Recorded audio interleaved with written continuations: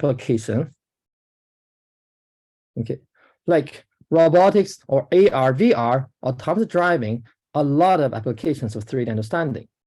And basically, ideal case is that when we start to address certain kind of application, we want that there is a foundation model. Let's say there is a basic model, a generalist that can handle a lot of the understanding task to support its applications, like recognition, like affordance, like motion prediction, so on and so forth. So previously, the past 5 years, the takeoff gives us a lot of specialists, but we have to get some kind of a generalist to be able to use conveniently for downstream applications. And this downstream, well, this kind of a model is better to be easily adapted to meet various requirements. Okay, like we might want to do zero or few shot learning, right?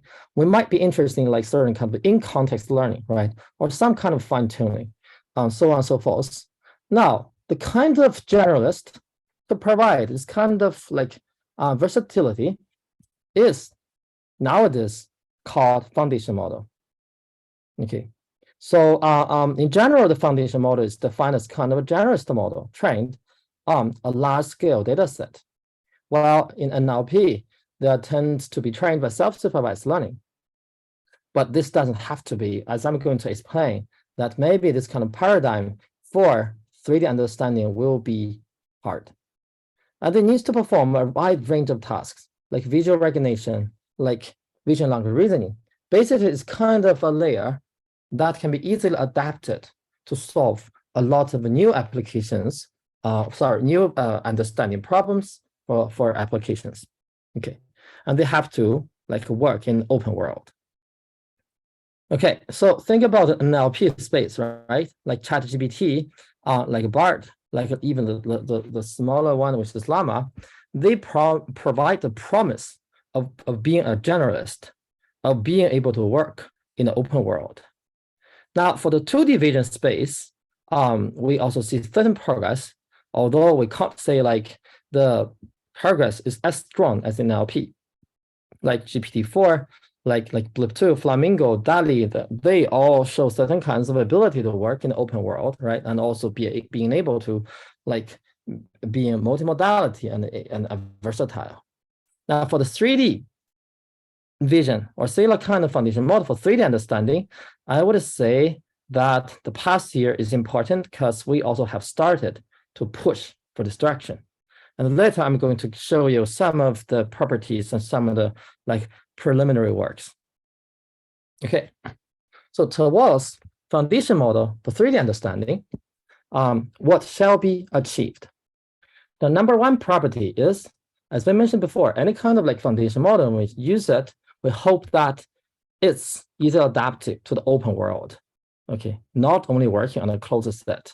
Okay, so it's like it's not like it shouldn't be like we have predefined categories or concepts as they are kind of like human-made instead, or like for just the performance evaluation. Instead, it should be something that like handle new things. I don't want to repeat here for too long, but just use some example works to illustrate the idea. Now, this is the one work on the open world scene understanding that's worth mentioning. It's called open scene. We see that this work by giving like some kind of language input or prompt, right? It's able to actually localize where the objects are. Okay, and then this kind of a phrase, it could be like not be covered in the training set. A second work of this type I want to mention is one work, very recent work from my group. And also there's a parallel work that's from like Salesforce and Stanford. It's called ULIP. The work from our group is called OpenShape. This is a kind of a clip style joint embedding model of 3D data, 2D images, and language. It's also able to achieve a lot of open set tasks. You can imagine as a kind of a clip style work. For example, we demonstrated while given a 3D shape, it's able to perform pretty strongly in terms of zero-shot classification, like the top 5 classification for novel 3D objects can reach above beyond 60%, right? And then you're able to use like images of unseen object categories to retrieve like the 3D models, or you can even do like point cloud captioning, or like, you can doing a summation between like the text embedding, the point cloud, and so on, and generate pictures. So that's kind of new work that also has the open set feature. Okay, point one, open set. Point two, I just summarize like the 3D, the kind of a foundation model of 3D understanding will and should be thought from an embodied AI perspective. What's the embodied AI perspective? It's kind of the perspective that the understanding needs to consider the coupling of the perception, cognition, and action loop. Okay, so it's like the kind of representation is not just defined by humans. It's more important that it has to inform the downstream applications, especially the actions. Okay, so representation needs to inform actions, and representation should be driven by interaction tasks and evaluated by interaction tasks. Okay, so this will drive us to think of a lot of intermediate concepts useful for interaction. Like, for example, we might need part-level understanding of objects, and we might need to think of like affordance prediction, which is how objects will be used. Maybe not how, I would say it's like the canonical pose or contact information for objects to be used. Okay, and then there will also be like the requirement to build a kind of word model. And here the word model is like the definition recently proposed. No, I would say it's not that recent, but it's mostly like the kind of idea from the reinforcement learning community. It's kind of like the model in the Markov decision process that describes how the state will change given certain kind of actions, or simply speaking, it's future state prediction. And those, there shall be certain kind of like decision models. It's like now given certain kind of observation, right? What kind of possible actions you might apply to it. Okay, maybe let me again use some of the recent work or progress along the line to illustrate. The very first is actually a work from my group, which is called parse loop. It's open set 3D part segmentation, which is given like point clouds, and then some kind, well, it should be able to like describe what are the parts in it. And then given certain kind of part, you should be able to localize it. Now, even if the point cloud belongs to an object of unknown category, and the part is not really a kind of part covered by the training set. And this model applies directly to the real world point clouds, which you can see on the right. Is also able to like detect the fine-grained parts pretty well, even for some characters not covered in training. Well, I'm going to talk a little bit about like how it's handled in future. Okay, then here's another work, which is not from my group. Is actually, well, I mean, there's an example of like a word model learning, and there are certain recent data sets that are supporting us to push towards this direction. And this kind of a data set is getting bigger and bigger. The representative ones are, for example, the HOI, which stands for Human Object Interaction 4D. Here is like 3D spatial, which is a point cloud plus temporal information, which is from Liu et al. And then there's the Ego 4D, which is also a kind of a similar concept from Grauman et al. You see that they are like egocentric views of how humans perform actions. And then from this kind of data set, you'll be able to predict the kind of actions to apply, and also the transition of the world after applying the actions, because they are important for understanding the work of the world. Okay. Like if you watch the video again, right? By CNET, you predict how the hand pose will change, and then it's able to actually pass the geometry, build the mesh, and so on. Okay. Okay. So these are like some open set understanding, some like action-driven information prediction. And then we mentioned that as a foundation model, it needs to be a kind of a generalist, right? It's like ideal cases, one model should be able to handle a variety of tasks. Well, this might need some kind of intermediate representation or abstraction that allows it possible, to like unify more knowledge. But sometimes this could be done as a language, and sometimes that's tricky. And getting language-based representation is not easy. Perhaps you need to think of even more clever ways. I'll give you two examples. One is the famous PalmE work. And one of the author, Andy, is going to present in this workshop later of the day. And we know that, this is called the embodied language model, right? It's kind of a multi-modality model, but it has an emphasis on the embodiment ability. For example, it's able to support certain kind of task and motion planning and manipulation. But here, it's using language as the medium to represent the information, and somehow it's not that hard to obtain the training data. I would say in general is still not that a tricky issue, but there are also certain kind of tasks that even getting language-based representation is not easy. This is another work which is on archive now. It's called the open set. It's actually the paper actually itself claims object agnostic. So let's say it's also kind of open set. The dexterous grasping. Okay, so you are going to use 5 fingers to grasp those objects, right? And then the kind of action that you're going to apply will be pretty hard to annotate. And therefore, for building this kind of a model, now language-based annotation is hard, okay? And so you need some more clever way to get the training data. And later, I'm also going to give you certain kind of hints on how the training data of this model is obtained. Okay, so they are just a very incomplete sampling of the recent progress. I want to use this sampling to deliver a kind of message.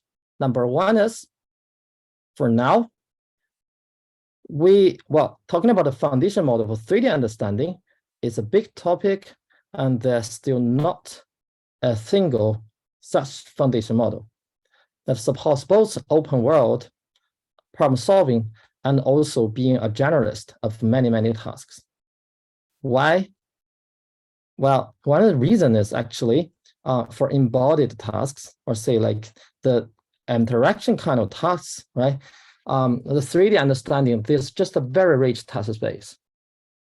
And some can be easily annotated, but some are even hard to annotate. And later I'm going to say, like, basically data is still quite a bottleneck.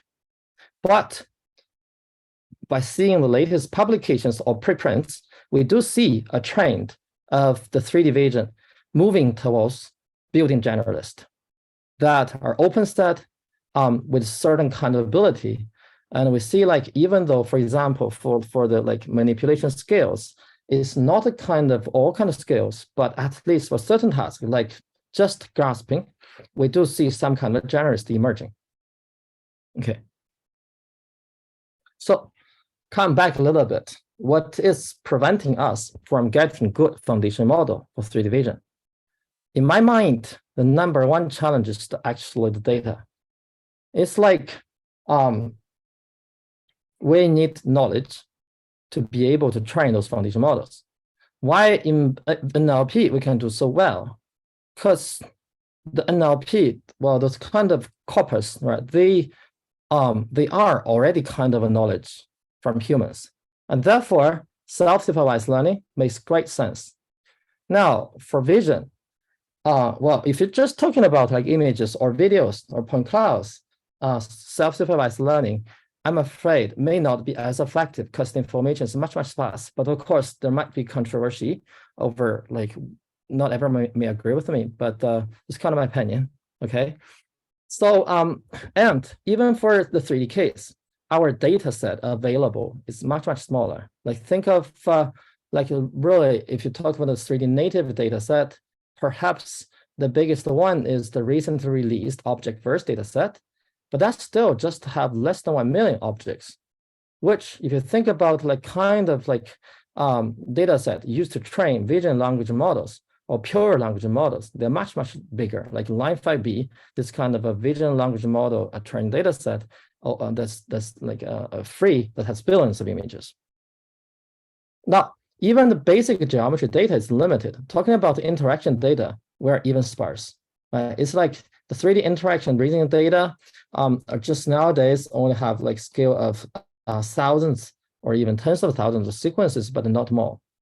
But for the case of vision, for the case of video or images, we actually have much, much better scale.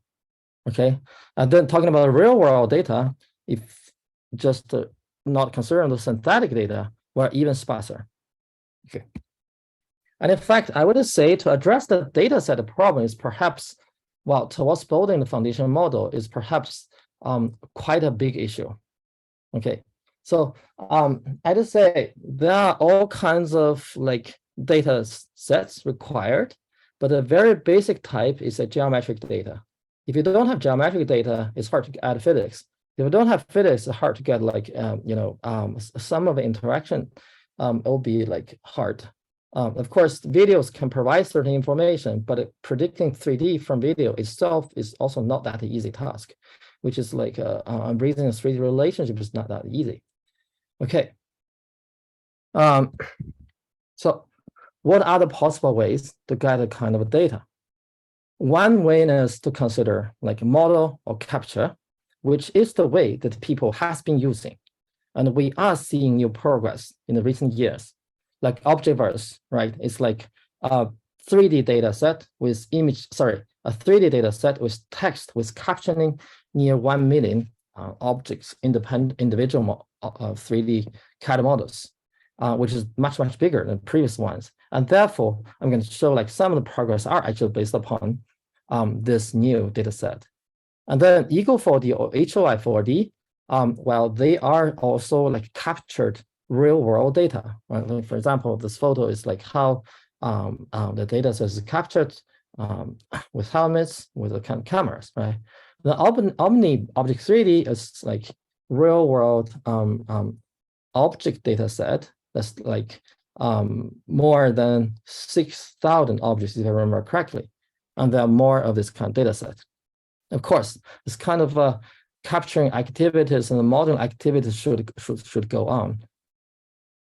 A second idea is if we don't have sufficient 3D data, perhaps we should think about leverage 2D data as much as possible. For example, there are a lot of recent works that will consider to directly use the 2D image models and transfer the knowledge to 3D. Like the basic pipeline could be first render the model, 3D model to multi-views, the annotated view, but a 2D vision language model, and the unproject aggregate information.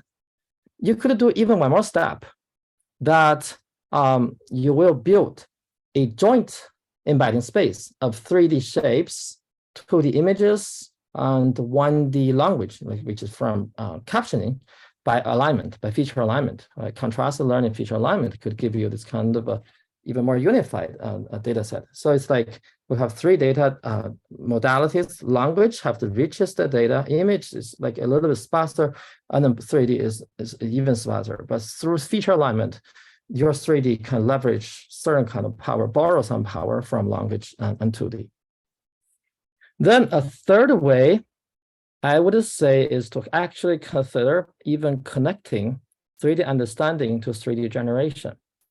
We still see good progress of AIGC, in fact, for image generation. But for 3D generation, yes, there's also good progress.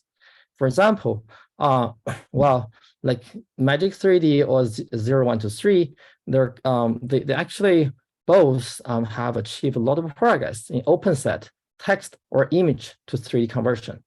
Okay, like Magic 3D here is optimization-based approach, guided by the 2D diffusion model is trained from much larger image pools, right? It's able to synthesize 3D objects. Of course, well, you see like this progress is really fascinating.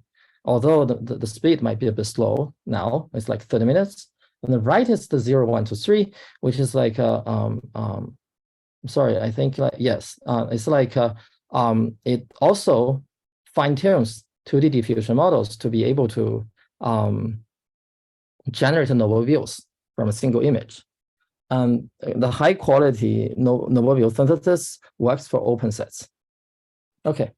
Well, for our group, we also have some recent work, and we noticed that those kind of approaches are a bit slow in speed. So we actually developed some recent optimization-free text or image to 3D generative model that within 45 seconds, a single image can be well transferred to be a 3D model, and which is also in open set setup. And the work will be on archive soon. Okay. So suppose that you have geometric data. Now AIGC can also help you to collect interaction data. Okay. Other than doing teleoperation, I would say like reinforcement learning could be used as a tool for interactive data collection. Now, one of my ideas is called the Generalist specialist learning, which is an assignment paper from my group last year. That if you assume that you have a lot of 3D models, right, synthesized models, you can put them in a simulator.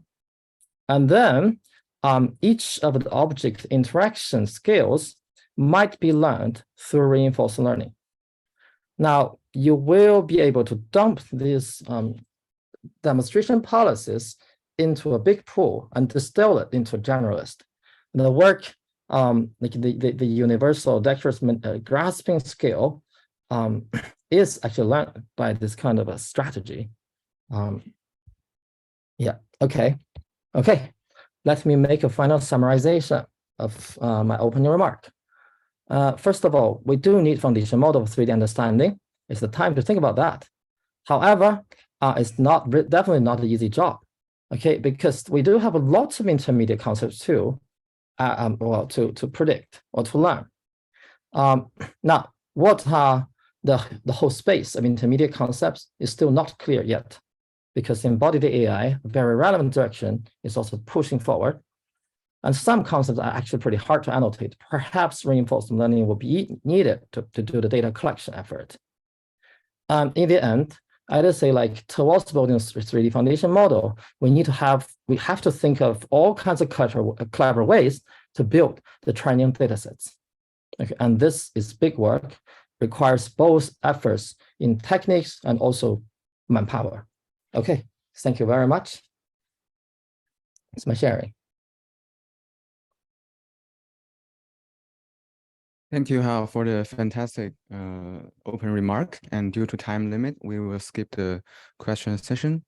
So next, we will have Professor Xiaolong Wang from University of California, San Diego as well. And Xiaolong has a lot of experience in the research of computer vision, graphics, and robotics. And he has a lot of representative work, including self-supervised learning, video understanding, common sense reasoning, and 3D interaction and robotics. And let's welcome Professor Xiaolong Wang for his talk. Okay, let me share screen. Yeah, you can share screen. Does not work. Let me try again.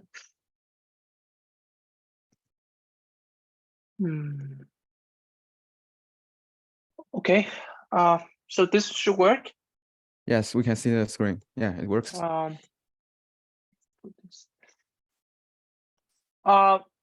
Yeah, so hello everyone. So I'm Xiaolong.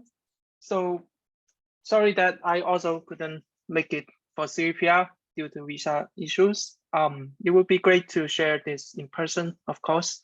But I will try to do my work in virtual as well. So today I'm going to talk about, actually want to connect 3D scene understanding and local motion control. So in this short period of time, I just want to also just want to connect in robotics. We try to have the robot walking around in the real world, but then this actually is very well connected to vision. How can we have a general representation to help the robot to achieve that? So starting from the local motion control part, so a lot of progress have been made in this area using reinforcement learning and sim to real techniques in the past few years. So the approach in here actually starts with just walking without using vision at all, but then it seems to also be able to do a lot of great work. Of course, this kind of work has its limitations. So, for example, if you want to walk in the to avoid obstacles, you actually require some vision to guide you to do this. So this is actually a work we did actually 2 years ago already, that we try to add the use the depth camera, basically also learn the reinforcement learning policy based on the guidance of vision in simulation and transfer to the real world. So this work is using depth as input, because we find that using geometry input is much easier for sim to real transfer. So similar kind of approach has been applied to walking on more challenging terrains like this. So this is also taking depth image as input to help the robot to walk.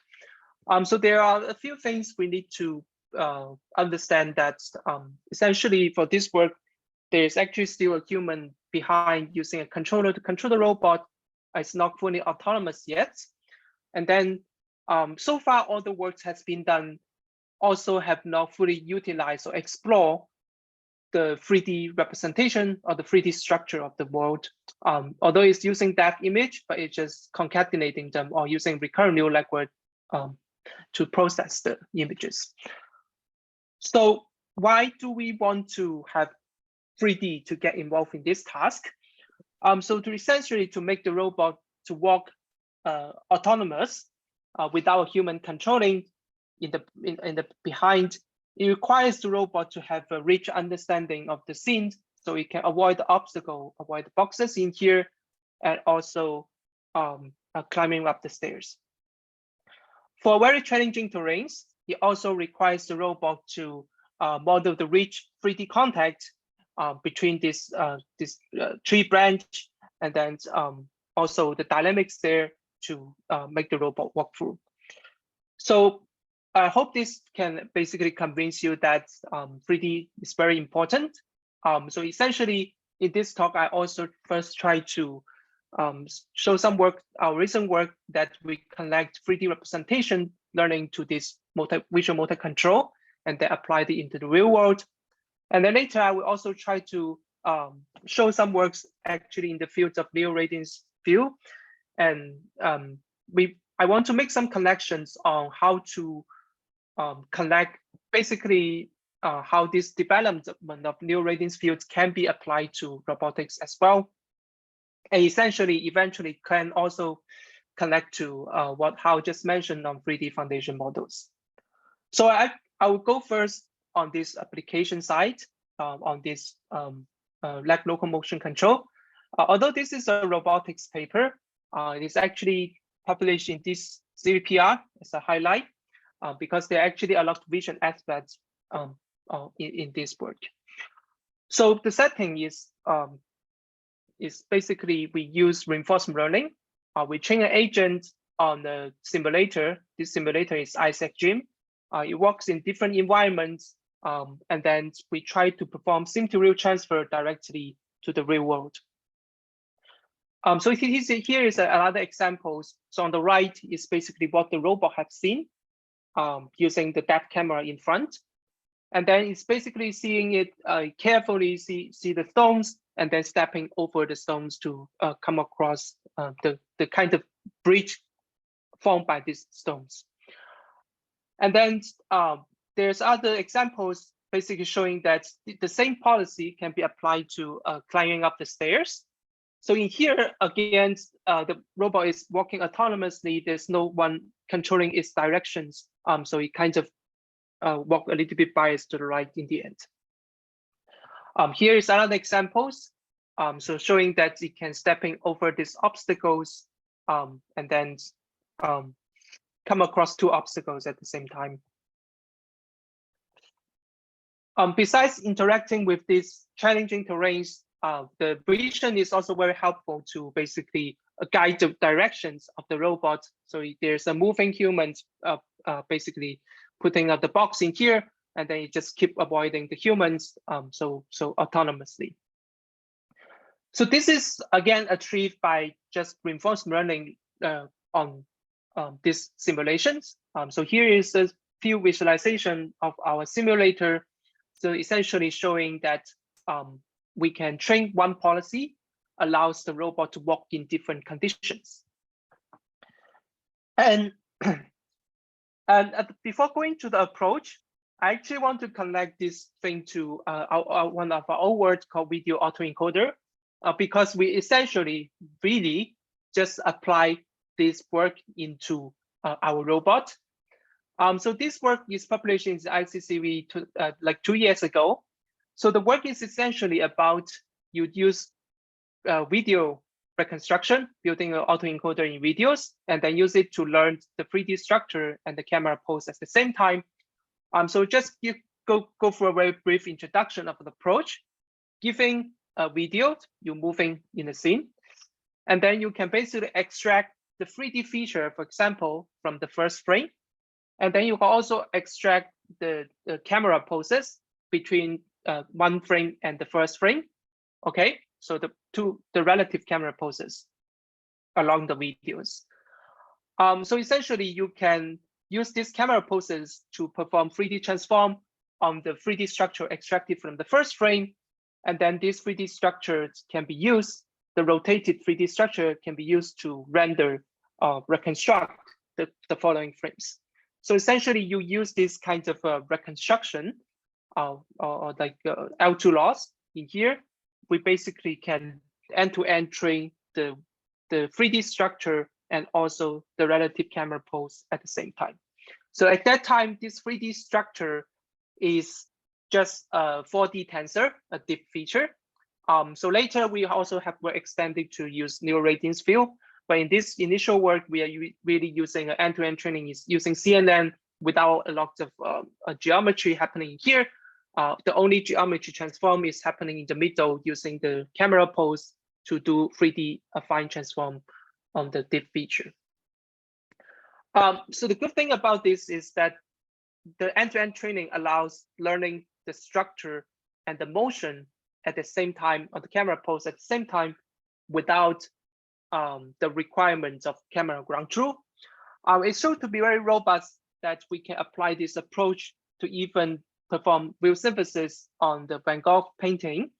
And also at the same time, it can be applied to estimate camera poses, even though it's trained without camera supervision.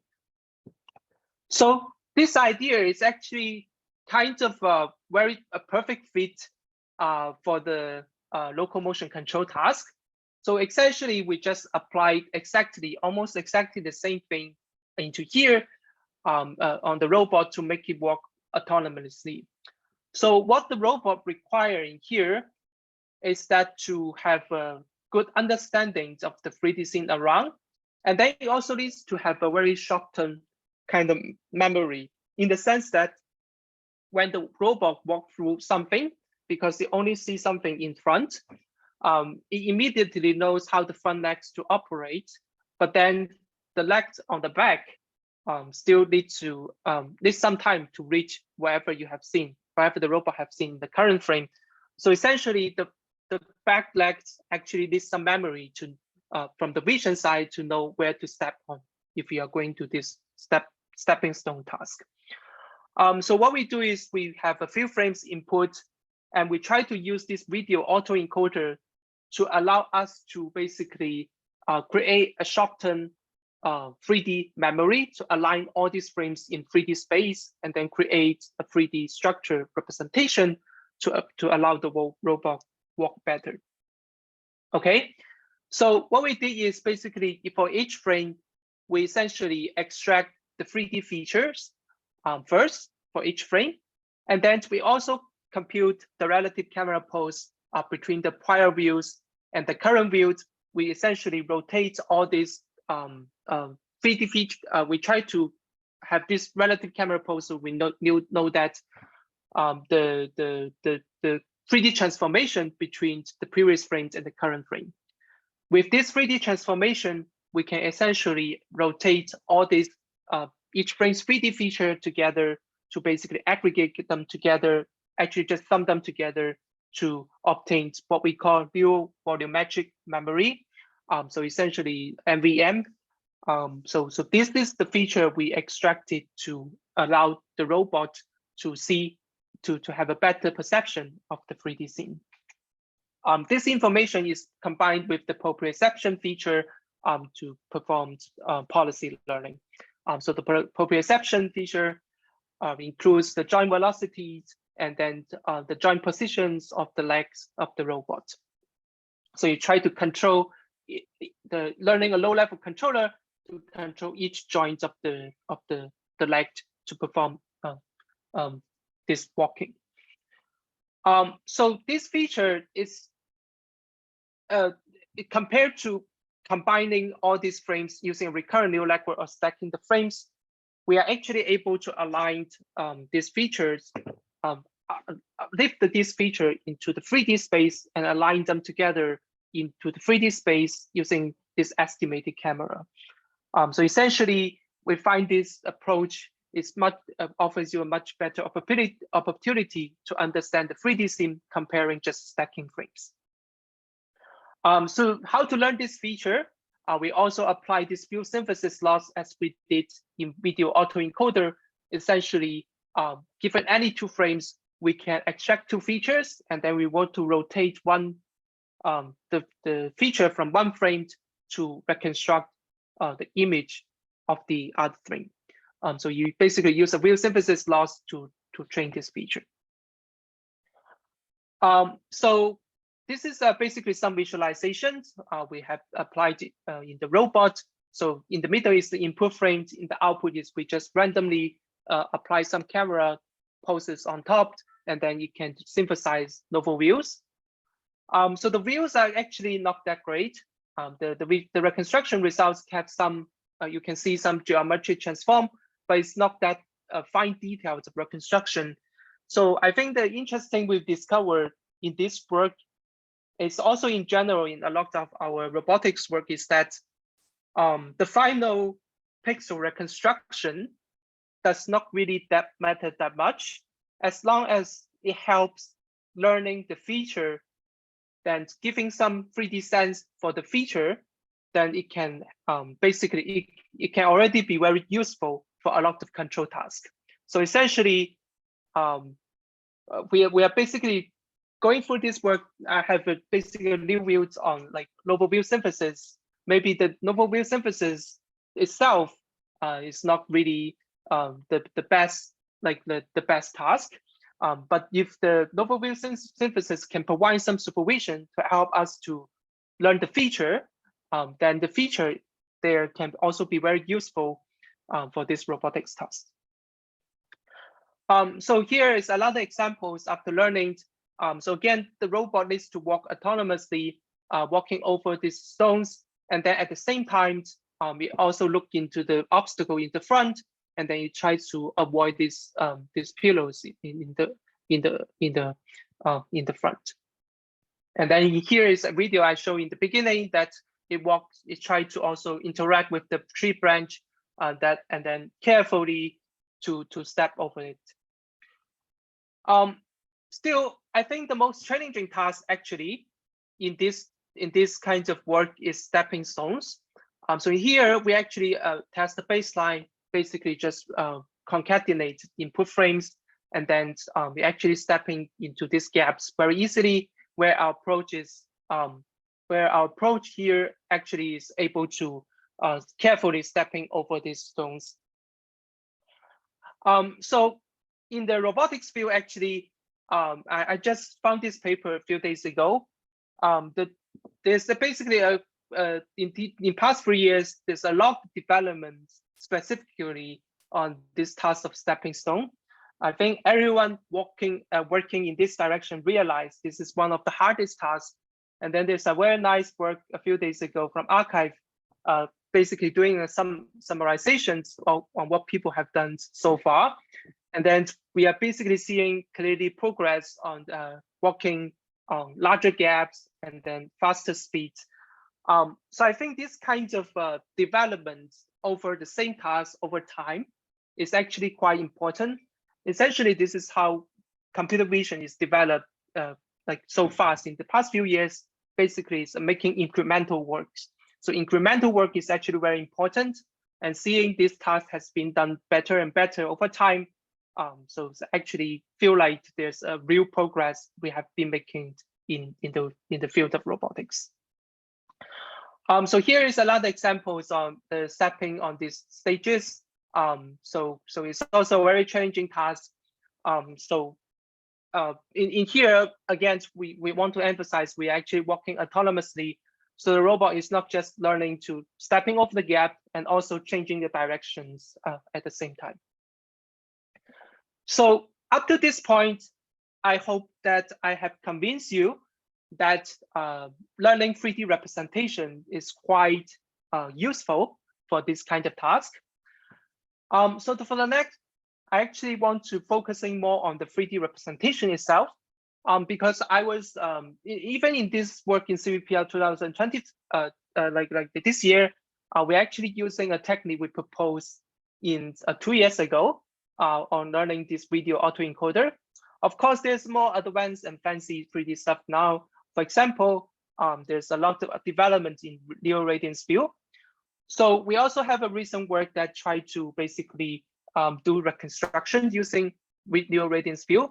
So I want to actually connect to the progress in NERV to robotics in here. But we will first introduce this work scene reconstruction using the Leo radiance view. So in a lot of work that performs scene reconstructions with NERV, essentially they are almost in most of the time they are actually doing per scene optimization. It requires hundreds of views and then several hours to do such a reconstruction. So in our goal in here, the eventual goal is to do robotics. So essentially what we try to do is to try to train a generalizable Leo radiance view that comes with an encoder, so you can actually do reconstruction very fast. So you can even do a reconstruction in the 1 feed-forward path, but to get better results, we also do optimization. So in here, we have a work that use just a few views and then optimize, and then a few minutes can optimize this reconstruction results. So just to give you a sense, so we use RGBD input because we always have depth in robotics. Why not? So if you just use TSDF fusion using the depth input, it looks like this. So it's very noisy and non-smooth. So our approach in here is for reconstruction. So essentially the task is basically, eventually we want to apply to robotics, but in here is reconstruction. So what we do is we try to train a generalizable NERVs. We have a geometry branch and texture branch to learn this legwork. And then this legwork can basically provide you an initial reconstruction. We can further do optimization to overfit to per scene. This is not our final goal, but then for robotics, but for reconstruction, it still seems like to be necessary to get better results for this per scene optimization. So I'll talk about the pre-training stage. So essentially, so our goal is basically try to, in the first stage, we are basically trying to learn a geometry legwork. The legwork is essentially autoencoder. It takes the depth image as input and then outputs the side distance functions, side distance field of the scene. The idea is that if we can train this model on a large scale data set, it can learn the general scene prior, which allows the legwork to impinge the smooth and continuous SDF output. We share we use a shared autoencoder to encoder to learn this prior. Given any query point X, we can query its feature while aggregating the nearby points on the surface of the depth. So you encode the features of the whole depth image, and then any query point X can basically get the features on the surface of the depth using the encoder output. And then we just weighted averaging the features on the depth surface. So essentially, the weight is designed it by how it is closer to it's close to the query point. If it is closer to the query point, it has larger weight, and then we use this way to weighted averaging the feature. So once you have this feature for the query point, you can basically forward it to MLP. So essentially predict the locations and the feature together is going to the MLP to predict the sign distance field for this input point. So the learning is basically done by reconstruction. So we just reconstruct the input image. It's the autoencoder, but the reconstruction is not the goal. The goal is actually through this 2D image reconstruction, we can learn a smooth sign distance field. And this distance field can basically is like in painting the missing parts of the input image. Okay, so at the same time, we also compute the law mode for each point. So that is the geometry branch. And then we also train the texture branch. So we do need to do the RGB reconstruction to render the full scene. So essentially, we also have a texture branch in here. Given an input image, RGB image, we also train an encoder to extract the feature. And then the query point X we can still compute the query point X feature using the similar way, getting its nearby feature point, and then to basically forward to MLP to do so. And the MLP will basically take the feature, the RGB feature from the query point as well as the normal. So together, it can predict the color, and the color together with the density, we can do this kind of volumetric rendering to get the RGB images, the output. So that basically shows the whole framework. There's a lot of arrows here, there, around, but essentially it's actually still quite simple. We just train two branches, Blackboard, one model the geometry, one model the texture, and then they can be, in the end, perform joint learning together to do both the depth reconstruction and the RGB reconstruction to train the legwork. So after training this legwork, remember this legwork just takes per frame as input. So essentially, given each image, each RGBD image, we can actually just directly predict the reconstruction results, and then we merge the reconstruction results just using post-processing. So this is a little bit different from, actually quite different from previous work on like Nerve Fusion or other works that you take a sequence frames input to the model and then do reconstruction. We actually only requires one frame as input each time. So after given these initial reconstructions, we can further do optimizations by tuning the decoders, basically the MLPs, to get better results. So this part is really for the vision side of reconstruction. I think for the robotics side, this part is less important. So what I like most for this work is that even though just with a single forward pass, so this is without the optimization, Persian optimization, we can actually still get quite good reconstruction results for every scene. And then if we have optimizations, we can optimize overfit to the same scene very fast. So for example, on the right is actually our approach. We can overfit to one scene in 15 minutes. Previous work will take hours.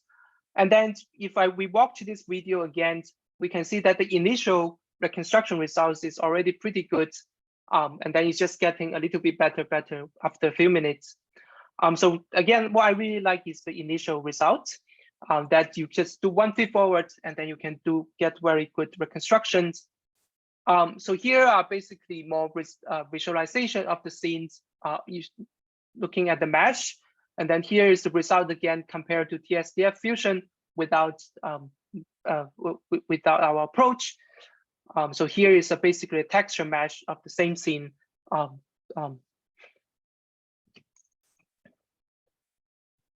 And then here is another scene. So we train the legwork on multiple scenes at the same time, and then we can reconstruct the scenes in one feed forward, and we can fine tune each scene to get better results or not.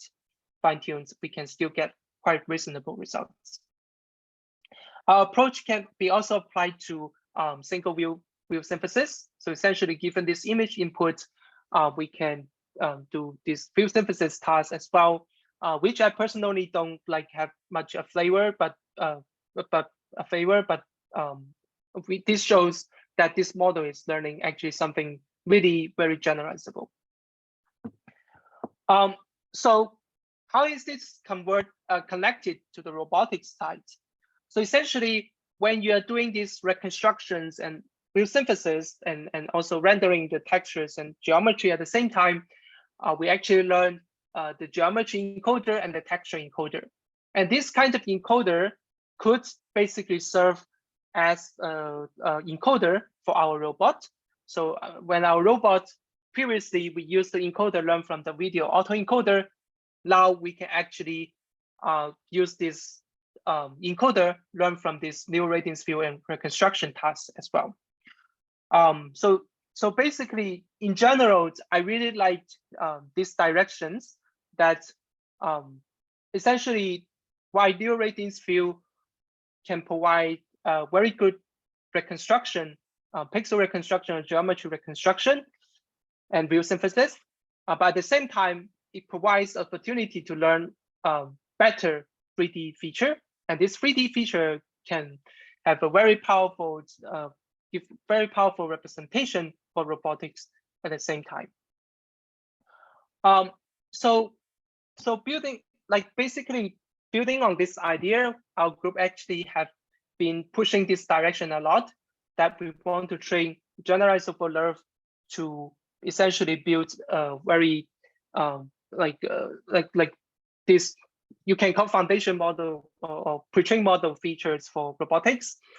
So essentially we have tried to, for example, distill 2D feature, to distill dyno feature, a stable diffusion feature to the 3D space using what we call feature nerve.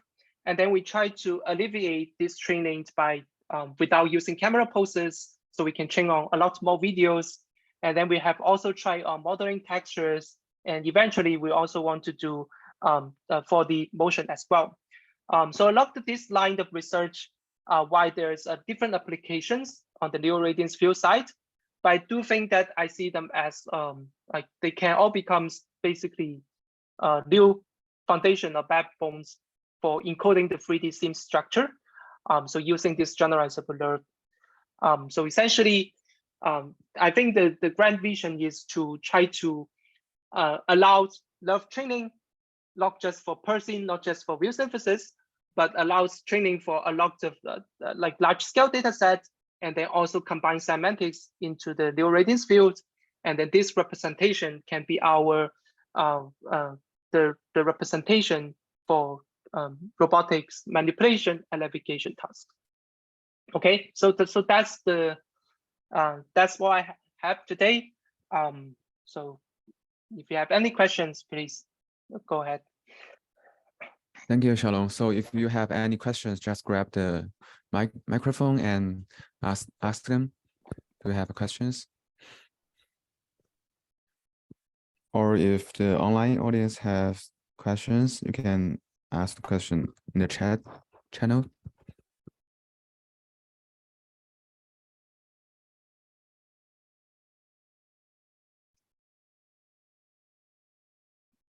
Okay, I will ask a question, Xiaolong. So, what do you think is the biggest challenge of applying the computer vision model to the robotics?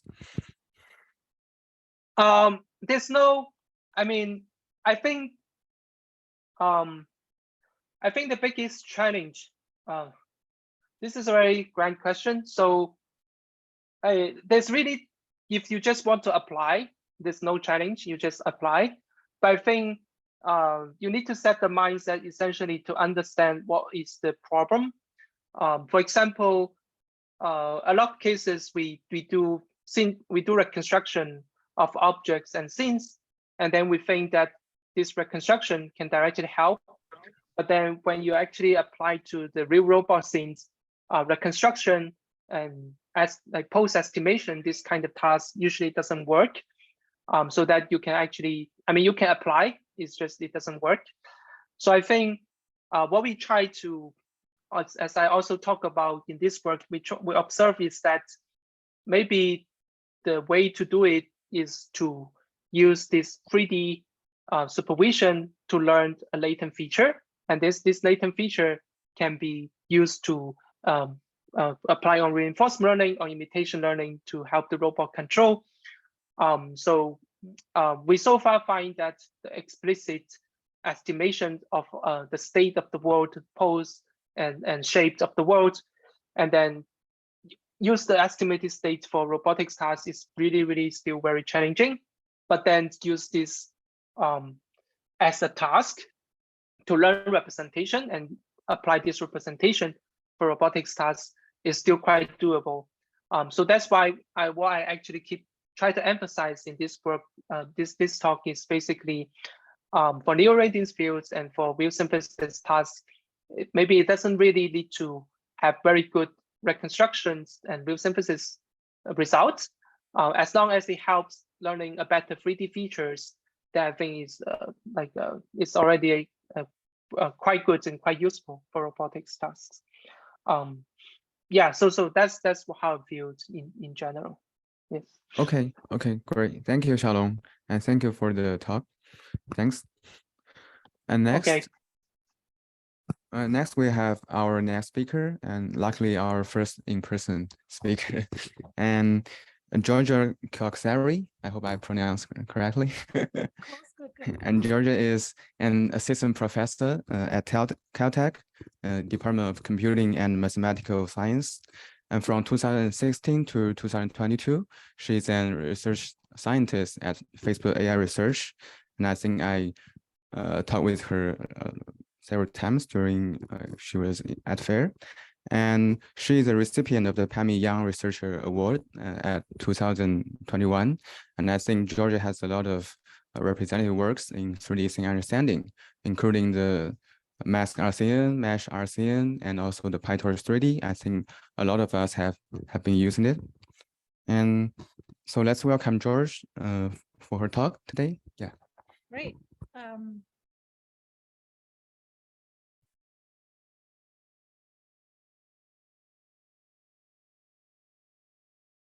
There we go. Okay. Cool. Great. I'm happy to be here in person. And I want to encourage all of you to take advantage of the fact that we're here in person. So interrupt me with questions. You should take this as an opportunity to learn, not just to listen. So ask, I will respond, and hopefully things will sink in more. And if you have any questions on any of the things, conceptual all the way to code implementation, you should feel free to ask. This is the nice thing about workshops. It's small, familiar. We're all like a little close friends. So don't hesitate. So thank you for having me today here. And I have been working a lot on 3D understanding, and I'm coming from the space of recognition. So what I care about is take an image and be able to tell what's happening in this image. The most popular task, computer vision, is answering exactly that question, but in 2D. You've seen a lot of work on models that take an image and are able to tell you what objects there are in that image, categories, and even localize and outline them almost perfectly. So this is the output of Mask RCN, a work that I did a few years ago, where at the time, 2D recognition was very at its early stages, and there were no solutions that would work in the wild to that extent. Today, 5 years later, we have moved into larger models that are able to outline these objects almost to perfection. And an example here is Sam. This is work from Ross Gershik and his crew, where you are clicking an image and it's outlining the object, any object, so it's no longer closed to world vocabulary. However, you're losing the ability to say what object that is. So you gain some in the generalizability, but you lose some in the precision in the categorical prediction. And this is where the advances in large language models come in. You guys, I'm sure, have seen all the ChatGPT madness, where that are able to answer things in text. And when this large language models are fused with vision models, really interesting thing occur. I'm sure that you've seen the Flamingo model. The Flamingo model takes a vision model, a model that was trained on images, and fuses it with a language model. It can be Llama, for example, that has the ability to answer questions in a free form. And one such model actually exists out there for you to play. It's called the Open Flamingo. It's the implementation of Flamingo from the Leon team. And Open Flamingo allows you to take an image like the one that you see right here. This is my collaborator. And you can ask it, what is this? And this model will tell you, this is a woman wearing an EEG headset. I like this example very much because an EEG headset is not an object that's commonly occurring.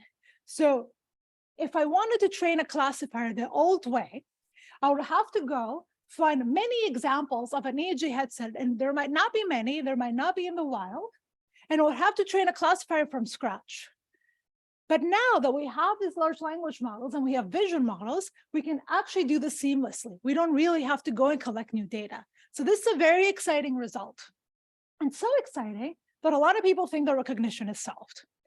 I beg to differ, and I want to make 2 points on this, on why recognition is solved. One has to do with 3D, but before we go into 3D, I want to give you this example.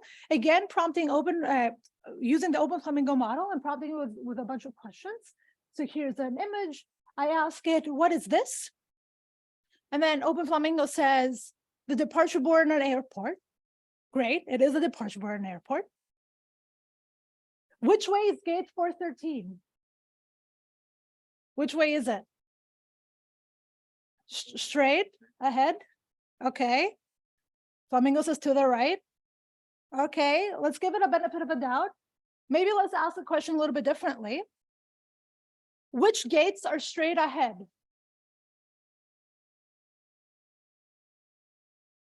What does Flamingo say? A, B, C, D, E, F, G. Okay, thank you for the alphabet, but this is not correct.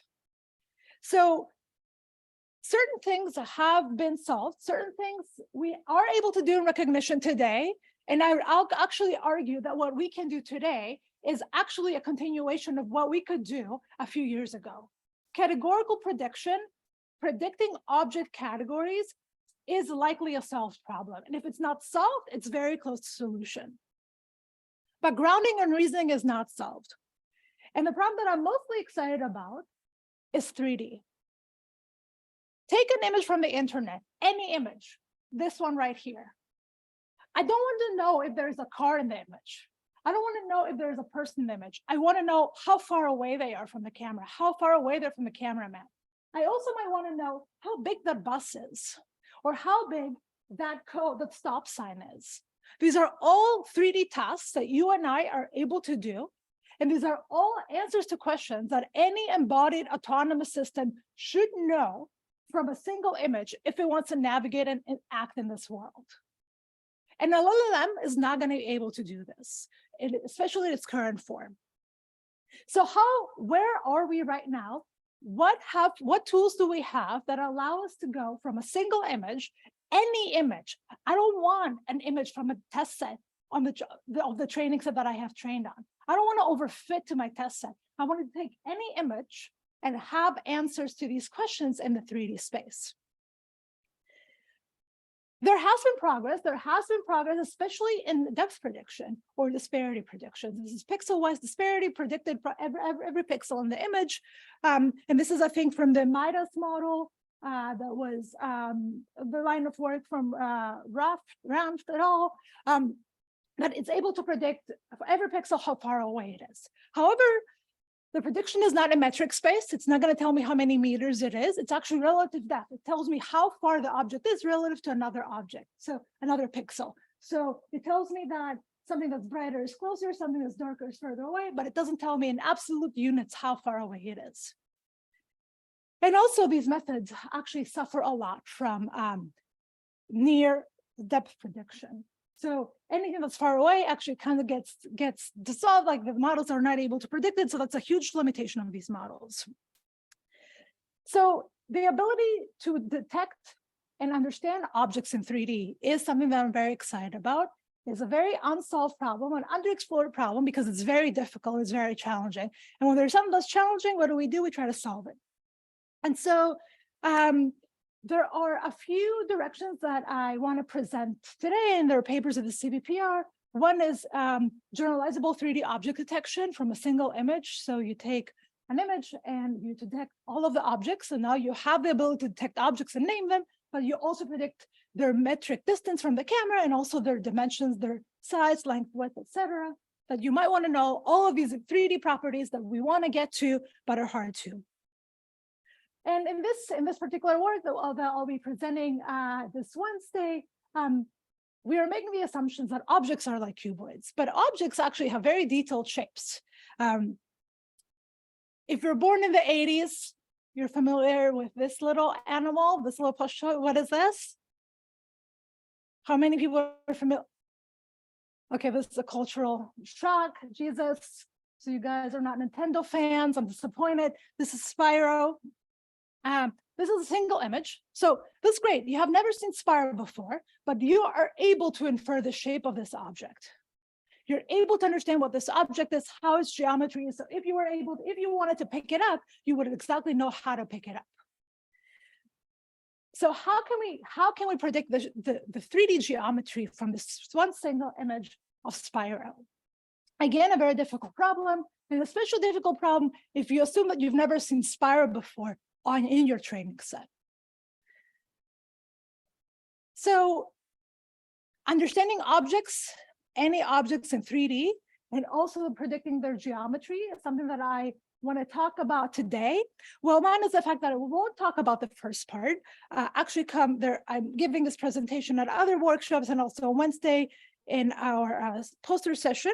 So today I want to cover the work, this work of predicting geometry from images. So you have an image of an object that's any object not on your training set, novel objects you've never seen before, and you want to predict their geometry. And this is joint work with some wonderful people at Meta and elsewhere. But let's start. So 3D object reconstruction is actually a very popular problem. There have been a lot of efforts, a lot of papers throughout the years, over 10 years of work. The data set that has dominated this field is ShapeNet, synthetic data set of CAD models of a finite set of objects. And there's been a lot of great work that undoubtedly has moved the needle forward. It has made some of these helps develop a lot of good models and ideas of, especially in 3D representations for 3D object reconstruction. And then, of course, the community keeps pushing forward to moving away from these objects floating around in white background and positioning them actually in real world scenes and developing methods that can reconstruct objects from images. But I would say that despite the great progress, we're still at a very rudimentary stage of what we can do. Then you have this other line of work that has emerged very recently that is trying to get to 3D with generative methods. One is text to 3D, and I picked to showcase these works from OpenAI, mostly because they are taking text to point clouds. They're fast, they're efficient, they're training a lot of object categories, they're generalizable. And also 0, 1, 2, 3, I think Hal also mentioned this work that generates novel views of objects. So it doesn't generate geometry, it generates novel views from different angles. You could imagine that you could extract geometry potentially, but the goal of the work is to generate novel views. And all of these works are milestones in this direction of understanding any object from an image in 3D. But the goal of all of these methods and the goal of all of the work that should be happening in 3D, and if you're working in 3D, that's what you should be aspiring to, is developing methods that are able to generalize, that could take an input as an image like this. These are images, let's say, from DALL-E, so they're imaginary objects that are unlikely to be in your training set, and that will be able to reconstruct these objects. And this is exactly what we wanted to do. This is exactly what we dreamt of achieving in this project. So our North Stars were to reconstruct any object from a single view. And we thought that a good way of doing this is to learn generalizable class-agnostic 3D representations. And why is that? Well, we were very much inspired by MAE and masked autoencoders. I don't know, how many of you are familiar with MAE? Okay, a few of you. So MAE builds generalizable representations for images. So there are 2D representations that the model learns through this method of self-supervised learning from images that prove to be very useful for downstream tasks. And the way that they do this, and the way that they thought of learning these representations, is by concocting this problem, this task. So they take an image and they mask out various patches in that image. So you see here the input image, and you have various patches that you've masked out. And now you're training an encoder network, decoder actually, whose whole goal is to predict the patches that were masked out. And through this learning process, your network learns how to reconstruct the initial image. And it turns out that this is a learning process that leads to very useful feature representations that can be used for downstream tasks. They're better initial representations to solve for other 2D recognition problems. So take an image, mask out some patches, and then learn a network to predict it. Does this sound familiar? It should, because this is naturally occurring in 3D. Here's an image of a teddy bear. And as you can see, this image shows one part of the model, and it completely hides another part of the model. So this masking that MAE authors had to do by concocting it is actually natural in 3D.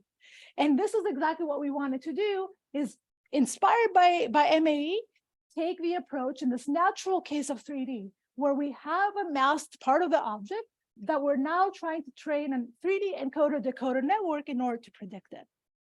And our hope was, by this approach and by the evidence and the hopes created by MAE, that we will learn this generalizable representation for 3D. And this is exactly what we did. So our approach takes an input image, an RGBD image. So it takes the RGB, this is the texture, the appearance. It also takes the visible part in 3D of that object. This is the part that is visible from that image, and tries to reconstruct it to fill in the part that is missing. And we're doing this with a transformer-based model, a transformer-based architecture that proves to be very critical for this task. So our architecture is as follows. We take as input this image, and we feed it through a transformer, an RGB transformer. This is our encoder network. This network follows exactly the VIT architecture. So it takes an image, it patchifies it, and then transformer layers follow, where you treat the patches as a sequence. We also take the depth, because we assume RGBD images, and we unproject it to a point cloud. And remember, now this is not a complete point cloud. This only is a point cloud that corresponds to the visible part of that object. And we again encode it with another transformer network. Now, of course, this transformer model has to deviate a little bit from the image-based one. We do follow the VIT architecture, but remember, now we no longer encode RGB pixels. We actually encode XYZ points. This is a point cloud that we're trying to encode. So we deviate a little bit in the design from the image-based. Okay, nothing happened from the image-based model, and we deviate especially in how we patchify the XYZ, the point cloud image. I'm not going to cover this right now. You feel free to go to learn more on the paper, where we describe it in extreme detail. But it was very important to deviate from the VIT architecture and how we patchify. Now, the outputs of these two encoders, the RGB and the XYZ, form the encoding the keys and values of our next stage, which is a decoder stage. Our queries are actually points in 3D. They're any points in the 3D volume that we wish to reconstruct. And these queries, along with the keys and values, this is the memory from the encoder networks, are passed through a decoder whose whole role is to predict whether the points are occupied or not and what their color is. This decoder is once again transformer-based, where keys, values, and queries come in from the encoder and the 3D points respectively. And the output is the final 3D reconstruction. So the neat thing about this model is that you only need point supervision. You don't need fancy meshes. You don't need camel. You don't need whatever. You need points. Points are easy to get. Points are easy. They're the output of SFM, the output of LiDAR cameras. Points are easy to extract from data if you with the right sensors, modern sensors that we have today.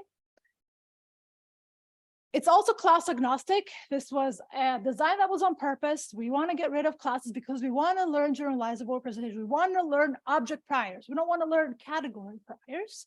This was another great lesson from MAE. And the other neat thing is that these are a general transformer-based design. There's no priors about the objects, no priors about the pose, none of this stuff that kind of naturally happens when you work with ShapeNet because everything is canonically posed. None of that. This is whatever image we get, this is a general design. We assume nothing about the pose of the objects. So we trained this network, this 3D encoder decoder on real world data. We use Co3D, which is a collection of videos, of short videos of walkthroughs around objects. There are over 51 object types that we split and train, val, and test. So when we evaluate an object types that we've never seen before. There are 37,000 videos, almost 400,000 images. And actually, through SFM, after applying SFM to these short videos, we can get these point cloud shapes that we use for supervision. These point cloud shapes, the output of SFM, are very noisy. But when you learn at this scale, noisy supervision is okay. And this is a great lesson to be learned that if you're learning at scale, you don't need perfect supervision. And in 3D, you should never hope for perfect supervision. And now let me show you some examples on reconstructions. I will start with Co3D, which is our training set, and I will show you examples on our test set, which are of novel objects. But remember, I'm critical of this. I don't care about what my model does on my test set of the data set I learned, because we're learning neural networks. They're great at understanding and overfitting to the nature of the training data. But I'm going to show you because there are some important lessons to be learned here. So this is the image of a backpack. Remember, the model has never seen backpacks. This is the scene point cloud. This is the output. This is the scene point cloud from this view. And you see that how noisy it is. There's points kind of like, some points are correct from the visible view. Some points are wrong. And of course, the back of the backpack is completely unknown because the view does not contain that information. And this is our 3D output. And you see how it has fixed actually all of the noisy 3D in the input of the network. The second column is input to the network. And yet the output is actually fixed and kind of cleaned up. Next up is the actual interesting results where we move to completely out of domain data. These are iPhone captures. So we use our iPhone, spiral again. We use our iPhone. We use the amazing LiDAR cameras that you all have in your iPhones. If you have an iPhone, we capture this. So you see the output of the LiDAR camera in the second column. Our model was not trained with LiDAR camera outputs. So this is a new sort of distribution that it has to cope with. And at the end, you see the reconstruction. Some more iPhone captures. This is, Zuckerberg's favorite toy at the moment. The VR headset. Okay. You see the LiDAR capture in the middle column. Again, kind of noisy, sparse, and then the reconstruction in the end. Another iPhone capture. This is Chao Yan's plant in his desk. Again, you see the iPhone, the scene point cloud, which is an input to the network, which is completely incomplete, and the reconstruction. Then we move to other kind of objects, especially we're playing with DALL-E 2. So these are DALL-E 2 generated images. We use off-the-shelf depth estimator to get the scene point cloud, which you see in the middle column, and the 3D output on the right. And I think the text prompt for this was a marshmallow in the shape of a cat with a mustache or something like that. And then a capybara with a hat. Again, we use a Midas depth. Again, our model was not trained with Midas depth. So this is just test time input to the network. and the reconstruction. And of course, like all methods, and don't be fooled by this, they all suffer from limitation. All you can hope for with your papers is to just add a little something, a little extra step towards the end goal. No paper is solving any problems. Don't get fooled by Twitter, please. No paper solves any problems. All they do is just move a little bit forward. So limitations, of course, if your depth is wrong, like in this case, I hope you all know who this is. If you didn't, I will be very shocked.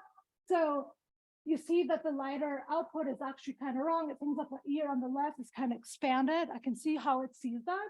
But, and then the model tries to kind of awkwardly fill that in and produce this reconstruction of a Pikachu that looks kind of bizarre. And before I sign off, I want to actually finish with the most promising result of this work, which was scaling laws. So you all are familiar with scaling laws. This is studying how models scale with more data, perhaps with bigger models. But we wanted to see how this model would scale with more data.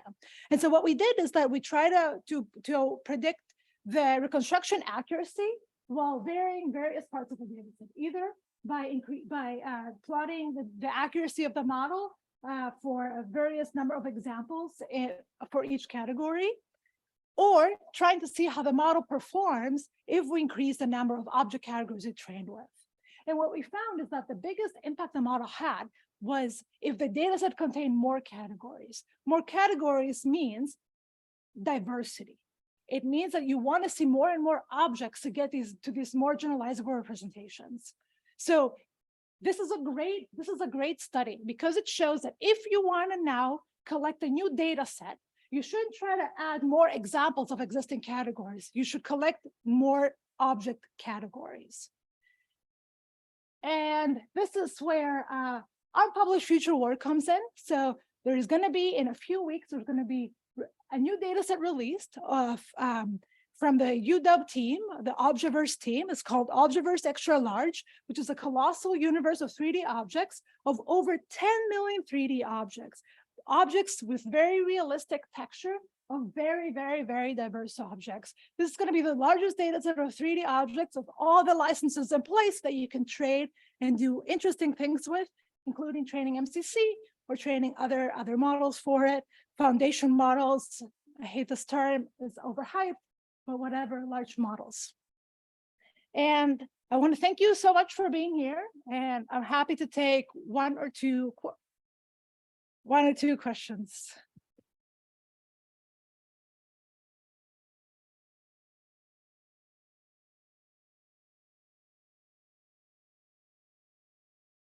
Yes, Hanbyo.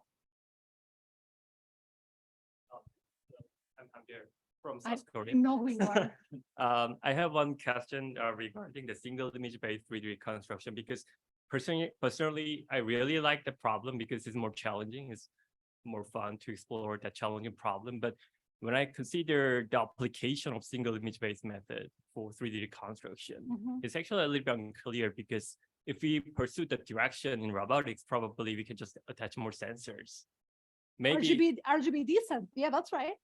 But I mean, it's more valuable to apply this kind of technology in the wild images, for example. But maybe I can imagine some like 3D printing kind of application with the output. But in your perspective, what would be the interesting application with this kind of technology? Okay. So you're asking directly for application. I think it's a good mindset. Is okay. What do you want to build? What do you want to enable with this model? I'm thinking about and this problem with a little bit different direction. I want to think about how can I build the best representation so that I could attack any 3D problem, no matter what that be. So I want to build general representations such that with few potentially or even no training examples, I can apply it to any domain I want. I agree with you, though, that single image 3D reconstruction is in nature an ill-defined problem. It is an ill-defined problem. It's very clear why that is.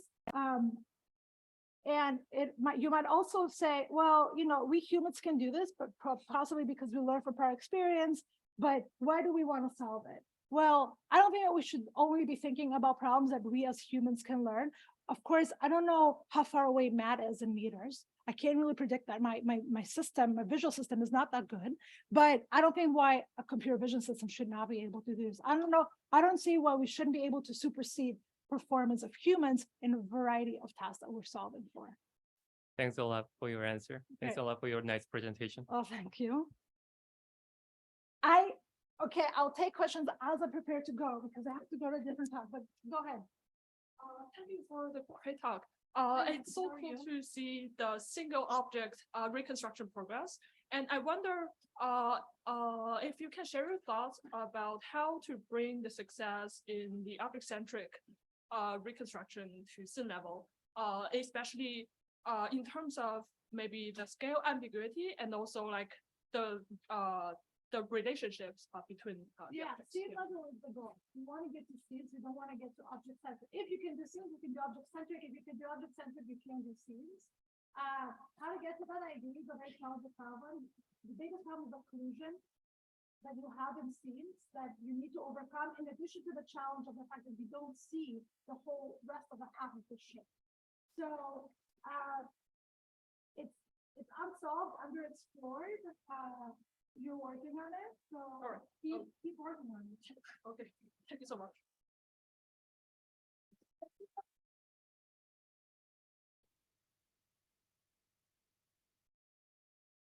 Thank you, Georgia. Thank you.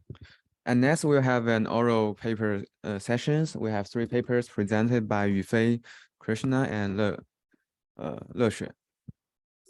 Maybe Yufei, you can go first. Hello, everyone. My name is Yufei. I'm glad to present affordance diffusion. This is a joint work with Xueting, Abhinav, Shalini, Stan, Jiaming, Shubham, and Sifei.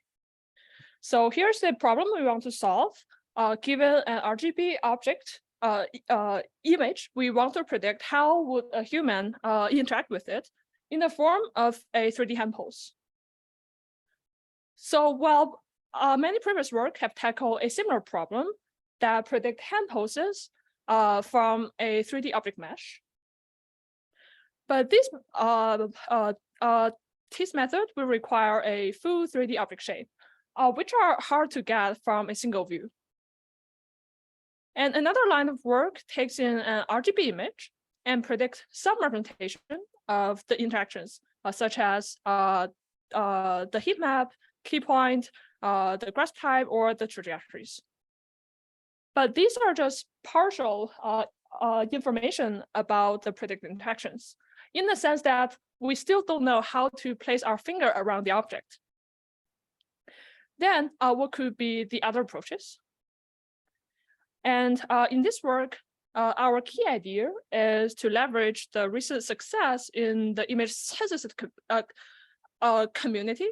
And we found that this can serve as a shortcut to get the 3D predictions. So to be more concrete, given an object image, we propose to first synthesize an image of a hand holding that object, from which 3D hand poses can be directly extracted. And multiple grasps can be sampled from our model, as using here. So how do we synthesize the hand object interaction image? So the key idea is to factorize the process into 2 steps, where and how to interact.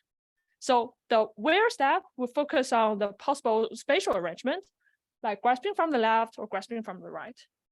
And how step will focus on the local shape, like how the finger will articulate.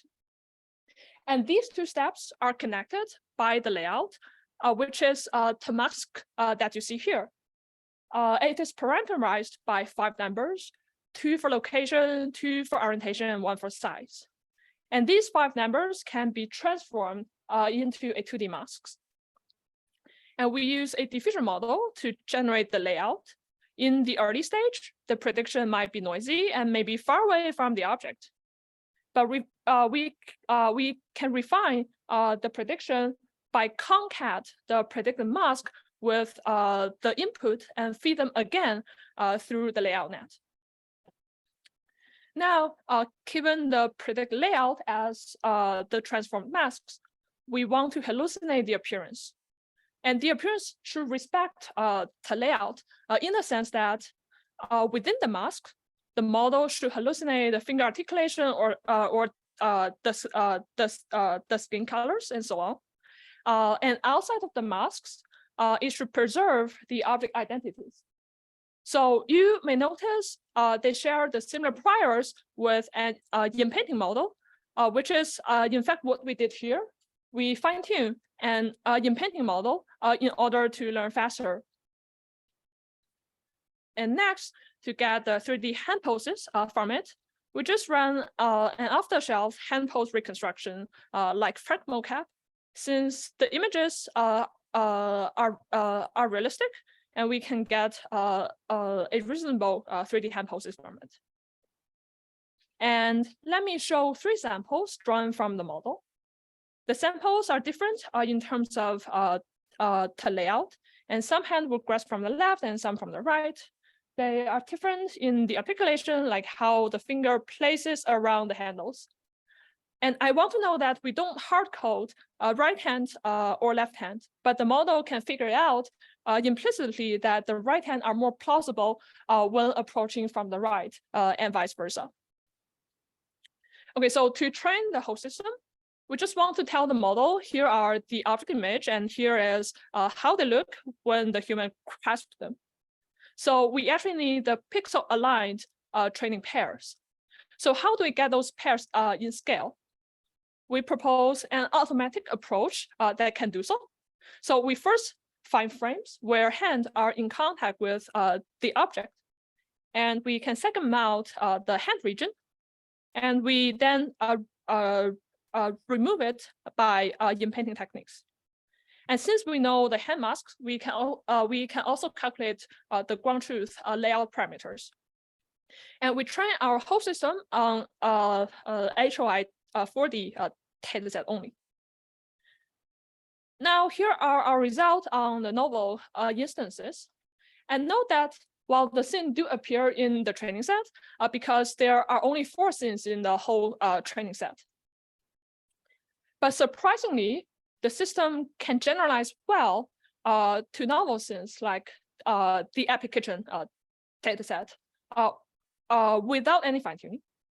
And the scenes are more cluttered and the lightings are more complicated. Now, let us compare with the method that directly predict 3D hand poses. So GAN-hand is a one-step feed-forward approach. You can see some predictions are good, but some fail. And post-diffusion is a baseline we implemented. We diffuse a 3D hand pose parameters instead of a 2D layout masks. Since we allowed the model to look at the input and the predictions more than once, they perform slightly better than the GAN-hand. And here is our model. Remember, we synthesize the image first, and some results are better, like the laptop that you show on the top. And you may feel that the performance boost is not so much, but actually the boost is more clear in out-of-domain test set. When the scene becomes more cluttered, as we shown from top to bottom, the direct 3D prediction, whether it's one step or multi-step, tends to fail badly. But our method still can output some reasonable 3D hand poses. Now, let us compare with the end-to-end synthesis. And sometimes the method fail to draw a hand, and sometimes they fail to generate a hand in contact with the object. And the numbers kind of stays the same. But beyond the better performance, I want to argue that the 2-step approach can offer more control over the synthesis. And the control can allow for many applications, as I will show next. First, we can replace the layout net with an user input. As you can see, when the user says to grasp from the right, they tend to grasp the handles, and when approached from the left, they tend to grasp the cut body. And then the layout net can also be constrained on the given location and figure out the sizes and the approaching directions on its own. This also means that now we can reuse all of the previous work that predict the heat map and key points, and we can take their output and predict the complementary information about how to grasp. Let us resample a key point from the heat map, and our model can generate another set of the output. To predict on scenes, we can crop out the object and constrain the size of the hand, such as the general hand would appear about the same size, like I shown here. That's all. And we have our code online, and thank you for your attention.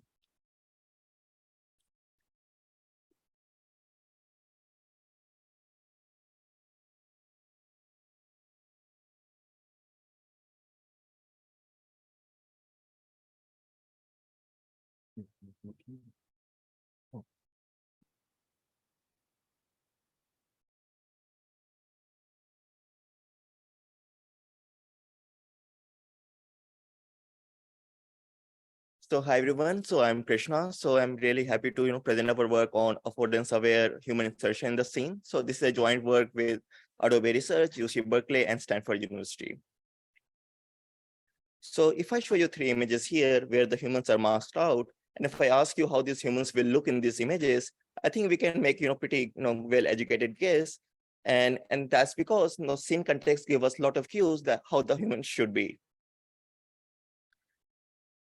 But now the question is that, can we train a generative model to do the same task? So given these 3 scene images here and 2 reference person here, can we insert these persons in a more realistic fashion here? And the answer is yes. So we can use our trained model to generate these humans in realistic fashion according to different scene images. So you can see here that the pose, the viewpoint, and scale of the persons are changing according to the scene image, and they harmonizes pretty well.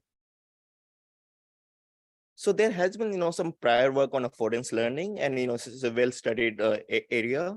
But most of the prior work, confined to like a few number of scene, few scene images, and also many times, they don't try to generate complete realistic human, but mostly inferring the pose. But in our, in our work, we are trying to go beyond that and try to generate complete realistic humans according to the scene image.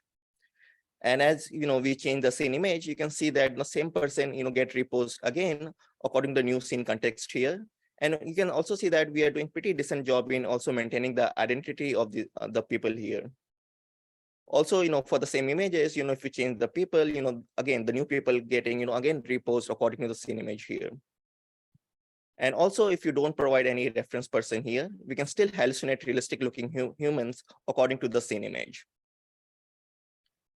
Now let's go into our approach, like how exactly we are doing this. So for our training, we're relying on the video data. So what we do that we choose any 2 random frames from video, and we mask out human in one of the frame and use person from another frame as our reference and ask our network to reconstruct back the original image. To go further like into a little bit more details, we are fine-tuning existing large-scale like diffusion models like Stable Diffusion for our task. So our diffusion model takes in the masked image along with the along with the banded mask, and also we are providing reference person from different frame, which is given as like cross attention, and we are guiding this network to reconstruct back the original image. Now let's go into more details of each component. So first start with our data set. So for training our model, we are making use of a large-scale human interaction data set. So we are performing different kind of tasks. So for this, we use existing like large-scale public data set and also some of our internal data set. And we are training this network to generate images at 246 resolution. So for our, for our data set, we started with 13 million videos, and after some processing, we ended up with 2.4 million clips, which is used for our training. So these are some sample frames from our data set. So you can see it has like large diversity in the scene and human, and people are performing different tasks in these videos. Next, let's look into our masking scheme. So our goal here is to mask out the humans. So for that, we are relying on some pre-trained human segmentation network to get idea about human location and pixels. And we are using both bounding box and dilated version of human segmentation to mask the person. Also during training, sometimes we completely mask out the person, sometimes we partially mask out. And this helps us to do a lot of interesting downstream tasks, which I will show you later. So after masking in the like human in the our like scene image, we also need to give reference person from different frame. And for this case, we mask out the entire background so that network can only focus on the our reference person here. And finally, for our our denoiser unit, we are giving our mask image by concatenating it with the noise map because it's specially aligned with our final output. Whereas the reference person is given as a cross attention because it's not specially aligned. But network can choose the relevant part using the cross attention to reconstruct back the original image. Now let's look into some of the results. So here we have an input person here, and the same person is now inserted in different scenes. So you can see that our model is able to insert them in pretty realistic way. For example, if you see the curtain example here, person is reposed as if he's trying to open the curtain, and you can also see the like the lighting condition and the identity is pretty well preserved. Here are some more results. So given an input person here, again we are inserting her in like realistic fashion in different scene images. Also, now it is slightly reversed. So given a single scene image, we are trying to insert different people in the same scene image. So as you can see, as the scene here was of like person trying to like deadlift, so all the people here get reposed in according to that scene image here. Here we have another example, and again person get like reposed in correct fashion according to scene image here. So yeah, so remember, like I told you, like during our training, we have different masking strategies. So sometimes, instead of using bounding box, we also use some like dilatory version of original person mask. So you can see here our mask is more detailed rather than bounding box. So you can see that our inserted person is kind of trying to follow the mask shape of like waving hand pose. And again, I think one thing to notice here is that we are doing a pretty decent job in also maintaining the identity of the person. We also did some ablation study just to see how important is video data for our trainings, because another alternative way could have been that you have like simple input image and you can apply some random like some special augmentation to create the training pair. But what we found that video data is crucial, and because it gives us more natural variation of the person pose in different scene images. So just relying on image data is is not sufficient, and video data gave us much better results. Also, we played with small scale and large scale models, and found training on the larger scale model is important. And also starting from a pre-trained model, which in our case was trained for text to image task, is is more suited compared to starting from scratch. Again, if you don't provide a reference person, our model has the ability to also hallucinate person. So for example, given input image here, we are masking out the person, but not using the ground truth original reference person. So you can see that for the same scene, we are able to insert different realistic looking human. And it's not relying on the reference person, because during so the reason why we are able to do all this variation is that during training time we have this classifier free guidance trick. So we are dropping the reference person and also the like background image like randomly, so our network is able to perform both. If you don't provide the reference person, still it has the ability to hallucinate the person. Here we are showing some like importance of classifier free guidance. So we found that it is pretty important to get more like high quality results. So increasing the scaling value for the classifier free guidance improve the performance till certain extent. Also, we compared our results with some existing large scale like models like DALI or Stable Diffusion, which is not specifically trained just for human. But so you can see the difference in the results that our results are looking more realistic in terms of with the way it's interacting with the environment. Also, we can do the reverse task here. So given a input person, we can also hallucinate the scene image. So given the mask out person here, we are able to insert the same person in different scenes here, basically. So you can see that given the initial pose and location of the person, we are able to generate new scenes which matches with the person here. Again, we compare with like existing large scale models, and we find that we give comparable results compared to them. Also, we can do something like, partial body completion, because during training time, we also, mask out just the partial human. So here we have masked out the upper half of the person, and given different, reference person, we are able to borrow the upper half from different reference person and put them correctly here. And you can do, kind of similar tasks to, even swap different clothes, and you can see, we are doing pretty good job in transferring the like cloth pattern. So to summarize, we train a large scale like diffusion model for affordance aware human insertion. And, because of training strategy during inference time, you can, poke them in different way to do like a lot of different downstream tasks. So yeah, that's all I had. Yeah, thank you.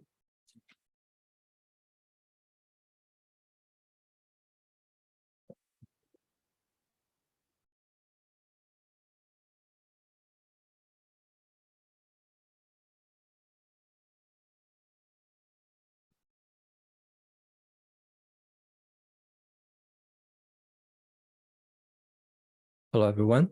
This is Lo from Salesforce AI.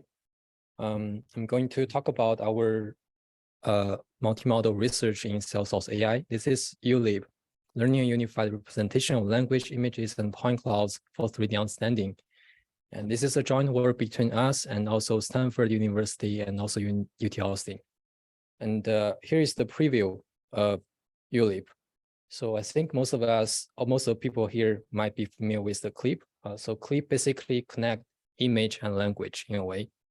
And is there a work which can connect both image and language and the 3D modality? And we're trying to target that problem. So in ULIP, we first automatically generate a small scale of triplets, which contain 3 modalities: language modality, image modality, and 3D point cloud modality. And then we employ 3 encoders. Note that the text encoder and image encoder are pre-trained on massive image text pairs. And it's frozen during the pre-training for practical reasons.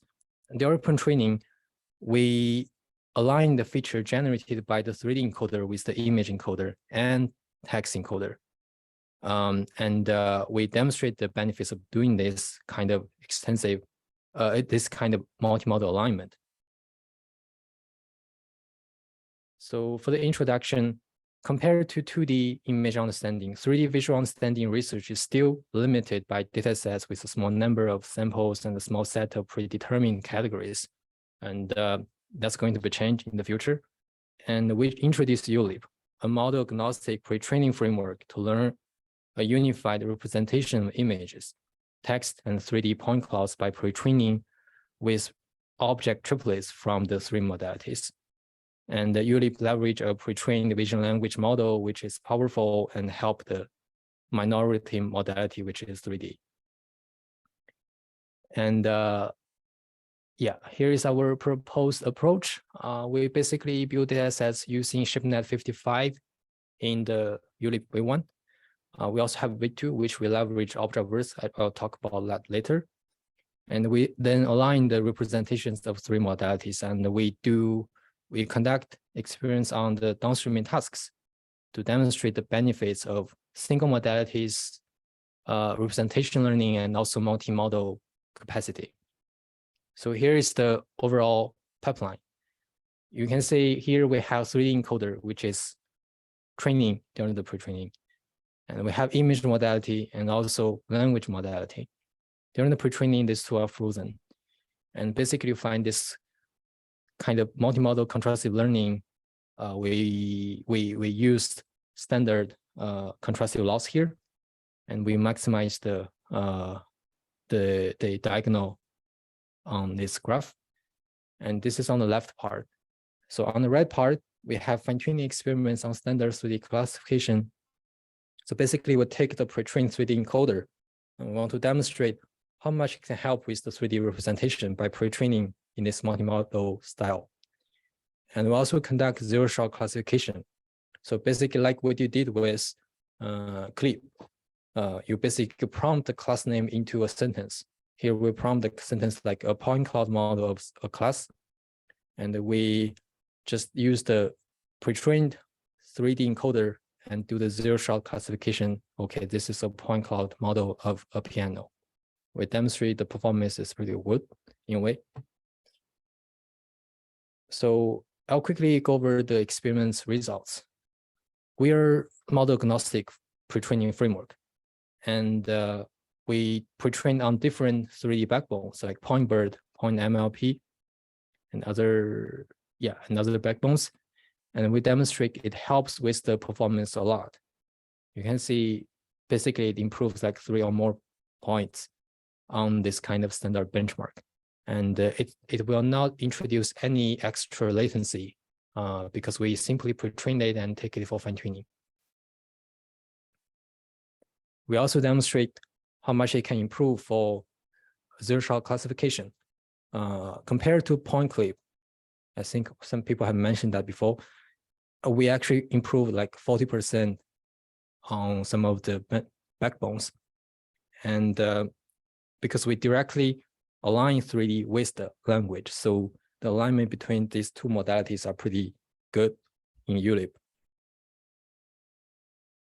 We also conduct some interesting ablation study. So like we are aligning 3 modalities together. What if we only align 2?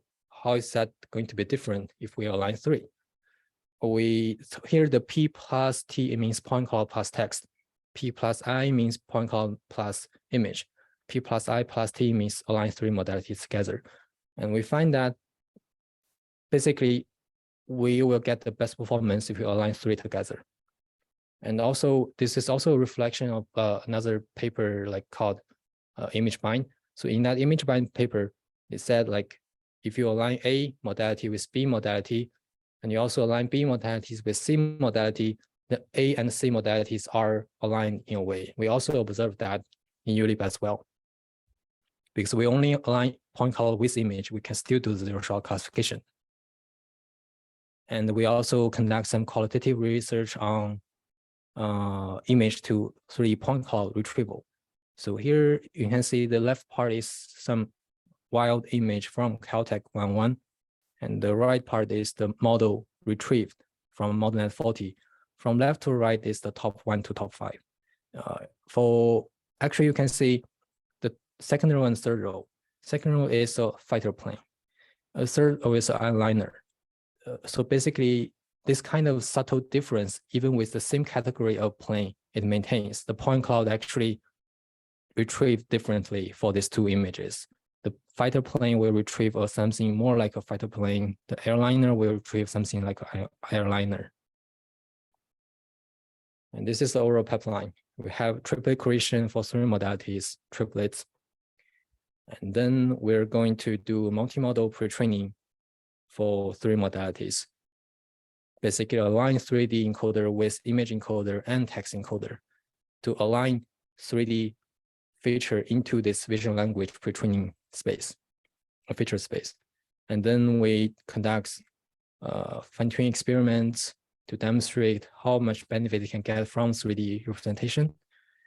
And we also conduct multimodal downstream tasks like zero-shot classification and image to 3D point cloud retrieval. Yeah, I'm also going to talk about some recent work we're doing, which is called ULIP 2, towards scalable multimodal pre-training for 3D understanding. So in this paper, we actually only leverage the 3D ship data itself, and no other manual annotation is needed. And we demonstrate the performance is even better in this way. So the method is pretty generic. We have a 3D ship here, and we render it to different views, holistic views. And we sample out the point cloud data here. And we use some current SOTA large multimodal model to describe these rendered views. Or another way, like the multimodal LLM is another name of this large multimodal model. And we align the 3 triplets in this way. And on the right part, you can see the quality of the rendered images and their description from that perspective. So for some views, you can see there's a chair, some views there's a crown. So basically, the language from all the holistic views together covers most of the semantic meanings of this 3D object. That's one important thing we want to deliver in ULIP 2. And also we released the large-scale trimodal datasets we tried with object-verse triplets, and also we name it ULIP object-verse triplets and ULIP ShipNet triplets, which has 3 modalities. For ULIP object-verse triplets, we have around 800,000 point cloud. For each of those, we have 1,000 points, 2,000 points, 8,000 points, and 50,000 points. I'm not sure Matt is here or not. Yeah, we conducted experiments on the object-verse here. And we also, for each 3D object, we render 12 images. So in total, it's around 10 million images rendered. And for each image, we are going to use a large multi-model model. Here, we use the Believe 2, and we're going to update it soon with the object-verse triplet V2, which with a better large multi-model model, generative models. And we also rank the descriptions for each image using clip large VIT. And this is a statistic of this. And the data sets, code, and pre-trained models are open source. Feel free to scan it to get access to it.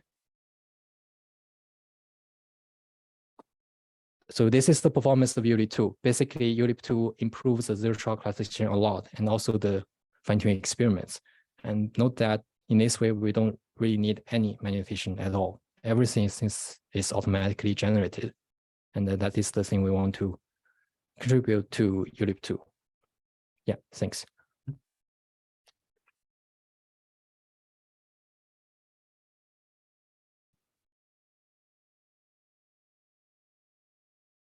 And next, we'll have Professor Sui Tang from,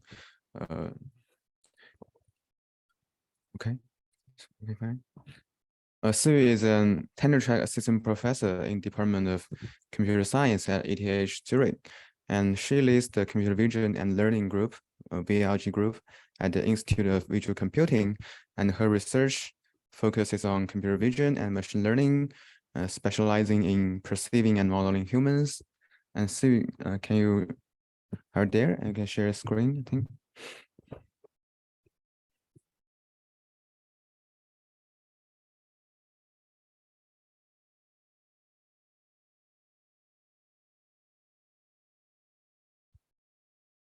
Hi, Sui, are you there? Yeah, hi, Sue. I think you need to unmute yourself. Yeah.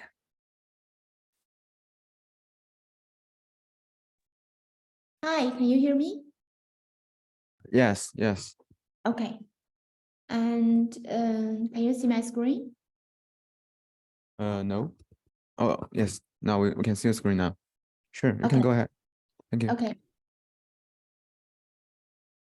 Okay, so thanks for the invitation.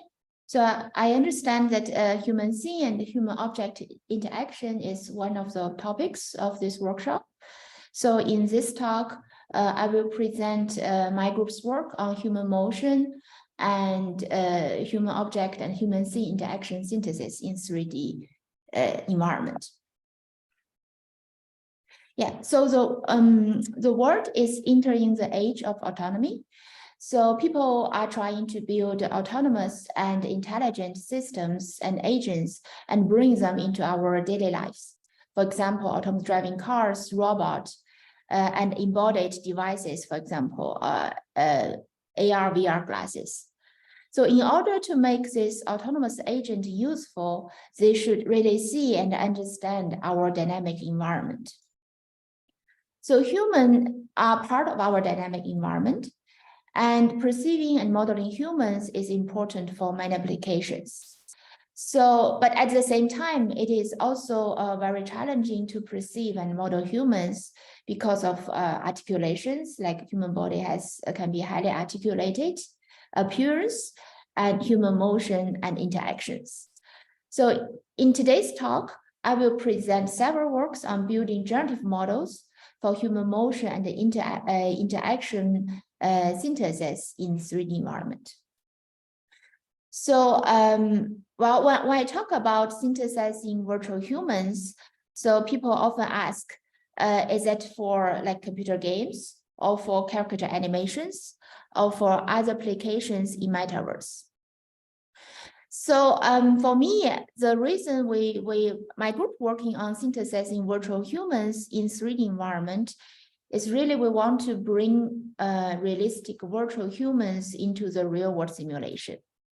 So for example, nowadays we have simulations for autonomous cars, for robots, for many agents. But if we really want this autonomous agent to work and live together with humans, they have to really understand and see like all kinds of diverse and realistic human behaviors in their simulation. And then how do we bring such diverse and realistic human behaviors into the real world simulation? I think it's a very important and at the same time very challenging task. So the reason we work on synthesized virtual humans is essentially to be able to make the simulations to perform better in the perception tasks. So in this slides, I want to basically put this line of work, like our work, in the context of related works. So in computer vision, right, like motion prediction is a topic has been studied for a long time in computer vision. So I think the focus here there, like in computer vision, like motion prediction is more on the accuracy and generalization. So accuracy means, for example, given a few seconds to predict the next 2, 3, or 5 seconds and how accurate the prediction is. And generalization normally means like we have a large data set and we train a model, for example, recurrent neural networks on a set of actions and can generalize to other type of actions, right? And also this like synthesized virtual humans is also related to the topics in graphics, especially character animation in computer graphics. And I think the focus there is more on the motion realism and controllability. So for character animations in games, right, motion, like realistic motion is really important for user experience. And controllability is also important for example, for control the characters, virtual characters in computer games. And I think our work, so this is a line of our work, like in this synthesizing virtual human in this domain, I think our work is kind of in between like motion prediction and character animation, or like a motion synthesis in graphics. So because our goal is to basically bring the virtual humans into the real world simulations. So what we want, I think, ideally what we want, our model is like a generalizable. So we want like to train on certain type of motions and actions and generalize to a diverse set of human behaviors, right? And we also want our motion to be, or interaction to be realistic, but maybe not like realistic is not really like as important as in the character animation, right? But the diversity and the generalization is really the key. So in the next, I will present some of these works. So I will start with grasping field, which is a bit like old, 3 years ago, but this is one of my favorite work. And also I will present cones and also recent work about human motion synthesis. So let's start with grasping field. So grasping field basically is in this work we presented this in 3DV 2020, and it's learning implicit representations for human grasps. So the task is like it's very simple. So given this 3D object, we want to synthesize diverse and realistic human grasps. So our key insight or our key observation in this work is that human grasping is rooted in physical human object contact. So with this contact, humans are able to grasp and manipulate object. So to better model hand-object interaction, we must find a way to effectively represent the contact between hands and object. So back in 2019, we had this idea of using a continuous function to represent hand-object interaction. So at that time, neural fields were actually not very popular yet. And what we proposed in this work was basically a neural field. So we call it grasping field. So grasping field use a neural network to map any 3D point in space to a 2D point in space. And each dimension of the 2D space indicate the same distance of the 3D point to the surface of the hand and to the surface of the object. So in this way, the contact and the interpenetration relations between the hand and object can be explicitly represented in our representation. So like nowadays it's very common. So we also like back like 3 years ago, we also use a deep neural network to parameterize this grasping field and learn from data. And the learned grasping field, the representation, can serve as a powerful representation to help with like hand-object interaction modeling. So I think this is a very natural, intuitive, and effective representation to model hand-object interaction. So for example, for the point that are like kind of interpenetrating both hand and object, so the distance to the hand and the distance to the object will be both minus smaller than 0, right? And for the if there is no contact, and then all the point in space will for the 3D point that are not in contact with object and with the hand, and the both distance will be bigger than 0, right? Larger than 0.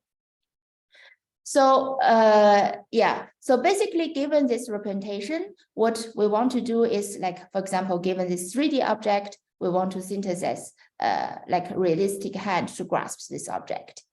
So this is like an architecture. So you can see like given the, like this is during the training. So we have a point cloud encoder to encode both hand and object. And we use a variational autoencoder to kind of decode like the distance to the hand and distance to the object. And then during the inference, basically we sample from a Gaussian distribution, and we still use this point cloud encoder to encode the object. And then we can basically decode the grasping field, right? And here are some example results. And at that time, actually, we don't have a base, like a very valid baseline, like doing the same task. So basically, we create a baseline where we, like given a 3D object, where we, like the decoder try to decode minor parameters. And the performance actually was much worse than the grasping field. Okay, so that's all for the like hand-object interaction. And the next thing we did is to extend beyond hand. So basically, we want to synthesize a full body interaction with the environment, and also we want to like to make this interaction is kind of controllable. So controlled by can be controlled by semantic input. So this is a second work I want to present today. It's compositional human-scene interaction synthesis with semantic control. So the input of this work is a 3D scene and an action-object pair, right? For example, given this 3D environment, and the object and action pair could be the sofa and lie on the sofa.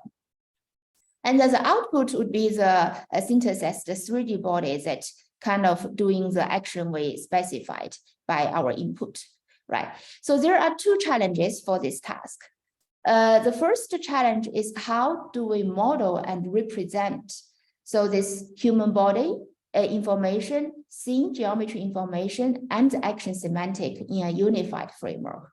So these are all kind of like a different modality, right? Human object can like object is kind of point cloud, and we have an action semantic, and we also have human body, right? How do we really represent all these informations in a unified framework? And the second challenge is how do we really perform compositional interaction synthesis? So meaning because we have a very limited training data, and so basically can we train our model on atomic interactions, for example, just touching something, and then synthesize complex interactions that are not seen during the training, right? So in the end, I will show you some result as this for this compositional interaction synthesis. So this is an overview of our approach. So given this 3D environment, and given, for example, touch, the action type, and the object, which is a table, and also sit on, and the object is a chair. And our system basically first predicts the PAVX location, like generate or synthesize PAVX location. And then given the PAVX location, at the same time, given the input, we can synthesize the articulate 3D human body. Right, and both the PAVX generation and the model generation use the same like transformer-based model. So here is the details of our model. So the conditional information are these two. So we have a semantic condition.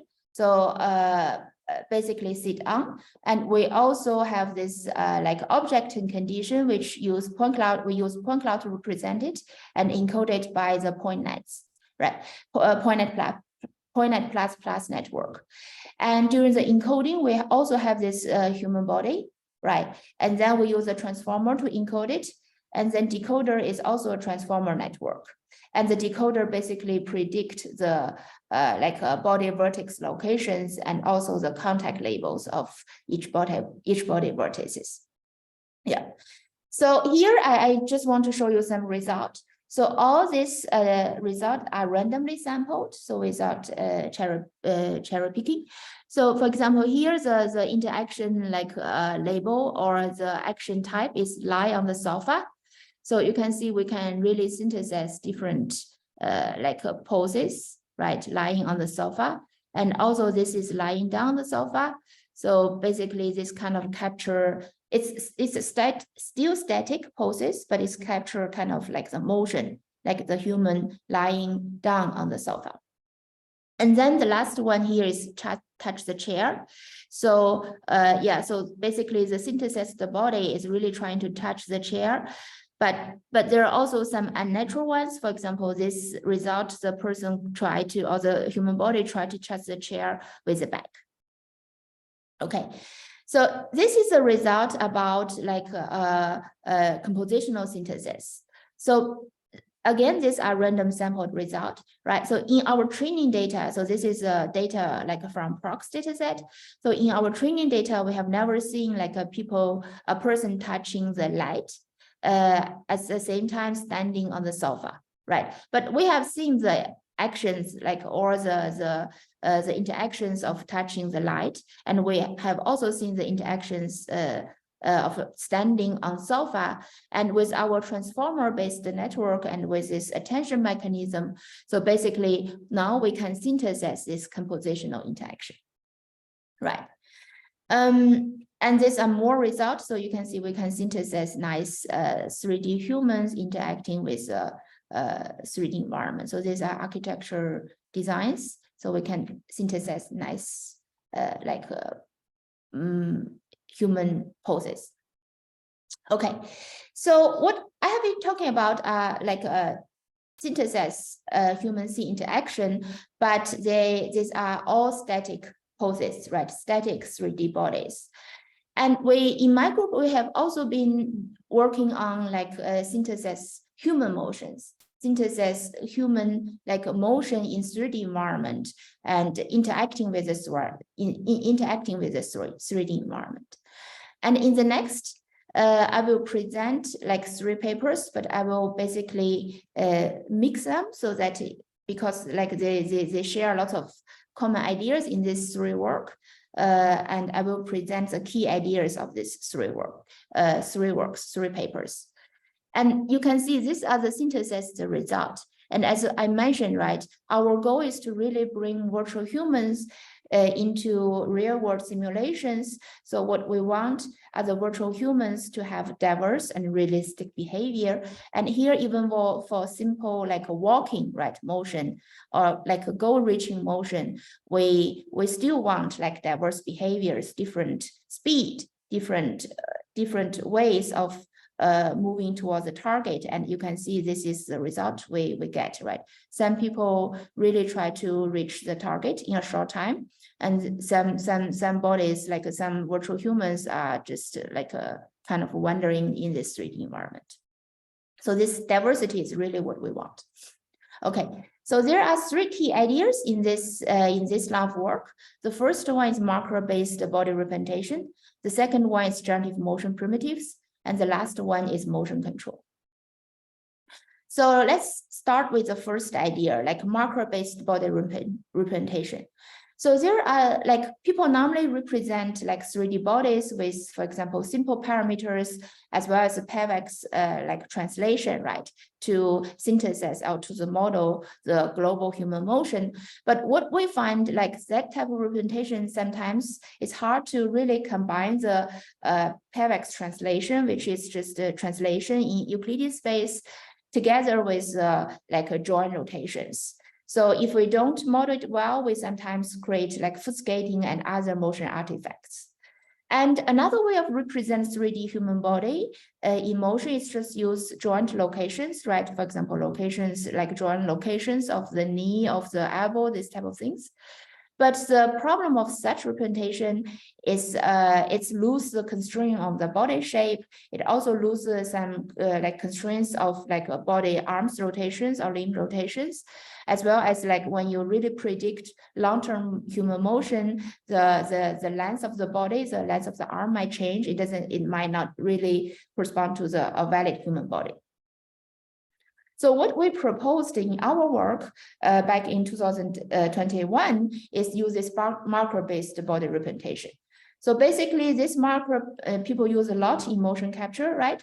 So the advantage of this marker-based representations is first, these markers are also in like we just need to model the translation, right? So it's in Euclidean space, and we find like GRU or recurrent neural network, it's easier for them to model such like representation.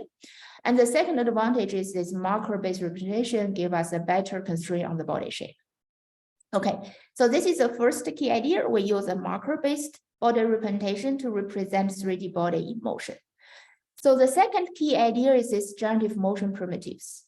So if you, like, what do I mean generative motion primitives? So if you take a look at this, like motion primitives, you can see these are really like short motion. So these are the motion like runs for like 0.25 seconds. And the reason we are doing this is because, so we have been trying to generate or synthesize perpetual motion, like the motions that runs forever, right? Perpetual motion for a very long time, for more than 2 years without success. So it's very hard to really synthesize like really long-term motion. And we tried different architectures, different way of training our model, we didn't manage. And then we changed our idea. So basically we say, okay, if we really want to like synthesize perpetual motion or long-term motion, how about we use, for example, GRU to really model a very short time motion. For example, here 0.25 seconds. And then when we really want to generate long-term motion, we just concatenate this this short motion like recursively, right? So that's how we create, that's really motivate us to use this like a motion primitives idea. And if we really ask the GRU, for example, to really model this short-term motion, it becomes much more stable, right? It's we don't get much like, for example, invalid bodies, motion is more realistic. So just a bit of detail of how, like, what does this generative motion primitive look like? So given the like 1 frame or 2 frames, right? So the starting frames. So this is basically the marker based representation I just introduced. So given the first or the second frame, we first and the second frame, we first use a GRU to encode it. So this is a kind of conditional information. And then during the training, basically, we also give the next like 8 frames, right? So in total, it's 0.25 second motion. And then we use like again GRU to encode this motion, and we basically use a variational autoencoder in between. So basically, in the decoder we also have a GRU, and this GRU kind of predict the next 8 this 8 frames, right? So the problem of really using like doing like marker or using this type of representation is basically like when we ask the GRU to predict the next frames, it also that the marker might deviate from the body surface, right? So we might accumulate errors. So what we proposed is actually also a projection scheme. So in the CVPR 21 version, we basically just like use optimization. So this optimization, basically what it does is, so this GRU give us the next marker location, and then we use this optimization to try to optimize the simple parameters.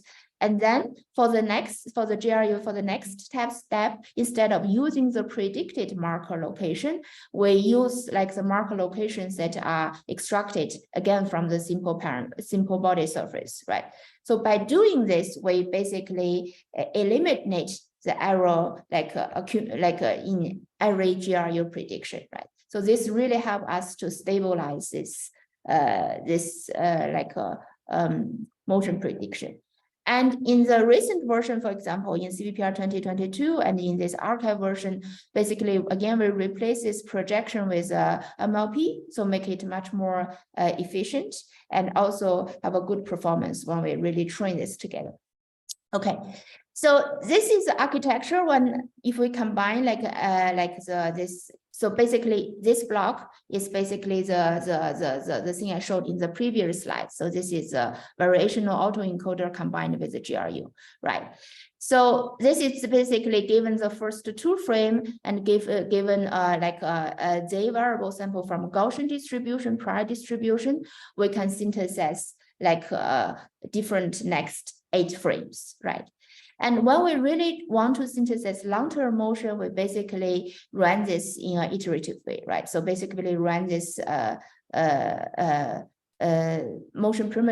generative motion primitive synthesis model, so then we can really synthesize long-term motion. So you can see these are all synthesized long-term motion, and we were happy about this quality because we don't really see much foot skating or other artifacts.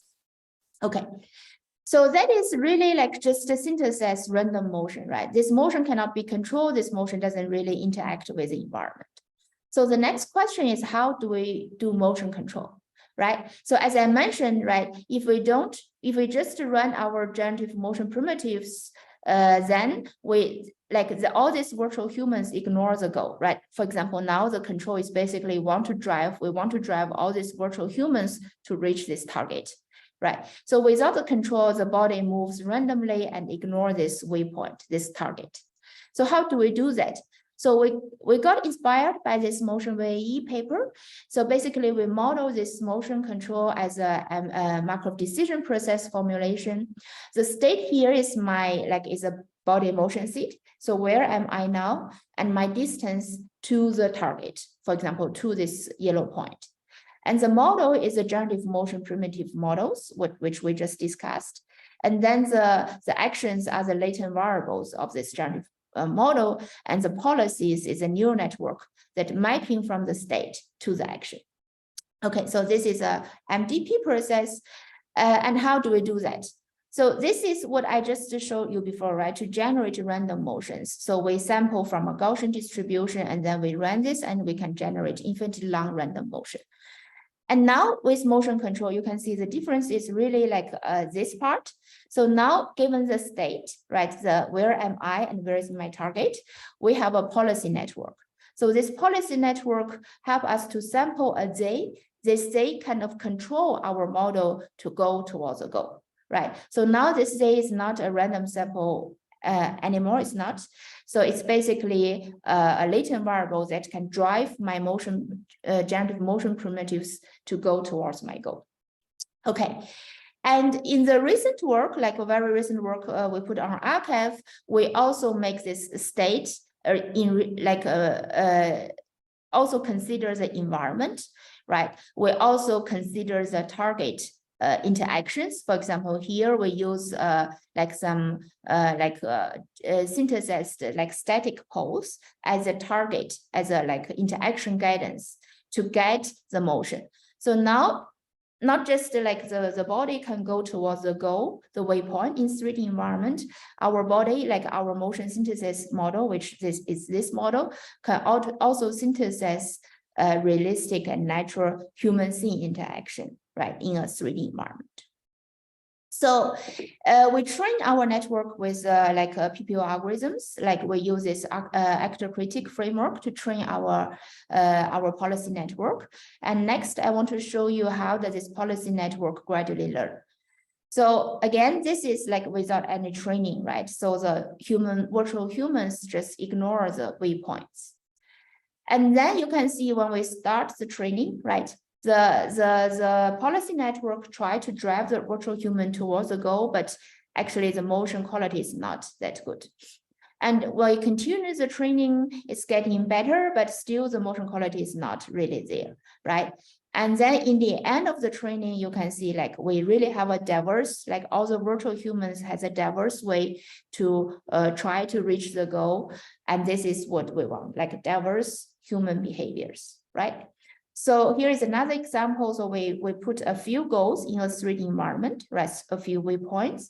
And basically you can see we just need one model that generalized to different body shapes, like smaller or bigger body.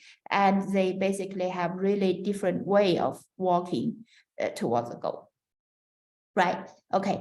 So I think I should speed up. So this is another work. Like a recent work where we synthesize virtual humans interacting with the environment.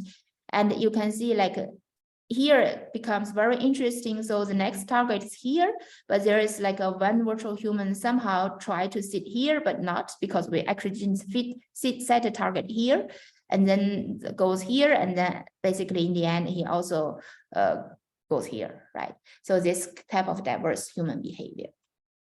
Okay. So the very last part of my talk, I want to talk about closing the loop. So we talk about generative human motion and interaction models, but the key question or the reason we want to do that is we want to use these generative models to help or to improve perception tasks. And can we do that, right? So in our very recent work, we showed like we can do that. So the input of this work is basically like the goal of this work is given a 3D point cloud, a partial point cloud of a 3D environment with human in this 3D environment interacting with each other or interacting with the 3D environment. We want to basically have a model that can do instance segmentation, semantic segmentation, as well as body part segmentation, right? So we want to have a model to do this task. And this is like the key issues of this task is there is no enough training data, right? We annotate some data, but it's very, very expensive to annotate. So what we did here is basically we use our generative models, like a human scene interaction model, to synthesize synthetic data. So we synthesize lots of synthetic data, and this instance ground truth and body part ground truth basically comes for free, right? And we train a transformer architecture to first pre-train on this synthetic data and then fine-tune a little bit on the real data. And actually the new model outperform the baselines on all kinds of architecture we tested, 3D point cloud backbone we tested. So in this work, we really show like this synthetic data or this generative model enabled synthetic data can really help us to do something which we cannot do before. Right. So this is just an overview of synthetic data generation. So given the 3D environment, we use our model called place to place humans in the environment. We render the depth map, we add some Kinect noise, and then we back project or this ground truth into the 3D scene. And then these are basically our synthetic ground truth data. Right. So this is some result. You can see this is basically the input point cloud, like the depth from Kinect. So real data, and you can see our model can basically do the semantic segmentation pretty well. And this is a point cloud from iPhone data sensor, which we never trained before, and it actually can perform reasonably well. Okay, so what are the take-home message? So for human motion behavior synthesis in 3D environment, I think it's important to understand your goal, right? Why do you want to do that? So if your goal is to do character animation, right, or applications in metaverse, I think the realism is really important and the controllability is really important, right? And for our goal is we really want to bring virtual humans into real world simulations to help the perception tasks. And then in this case, I think the diversity is really important, right? Realism is important, but to really make your model to really generalize and diverse is really important. And what's next? So I think there are many open research questions. For example, how to really synthesize whole body interaction, including hand, face, and gaze, which are all important interaction social signals, right? And how do we do long-term planning? Right now, we just really synthesize short-term motion, but how do we really do long-term planning and also social interaction synthesis? And another thing is we can leverage powerful generative models. So we have been using VE a lot. And in recent work, we also use diffusion models, and it's really powerful. And can we leverage these powerful generative models to improve the result? And the last one is, can we leverage internet videos to do that, right? And how? So now we really rely on good, carefully captured motion data, but on the YouTube videos, and internet videos, it contains lots of human scene interaction. And how do we leverage those data for interaction, right? And the next point is closing the loop. So I think generative human behavior synthesis is really a key component for human-centric synthetic data generation, and also for all kinds of simulations, right? And there are many research questions, for example, how do we really design generative human behavior models for different perception tasks? And also, I think it's closely related to human-robot interactions. So, I mean, so you can find the code and the data on our website. And the last slide is a promotion of the 3DV 2024. I think that might be relevant to this audience. So we will organize the 3DV 2024 in Davos in Switzerland. And the paper submission deadline is August 7th. And the paper notification is October 15th. So I think the time frame is very good for the 3D community. So hope you can submit something. Thank you very much.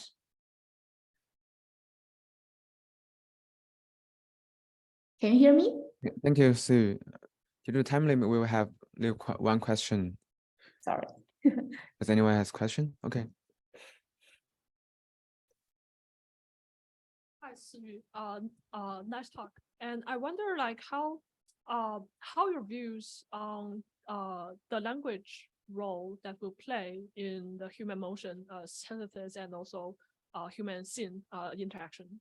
Yeah, I think it's a very, very exciting direction. So we also have a recent work on this, but I didn't include it on archive. So I personally am very excited about it. So first, language is a very natural way to control motion synthesis, right? So now we control by waypoint, by some guiding poses, but natural language is really a very natural way to control. So, and the second reason I'm very excited about this direction is I think the quality, right? So nowadays we can see generative models, human motion models, just giving a language description, they generate really rich and expressive human motion. So I think there more can be done, right? And also how to really build a long-term how to say planning long-term motion, right? So to use a language description to help models to do long-term motion synthesis, I think it's also a very exciting topic. Okay, thank you. Thank you, Sue. Thank you. And next we'll have Professor Shenlong Wang from UIUC Computer Science Department as our last speaker for this morning. And Shenlong has rich experience in 3D scene understanding and also autonomous driving. And yeah, I will leave to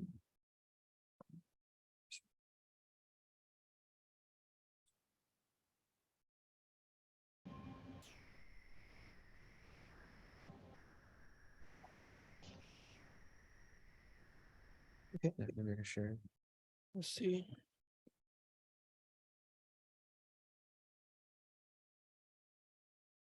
Okay. Now it's fine, right? Can anyone hear me in the Zoom?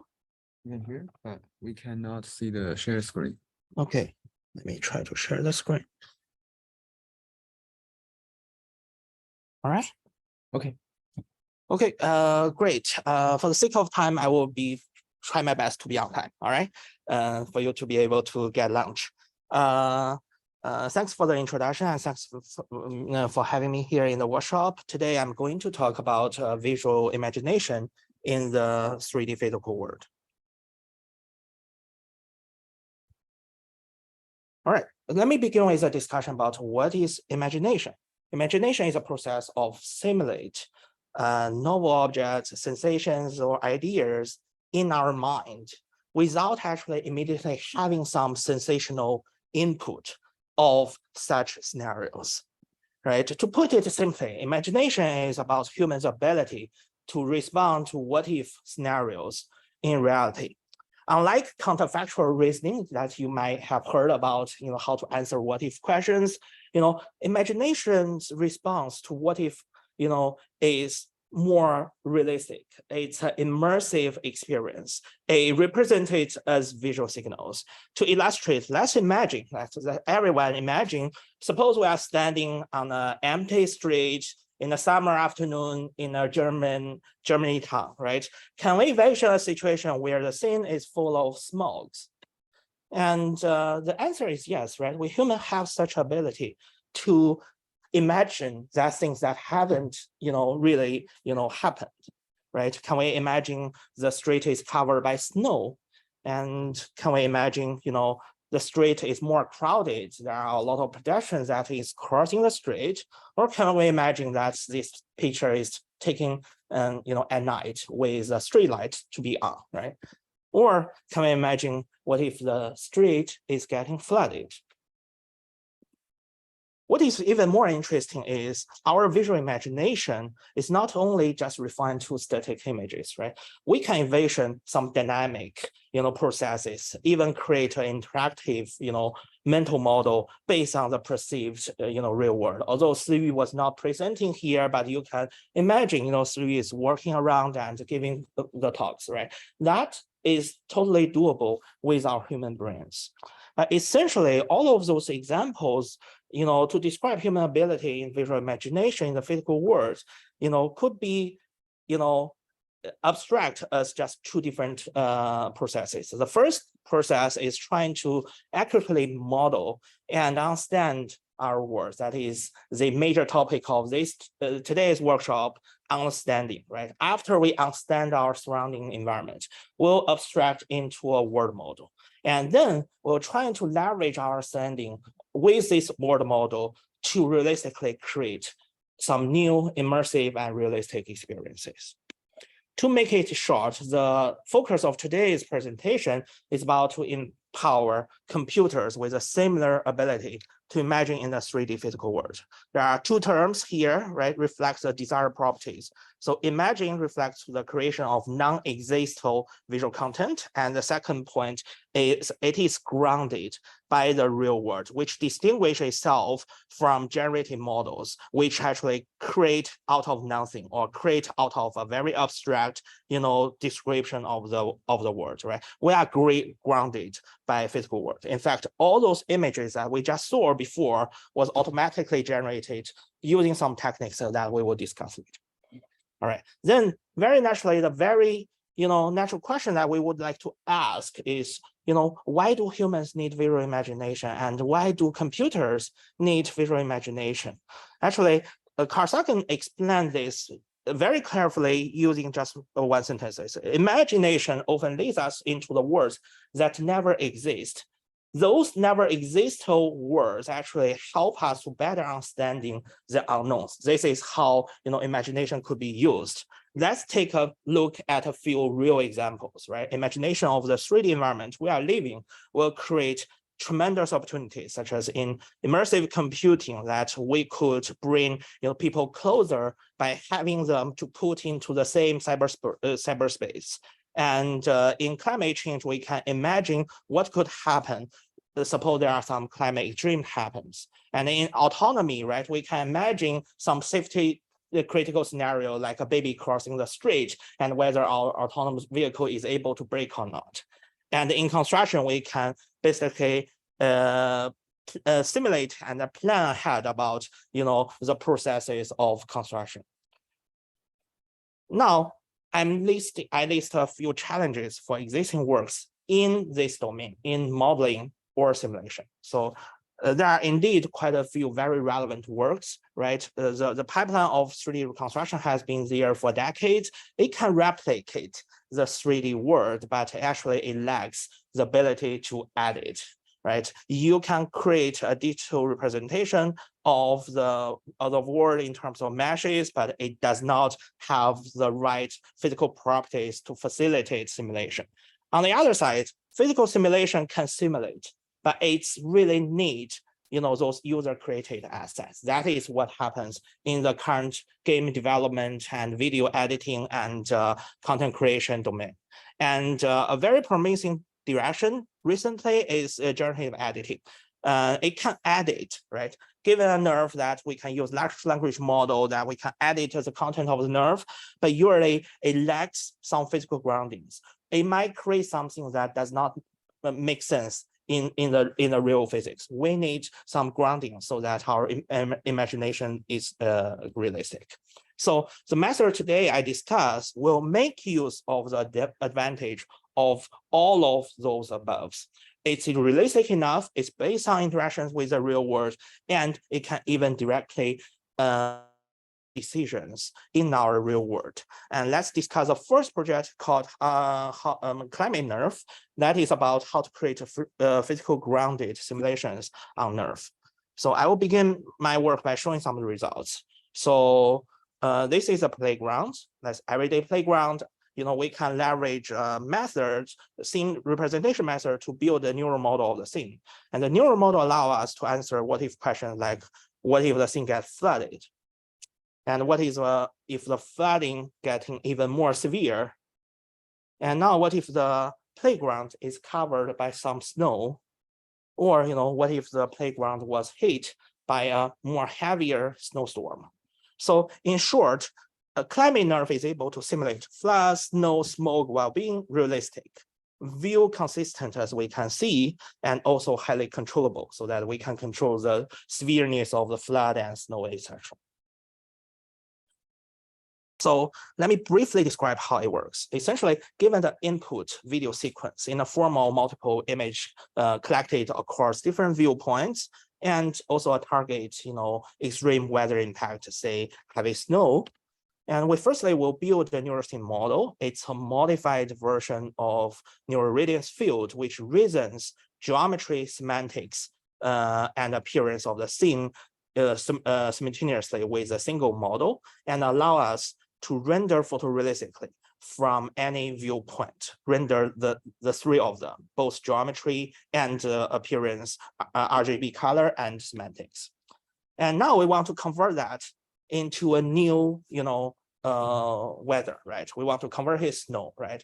We will try to leverage, generative style transfer approach to obtain those edit images of the scene, and then trying to change the global weather effects. Say, for instance, the green vegetation becomes more like winterish, grayish during winter, and so on and so forth.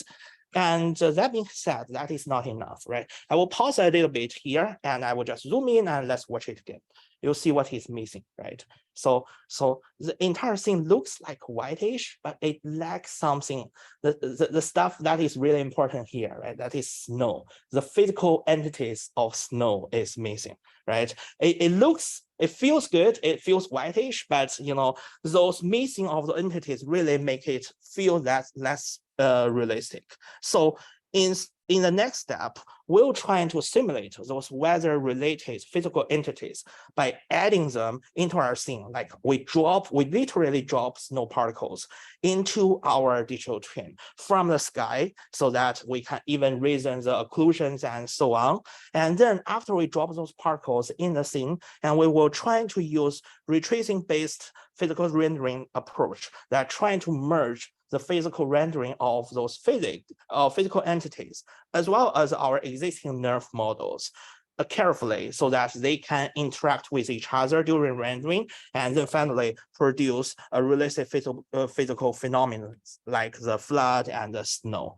As I mentioned, climate nerve can actually work on arbitrary, videos that are captured in the outdoor environment automatically. We just need to take a video and then build a nerve and automatically handle the rest.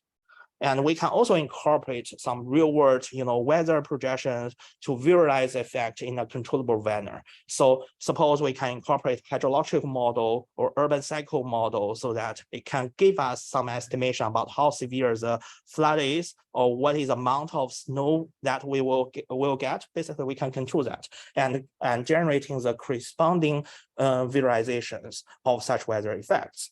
And another important note that I would like to stress here is about our insights that we have learned from how to build a better simulation. And essentially, I would like to share a little bit about what is a really good world model. So NERF, as we all know, right, it produces fantastic, quality of rendering, even from different novel views. So what we found, however, in this paper, that we found that the novel view synthesis performance necessarily coupled with our ability to facilitate simulation.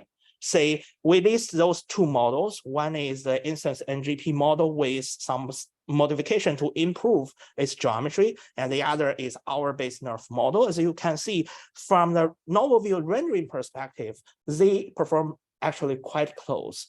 So almost there is no significant difference in terms of PSNR, SCM, etc.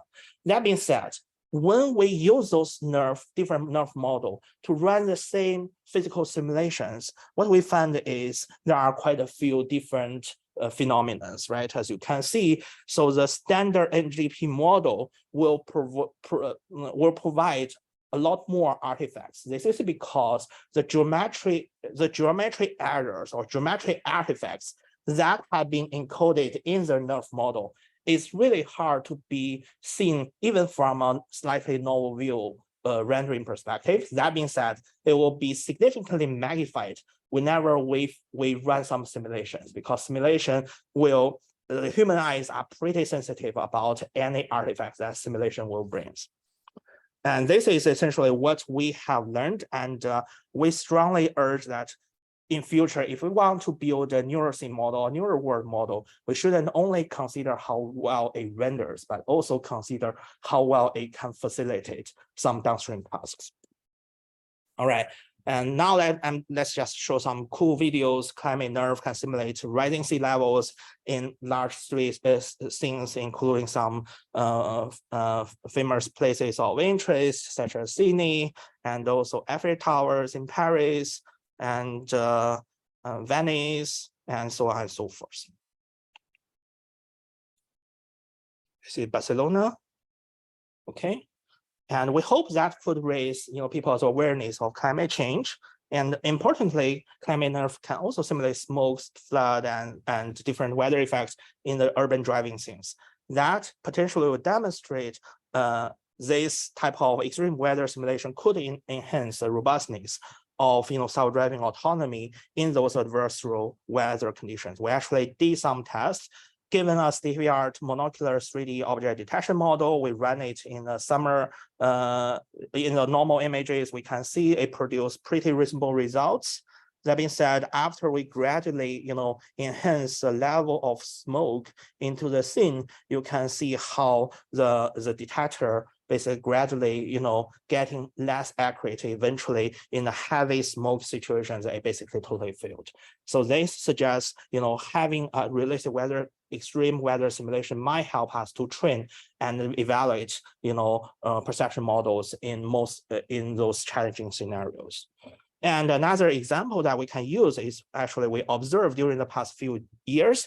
So one potential danger that during urban flooding across multiple countries, including US and China, is the fact that we cannot accurately access the safety of some of our escape route or evacuation route. So during the flood, we don't really know the depth of water, although it looks like the same, right? Sometimes in some areas, the water is significantly deeper than other areas. That being said, using climate nerve, we actually, based on whatever that we observe in the flooding situations, we could infer the depth of the water without actually having some measurement underwater, right? This is helping us to find the safer path, in the post-disaster planning situation.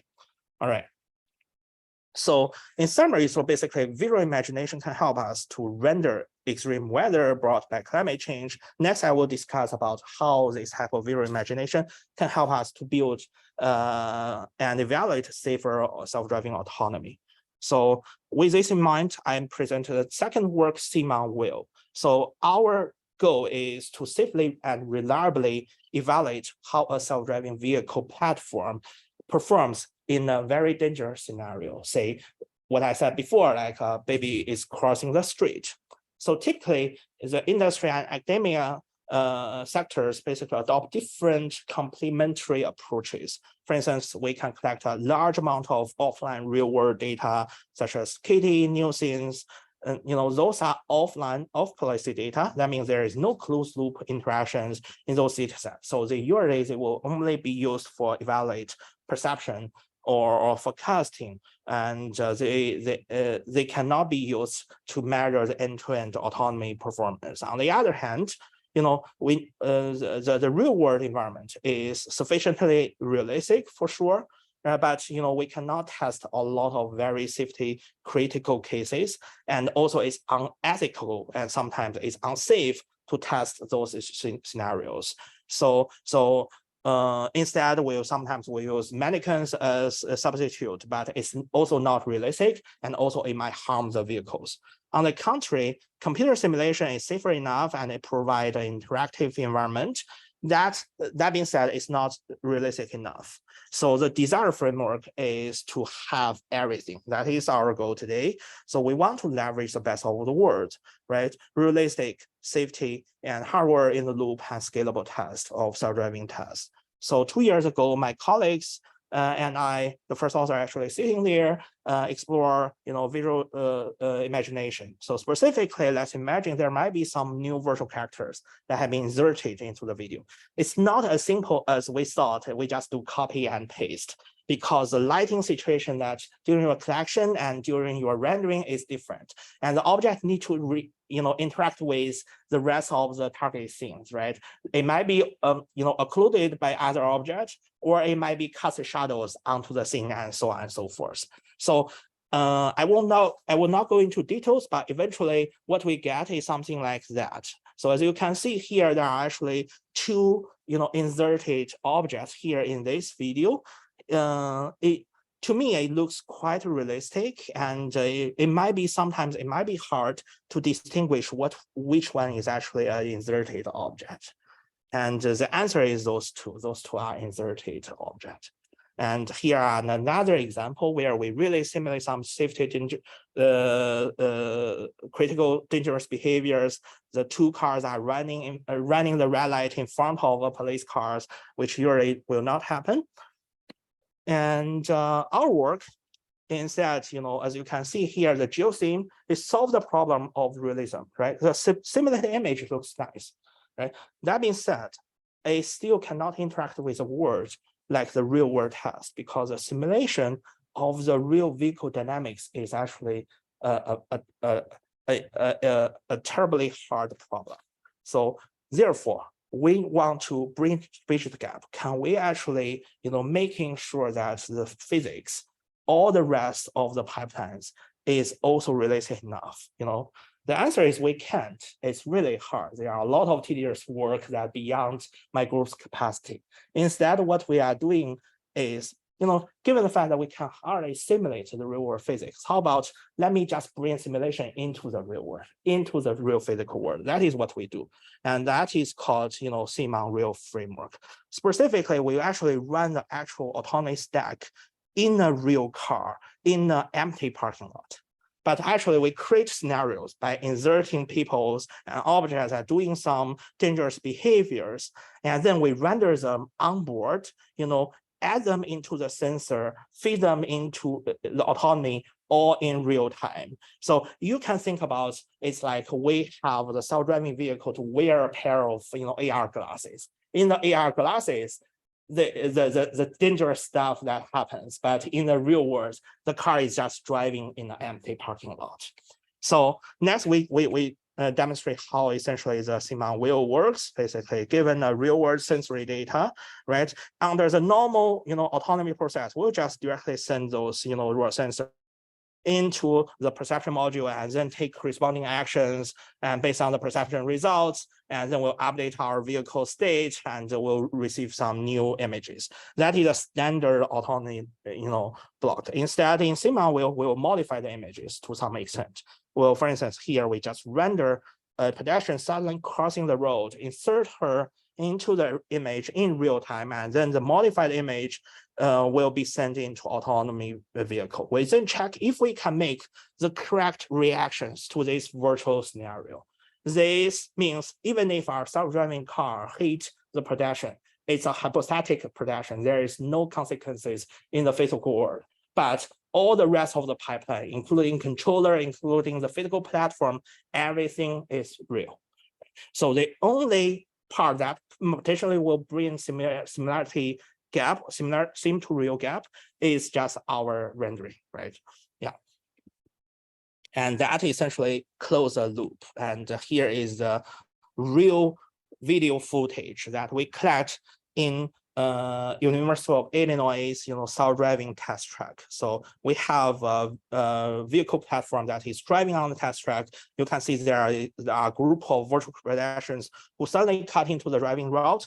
Normally, to test those dangerous situations, we can only use mannequins, but now we are able to run it, in simulation, but in the real world. Here is another example, which is more difficult, where the pedestrians that is crossing the street after, the occluder.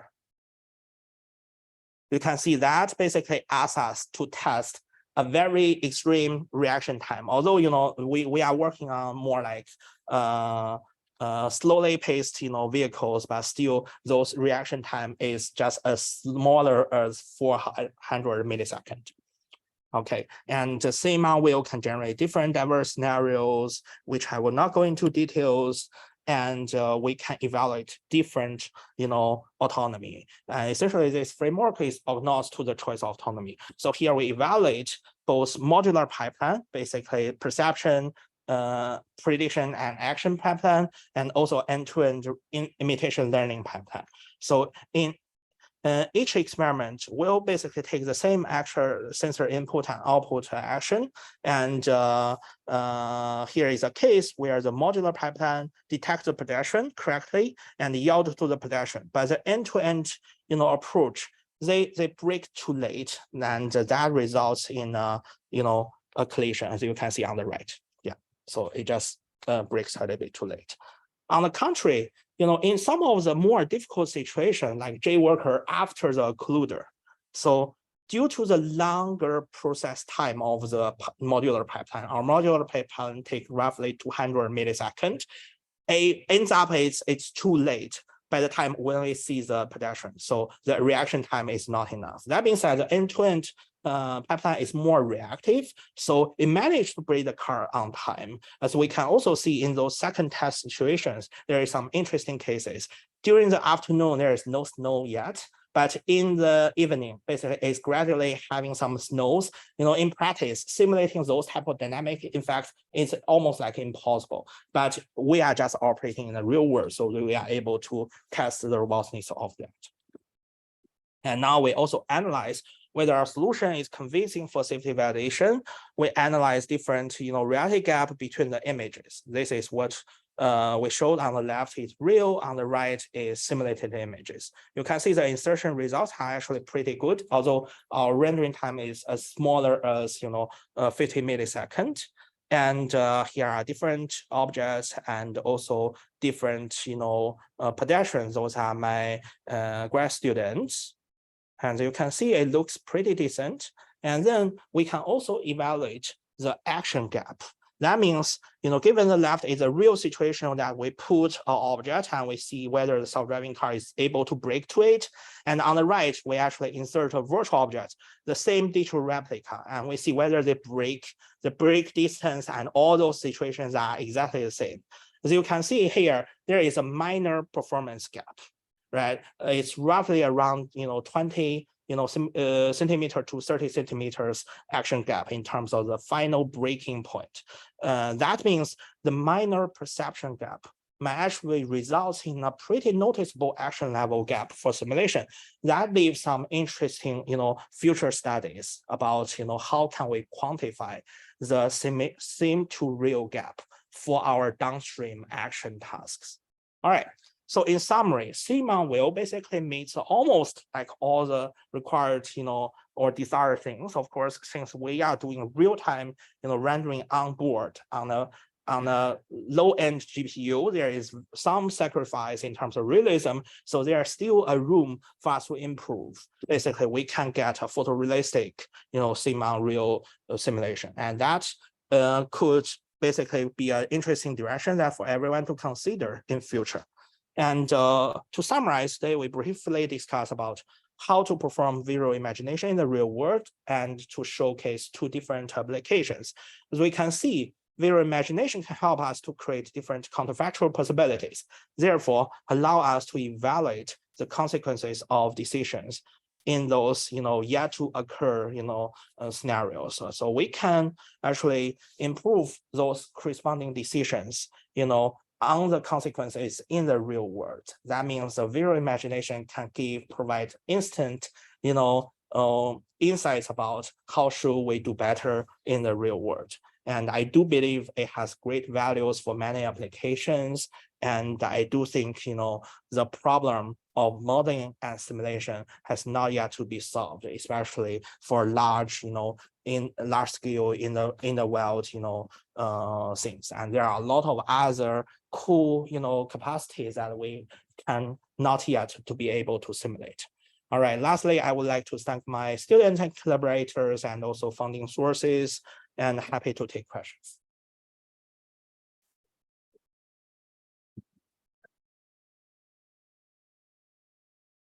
You have any questions?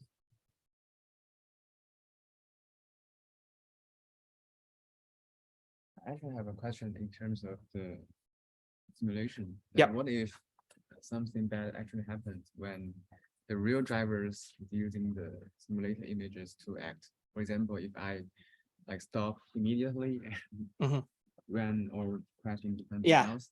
Actually, we did that. We have my student to drive the car, but without looking front. I asked my student to look at the screen. The screen display the simulated scenarios, and it turns out the display, latency actually make my student drive less safe than if we see directly in the real world. Essentially, latency matters here. That being said, this is actually a pretty safe way to train, new drivers. Not only just train new imitation learning based drivers, but also train new, human drivers. I believe that will be actually quite interesting to investigate in future. Yeah. Yes. My question is, you mentioned in the cognitive work that the quality of the rendering is not the same as the performance that you see in the simulation, and somehow we can't know that the rendering quality are not the same as the geometry quality that we see in Earth. Yeah. But can you does the geometry will be indicated of the performance in the So the question is whether the geometry performance is more coupled with ability to simulate. In climate nerve case, it's likely the major driving force is geometry.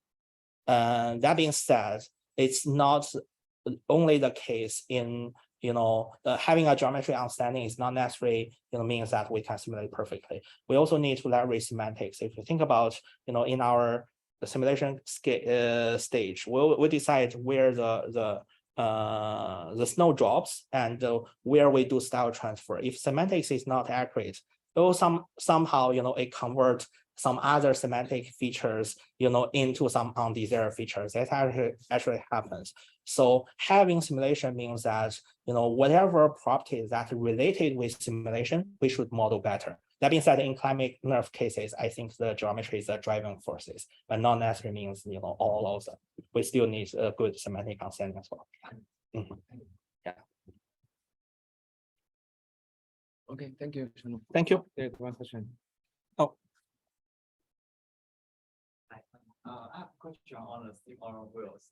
There are the evaluation metrics for evaluating the metrics, the gap between the errors and evaluation. Yeah, we put that in the paper. We measure the sensor gap, that is PSNR whatsoever. We measure perception gap, that means downstream task. We apply same neural network.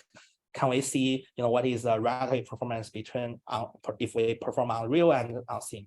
And we also show the action gap, meaning that if we insert the same scenarios in the real and in sim, whether there is a difference. That being said, putting the measuring the sim to real action gap is terribly hard.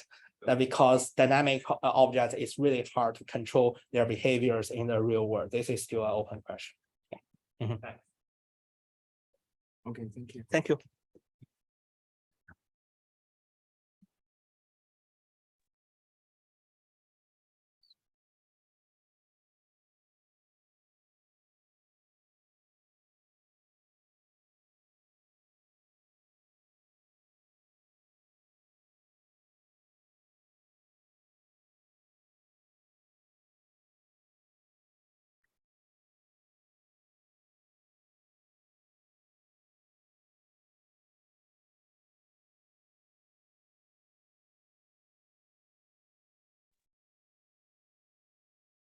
Can you hear us?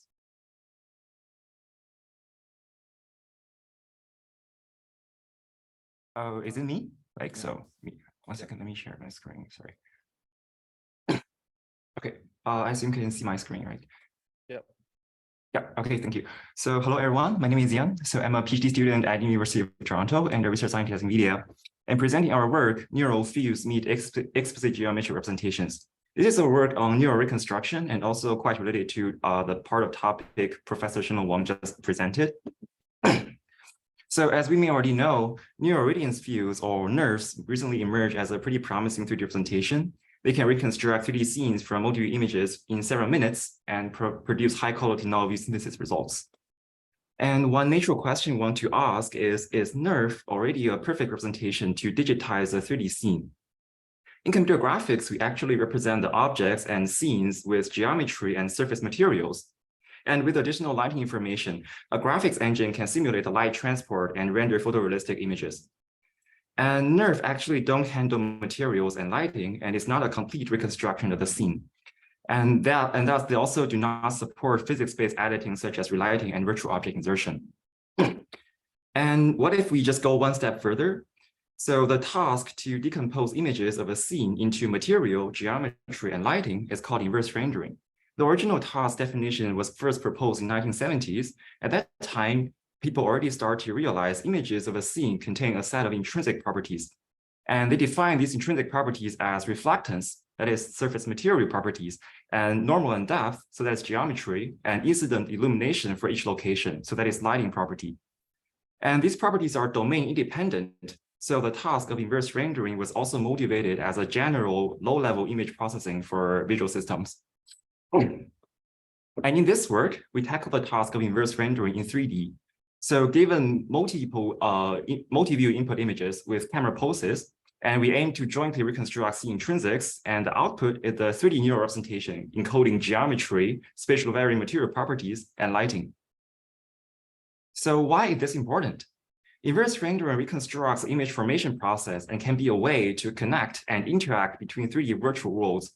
It can enable controllable image editing, such as relighting and virtual object insertion. These applications are also core functionalities for several industries, such as 3D content creation and virtual and visual effects. And here's an overview of our method. Similar to NERF, we adopt an optimization-based neural reconstructive framework. We use a neural scene representation to encode the scene properties, and this representation can be differentially rendered into images, and the supervision signal comes from the reconstruction loss to minimize the error between the re-rendered images and the ground truth image, and some regularization terms. And the two key components of our methods are representation. So how to represent the scene. And then with this representation, how do we differentiably render the representation following the physics-based image formation process? And compared to prior works, we also aim to tackle 3 additional challenges. So we want to move from objects to scenes to scale up to large outdoor scenes, which is more challenging. And in scenes, shadows also becomes more common, and we provide an efficient shadow rendering for nerves. And we also jointly reconstruct HDR scene lighting to enable downstream applications. So in the following, we describe the method in detail. So we first introduce our design for the scene representation. So we call it a neural intrinsic scene representation. So similar to NERF, so given the 3D coordinate, this representation outputs the scene properties at the corresponding location. Here are several design choices we made. So we to achieve high quality geometry high quality geometry representation. So we use hash grid encoding following instant NGP to give sufficient capacity for large scenes. And to achieve better geometry, we use sine distance function to represent the scene surfaces and adopt volume rendering formulation proposed in the prior work news. And the output material parameters follow the standard graphics pipeline. So include a 3-channel base color of the scene and 1-channel metallic value and 1-channel roughness value. To represent the lighting of the scene, we use MLP to encode the environment map at infinity and in high dynamic range. Now we have this representation. So how do we differentially render this representation into images? Similar to NERF, we can do volume rendering to acquire the geometry and material buffers. So this process looks like this. For each camera array, we sample points along the array, and we can query the 3D properties to predict the scene intrinsics. And then we composite the values along the array to get the geometry and material buffers, such as depth and normals, base color, and material here means metallic and roughness. And now we have material and geometry rendered. And the following question is, how do we render light, especially how to render shadows? It remains an open challenge to perform ray tracing within a neural field, because neural fields is actually a volumetric representation, and the computational complexity can be very big if you want to scatter the rays and consider multiple bounces of the rays. Prior work explored using additional MLP to encode visibility or using neural networks to synthesize shadows. They often adopt simplified lighting model and do not guarantee correct physics-based shadows. And compared to NERF, explicit meshes are actually well supported in graphics engines. It can efficiently render shadows leveraging graphics library for ray tracing. And inspired by this, we designed a hybrid rendering pipeline to use meshes to render high-order effects such as shadows. So to do this, we extract the explicit meshes by marching cubes from the underlying sine distance field. So here's the explicit mesh. And then we find the hit location of the camera array. And from this hit location, we scatter the secondary rays to the estimated sky dome to render shadows. This 2-stage hybrid rendering corresponds to the 2 passes in classic deferred rendering, and we can compose into the final rendered image. Intuitively, this hybrid rendering process gave the neural field a mesh proxy to render shadows, and it leveraged the advantages of both representations. Neural field is good at representing high-quality details, and we use it for primary rays to synthesize appearance. And meshes are efficient for ray tracing, so we use it for scattered rays to represent shadows. Here are some results of our method. So in this video, we show the reconstructed assets. Because the material definition is compatible with graphics pipeline, so we can export this reconstructed asset at 3D file format, such as OBJ and GLTF, and load into graphics engines. And here's the result of relighting. We can use our method to reconstruct the challenging scenes from autonomous driving, and the reconstructed sequences can be relighted with user-specified lighting. And we can use this to generate abundance of training and testing environments for downstream tasks. For example, as Shenlong mentioned, we can train a perception model for self-driving. And here is another scene. And here are some results for virtual object insertion. So this is the input recording. So the reconstructed scenes can be augmented with the synthetic objects. And physics can also be applied. We can leverage the graphics engines to create this realistic motion. And here we show we can have realistic virtual object insertion with generally like a nice looking appearance and the realistic shadows. And here are some more results. With this photorealistic object insertion into the reconstructed scenes, we can provide a way for data augmentation to generate rarely observed, but also safety critical scenarios. Here, there's a sign falling in the middle of the road. Yeah, thanks for your attention. I'm sorry, it's a pity for my flight got canceled in the last minute. So our poster session is on Wednesday morning. So feel free to come and chat with us. Thank you.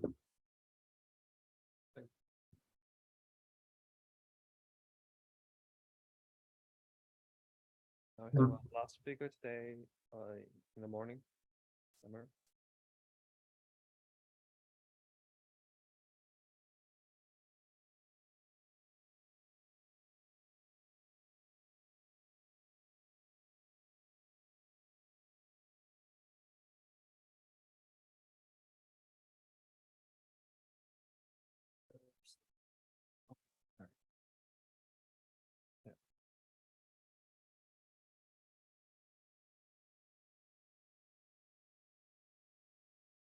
All right. Yeah. Thanks for joining during lunch hour. Oh, okay.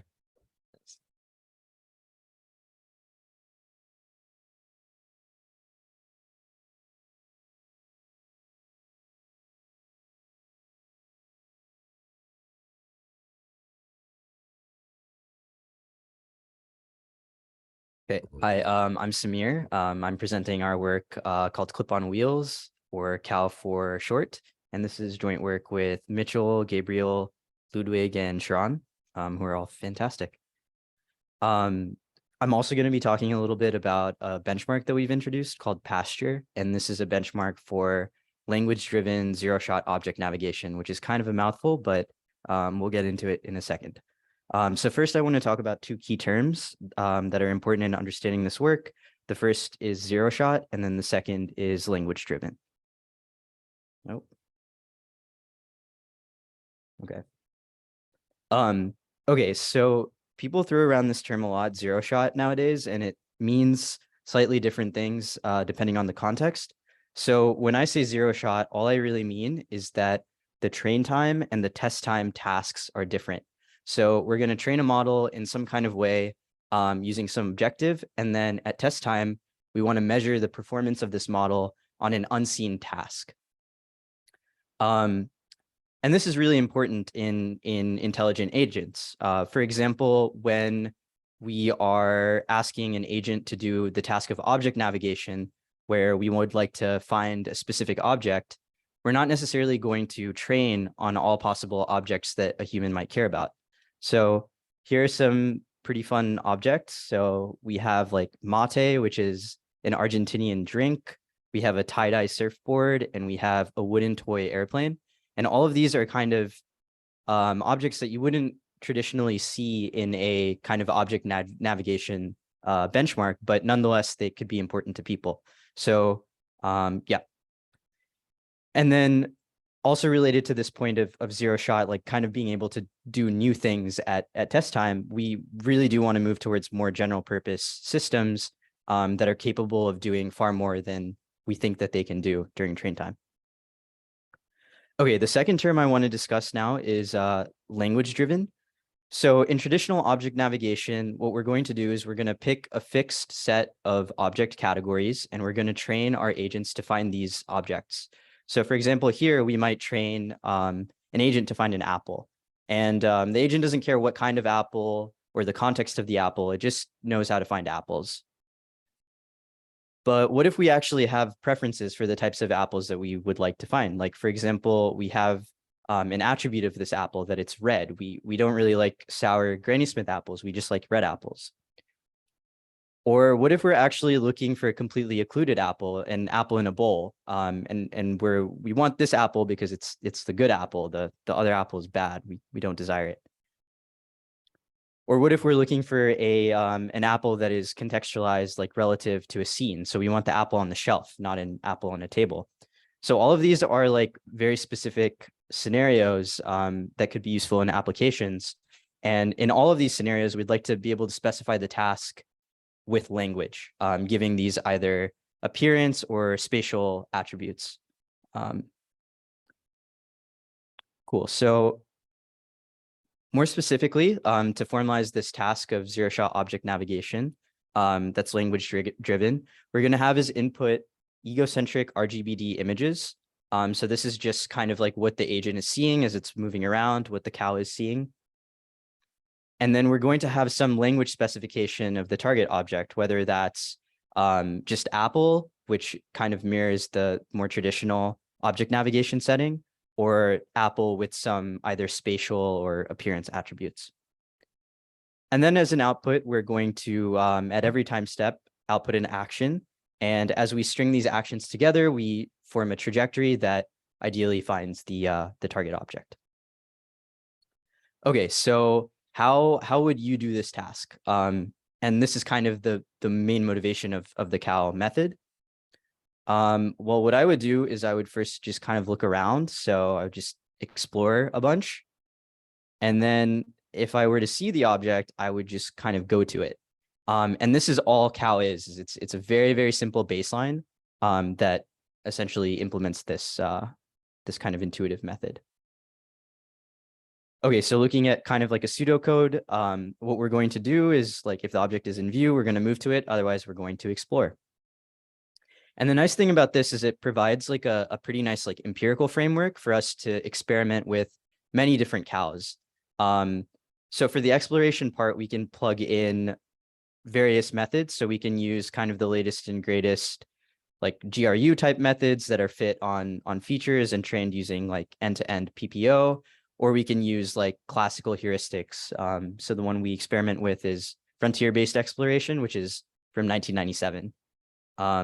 And then similarly for the perceptual module to decide if the object is in view, we have gradient-based methods. So you can think of like GradCam type things here, all the way to like newer zero-shot detectors that attempt to localize objects and images based on language queries. So we have this this big test bed in the cow paper, and we kind of like empirically evaluate all of this. Okay, so just to kind of give an example of what this looks like in practice, we have a cow that's trying to find a plant, and it has this egocentric view. And then here we're showing kind of like a gradient saliency map on top of this view, where blue means we're not really confident about the location of this object. We don't see the plant. And then red will mean we do see the plant. And then what we can do using like some very classical techniques is we can like back project and do like coarse pose estimation in order to keep a top-down map. Okay, cool. So now we're going to explore around. And as we go, we're just going to maintain this map. Okay, cool. Now we see the plant, right? So what do we do when we see the plant? Well, the object's in view. So then we just move to it. Again, not very novel, particularly. It's just a very, very simple baseline. But again, nice for empirical purposes. Okay, so now to test our cow baselines, we're going to have this pasture benchmark. So the first thing we're going to look at is uncommon objects. So we take the RoboThor scenes introduced by Deitke et al., and we kind of augment them with these kind of weirder objects. So a few of them I've already mentioned, like mate and this tie-dye surfboard. And I really like this whiteboard saying CVPR because, you know, it's got language on it, but then you specify it in language. It's kind of fun. We're also interested in these attributes, as I mentioned earlier. So we could have small green apple or apple on the coffee table. And both of these kind of targets correspond to this image here, where we have this kind of green apple on the table. We also add distractor objects. So here we have a red apple. So if the agent were to find, if the cow were to find the red apple, that would be a failure. We also have episodes where we have hidden objects. So here we have a mug under the bed. And here actually you would want to actually find the bed instead of this distractor mug. So this is kind of testing like ability to handle like occlusion. Okay, I'll talk briefly now about some results. So on the x-axis of these plots that we include in the paper, we're going to plot the RoboThor success. So this is like a standard just object navigation benchmark. And the nice thing about our framework is it allows us to evaluate on this kind of zero shot. Yeah, so this is going to kind of ground us and like kind of contextualize the performance. And then on the y-axis, what we're going to do is we're going to plot some kind of a pasture split. So in this case, we're going to look at kind of the ability to find objects based on their attributes. And ideally, what we would like is for agents to be on this y equals x line, which would mean that like RoboThor success is predictive of, in absolute terms of pasture success. And so, evaluating many different cows, this is kind of what we see. So the key takeaway here is that this blue line, this blue trend line, is for the appearance-based attributes, so like red and green, things like this. And there we see that like RoboThor and pasture are very similar, but as soon as you start adding these spatial descriptions, you see that there is a performance drop, but still these tasks are correlated. So I think this is pretty exciting for future work to kind of look into this more. We also experiment with incorporating priors into the object is in view portion. So one thing that people say is that agents shouldn't just explore randomly, they should actually explore in kind of a target-driven manner, right? Like apples are more likely to be in kitchens than in bathrooms, so a method should incorporate this. And so what we do here is we get GPT to generate kind of sub goals, and we don't just try to look for the target, but we also try to look for these sub goals. And we see that by doing this, we get between like a 4 percentage point and a like 1 percentage point improvement. So, and then finally, we also evaluate on existing object navigation benchmarks. And the result that I'll kind of highlight here is a comparison to this ZSON method called semantic nav. And here, what we essentially match the performance on Habitat MP3D. However, we've trained for kind of 0 additional steps beyond the clip initialization, whereas the baseline has trained for 500 million. So I think this kind of speaks to the strength of these kinds of baselines and the importance of them, even though they're sort of heuristic. Okay. Also, some folks at Google kind of picked up our work and kind of demonstrated it in this mobile manipulation pipeline, where they've added kind of the ability to actually interact with the objects on top of the kind of like cow, I don't know, framework. Okay, so the key takeaways I think from this talk are kind of twofold. So the first is that baselines are like really, really important. I think what we're trying to do is we're eventually trying to get better like learned agents, but it's pretty important to contextualize the performance of these agents to make sure that we're actually making progress. And I kind of believe that a method just for the sake of a method is perhaps like not so useful. So we should also like kind of consider like the empirical science that we're doing here. And then finally, it's just that zero shot object navigation is like pretty exciting and things don't really work so well currently. So I encourage all of you to look into it. Yeah. And then again, thanks to my collaborators. Have you heard of Monopoly Go? It's Monopoly, but it goes like everywhere. Watch. Okay, that's it.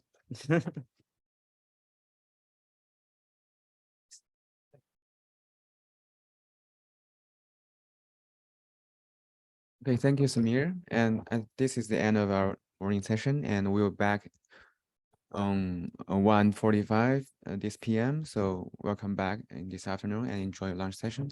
Thank you.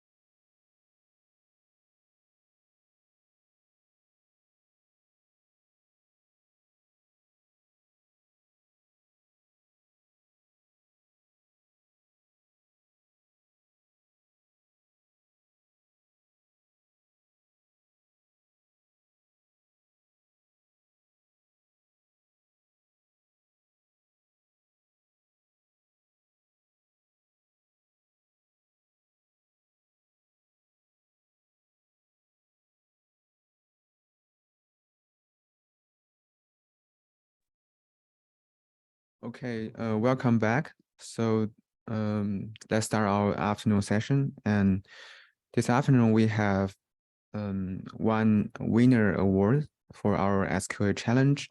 And then we have 4 speakers, including Vincent, Deepak, Andy, and Angela Dai for 4 talks. And we have 2 oral presentations. So first, we'll announce our winner of the Embodied Situation Scene Understanding Challenge. The winner come from Peking University from Professor Liu Yang's group. And another track is also, the winner is also comes from the Peking University team. And then we have 2 sessions for the winners to presenting their methods and algorithms in these two tracks. So we'll start for the first one. And since they are not here in person, so we'll play the video of the winner team.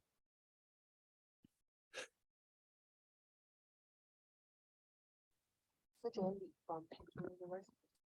It's my great honor to present our solution in the situation understanding. This one presents in collaboration with Java, how good see and young. First of all, I will give an overview of the situation understanding in the body.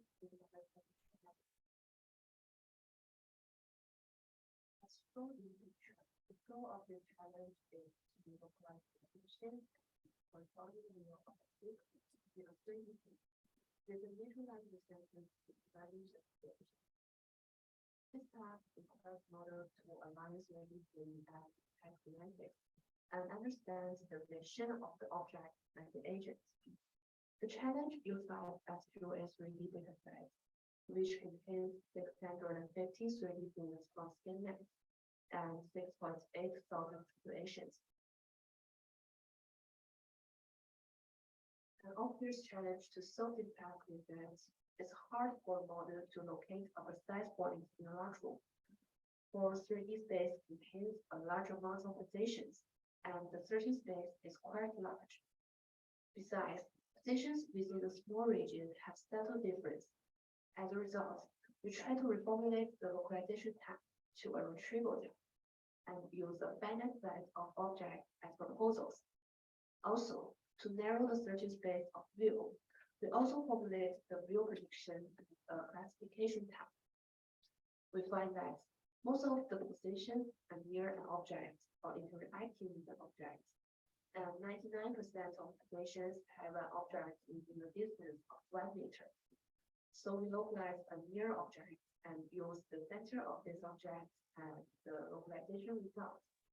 For example, in the ball sample, we use the center of the whiteboard as the predicted position.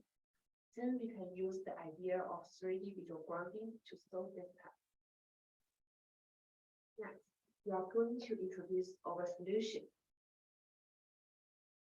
To solve the aforementioned challenge, we reformulate the localization task to a retrieval task. The main method is shown in the figure. After gaining the input of 3D scene and text description, we first segment the objects in the scene. The objects are treated as proposals. Then we extract the object features and text features separately. To encode the information of view, we add a learnable view token to the object features.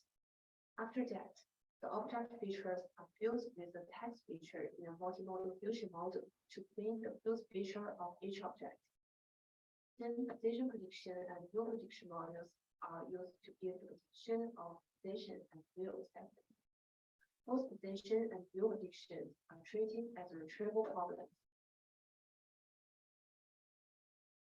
Specifically, we use the official object segmentation of ScanNet to segment the object in the scene, and use pre-trained point network to extract the object features.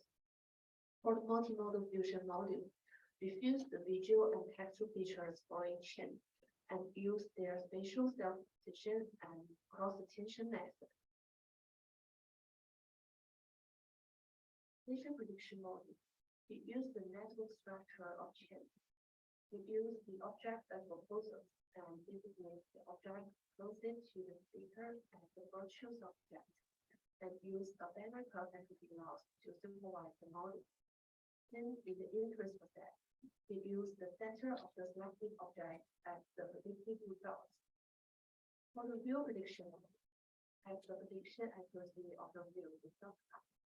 We divide the whole space into 12 equal parts and choose a closest view as virtuous.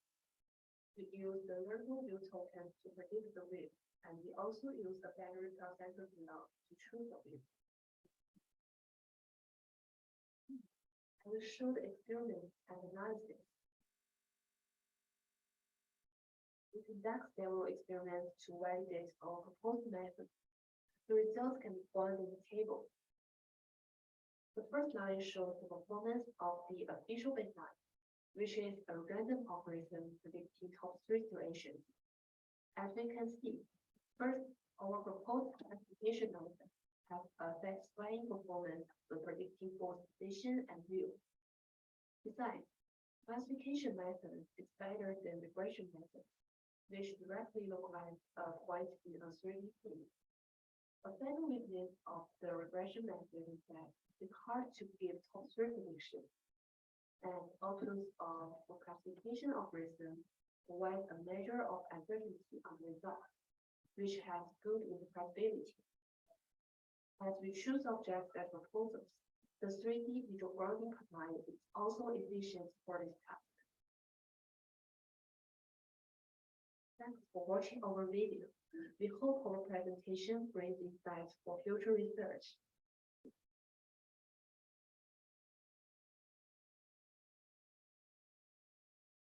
Hello everyone, I'm Li from Peking University. It's my great honor to present our solution in the situation understanding task of embodied scene understanding challenge. This work was done in collaboration with Jiahua, Yinhang, Wentao, Yue, Yuxin, and Yang. First of all, I will give an overview of the situation understanding task. We honored to present our solution in the CVPR 23 embodied scene understanding challenge. We are the first place in the situated reasoning track. This work was done in cooperation with Wentao, Jiahua, Yue, Sizhe, Yuxin, and Yang. First of all, I will give an overview of the task of situated reasoning in the embodied scene understanding challenge. Consider an engine in an indoor 3D scene. Given a sentence that describes the situation of the engine in that scene, the situated reasoning task aims to answer a question based on the current situation. For example, in the following 3D scene, an engine is sitting on a couch facing the coffee table, while there is a bicycle and a curtain on his left. The position and rotation are marked by a green arrow in this image. Then, the engine would like to know is the TV on his left or right. As we can see, the answer is left. Situated reasoning is important for an embodied engine to interact with the real world in a natural and effective way, and can be applied in navigation, manipulation, communication, and assistance for humans. The challenge utilizes SQA 3D dataset, which contains 650 3D scenes and more than 20,000 situations and 30,000 questions. Next, we are going to introduce the overview of our solution. We know that the number of 3D scenes is only 1/50 the number of questions. The limited number of 3D scenes makes it challenging to train a strong 3D model. Meanwhile, 2D pre-trained large-scale visual language fundamental models such as LEAP have demonstrated strong performance and generalization ability on 2D visual question answering tasks. This motivates us to adapt the 2D pre-trained model to 3D situated reasoning task. Specifically, as shown in figure, we select the 2D view of a 3D scene based on the question and use them to fine-tune the 2D pre-trained VQA model.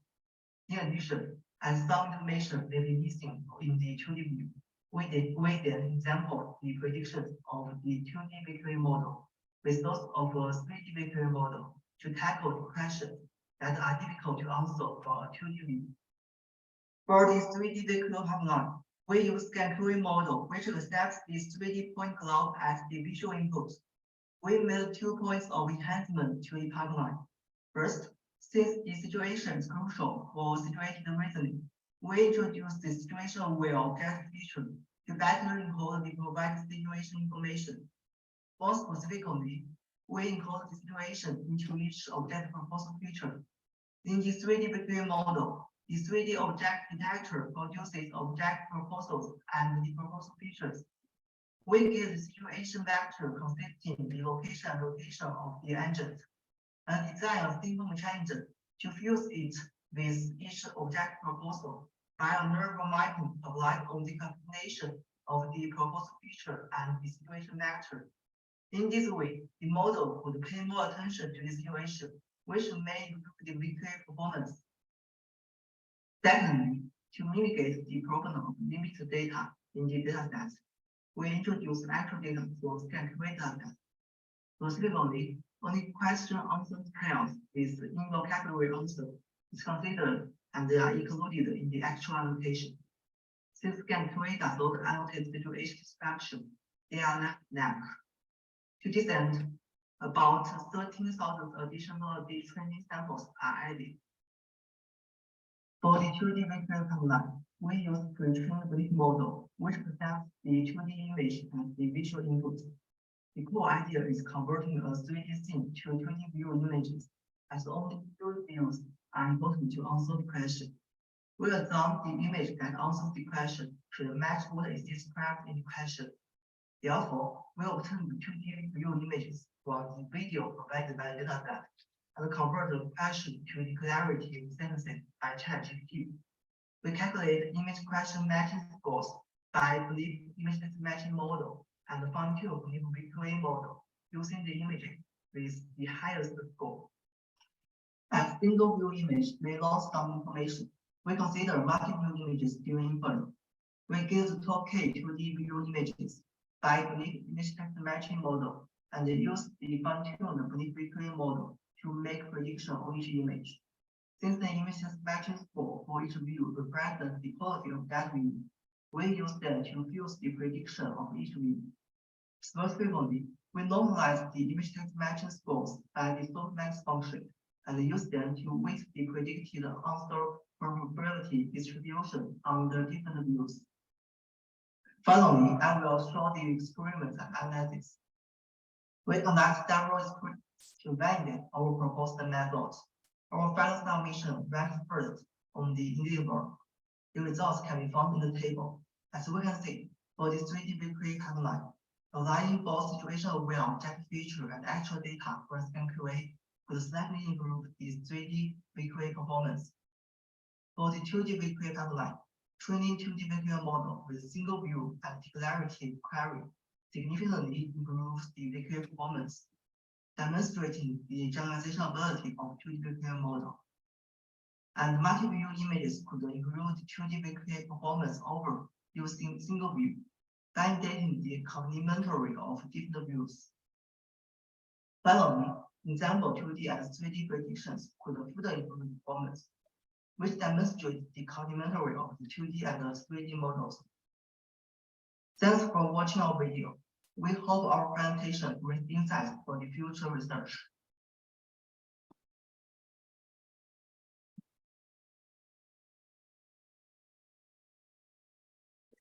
Okay, then we'll have our next speaker, Vincent Seidman from MIT. So Professor Vincent is an assistant professor at MIT ECS, where he is leading the scene representation group, and his research interest lies in the neural scene representations, and he has some well-known works, including scene representation networks, meta-SDF, and the implicit neural representations. So Vincent, can you hear me? Maybe you can unmute yourself. Yes, I can. Okay, hi. And maybe you could share the screen. Yes, let me do that. Okay. Second.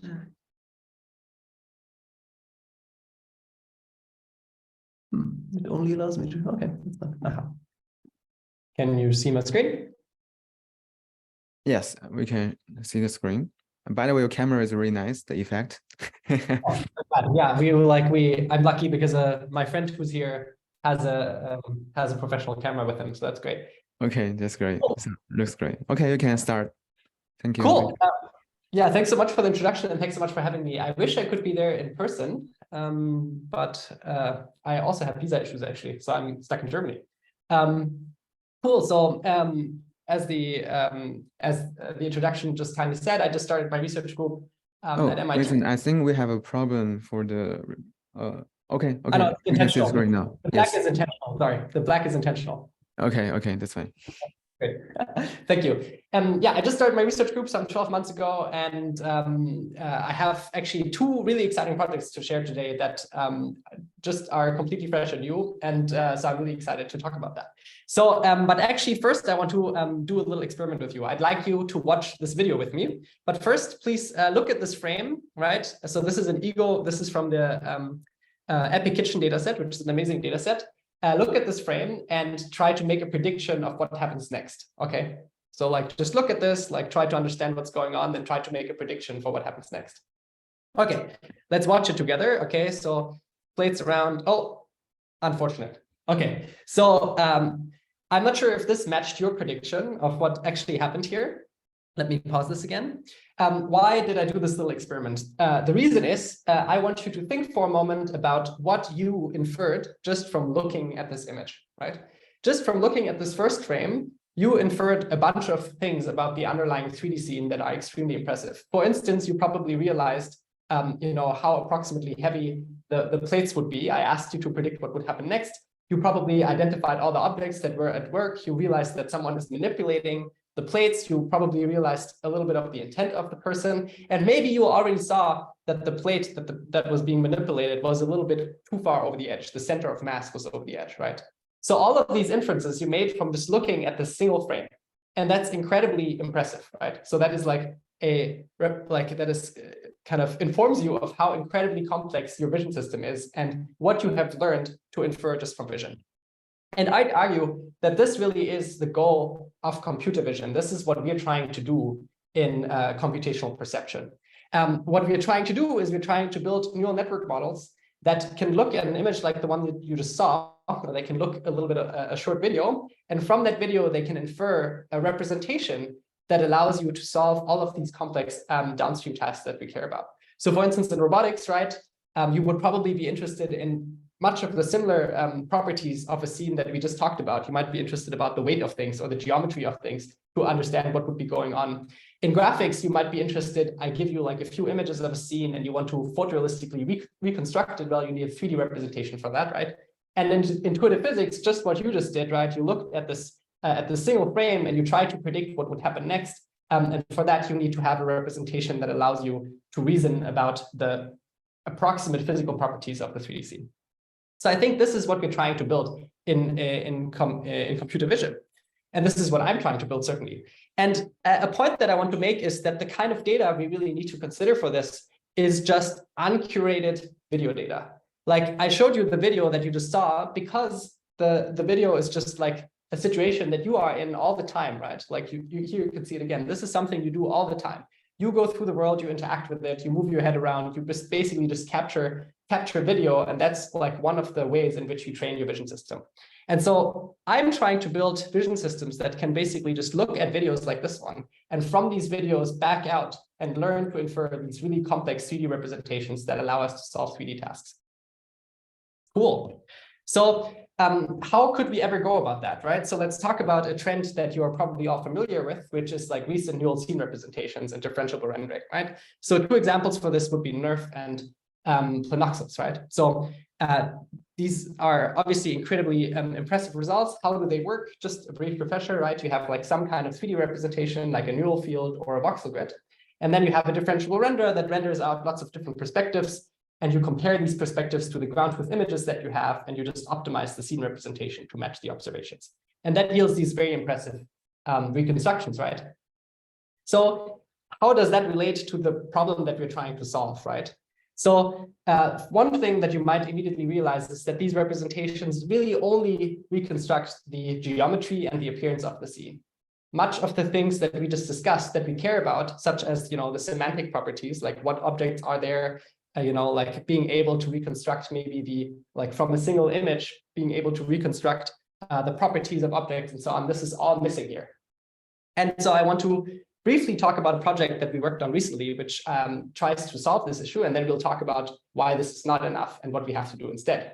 So the first interesting thing is, right, whenever we do these kind of neural scene representations, we usually supervise them just with images. And if you're in the single scene reconstruction regime, then what pops out is representations that only know about the geometry and the appearance of the underlying 3D scenes. But one thing you can do instead is you can instead look at features that are extracted by pre-trained, what we call today like foundation models, right? So for instance, you can take Dino and you can run Dino on these images, and what you get is something that looks like this, right? So here you can see the, for instance, in the top right corner, you can see the Dino head, and you can see that even though the color and the material of the Dino head like kind of varies, the semantic feature, if you just looked at if you just group these semantic features, they would correlate quite well with what you might call, or like how you might semantically group this image. And so like a pretty simple idea that you can run is to say, okay, well, we can fit our 3D representations to RGB images, just the way we do it with NeRF, right? Or we can fit our scene representation to these features, right? To instead of rendering out an image and comparing like an RGB feature to a color in an image, you instead render out high dimensional features and you compare them to the features that you extracted from the images that you have of a scene. And you might do this even in parallel to the original 3D reconstruction. And then what you get is something that we call a feature field. It's a function that maps every 3D coordinate not just to a color and a density. It also maps it to such a high dimensional feature that semantically describes what semantically is going on at that position in the scene. And so what can you do with this? This is quite cool. So here's an example of how that looks like, right? So here you can see like a NeRF of this flower. And now here you can see the feature field, and you can immediately see that, for instance, the flower pops really hard, it is consistent. And now you can, for instance, with a language query or just with a patch query, select the flower and just mask out the whole background. Like you can basically semantically edit the underlying 3D scene, because the scene representation exposes this dimension to you, which is the semantic property of the scene. And then you can use this for edits, like here you can edit the color of the flower maybe. You can also use this for other kinds of edits. For instance, we showed deletion of objects. In the top left corner, you can see that we deleted the lights in this room. In the top right corner, you see we deleted the chairs of the room. In the bottom left corner, we deleted the TV and so on. And this you can do by just semantically creating your 3D representation and then just setting the density of all the points that match your query to 0. You can also use it for editing, or what is basically semantic segmentation. Here we just change the color of certain semantic classes in the image. Or you could use it for other kinds of edits like composition. So here we may select from one scene, we may, for instance, select the apple, then we might scale the NeRF and then recomposite it with the original NeRF. And then you can edit the underlying 3D scene as such. Okay, so this is really cool, right? And this is really a quite general framework for equipping these 3D scene representations with semantic information by leveraging existing pre-trained models. And I should point out that this was done in collaboration with Sosuke and Aichi at Preferred Networks, and they did an amazing job on this. And there really has been a lot of work building on top of this general principle, for instance, for robotics, right, where it's extremely useful to have a 3D representation that tells you about the semantic classes of objects. However, the question that I want to pose to you now is this really solving the problem that we're trying to solve? This is certainly useful, but the problem that we're trying to solve is, I would argue, not solved by this at all. Namely, the problem that I'm trying to solve is we want to build models that we can train at scale. We can really train them on like these collections of uncurated videos and use these trained models to infer these general scene representations. If you think about what this model does that we just discussed, and for that matter, any kind of 3D representation that is optimized per scene, it really is quite far away from that. In particular, these kinds of representations, they can't deal with incomplete observations, which is something that is absolutely essential to the way you work. Like you only constantly maybe have 2 observations of a given 3D scene, And even if you consider, your head motion, the set of views that you have of a given 3D scene is incredibly sparse. So these kinds of overfitting or single scene optimization-based approaches really don't work in that regime at all.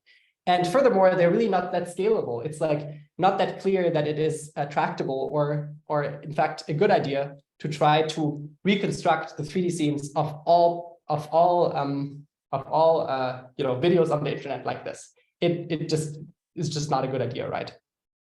Okay, so rather what we are looking for is we want some kind of real-time or online way of reconstructing these 3D scene representations. Something that, just like you, constantly reconstructs a 3D representation as you observe images of a new scene or of any scene. Okay, and this brings us to another class of models, which we call amortized or feed-forward or generalizable 3D reconstruction. And these models work differently. They just take an image or several images of a scene. They use an encoder to output the neural scene representation.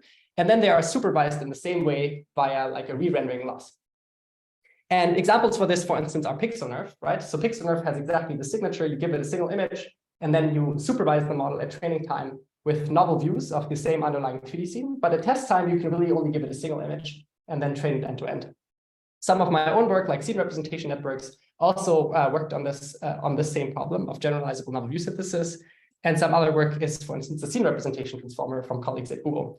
All of this is great work. And we also had some work on this recently at CVPR 2023, which I just want to bring up here for completeness and to give you an idea of what like state-of-the-art prior-based novel view synthesis can do. So here's a model that can take these two images of an underlying 3D scene.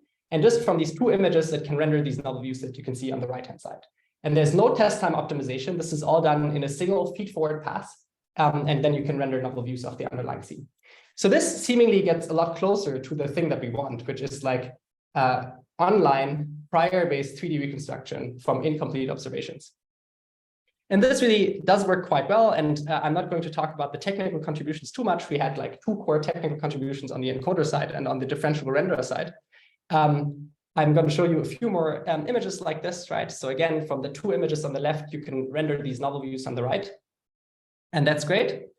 And it really was, it is state of the art. Well, I don't know if it's still state of the art, but it certainly was state of the art back then.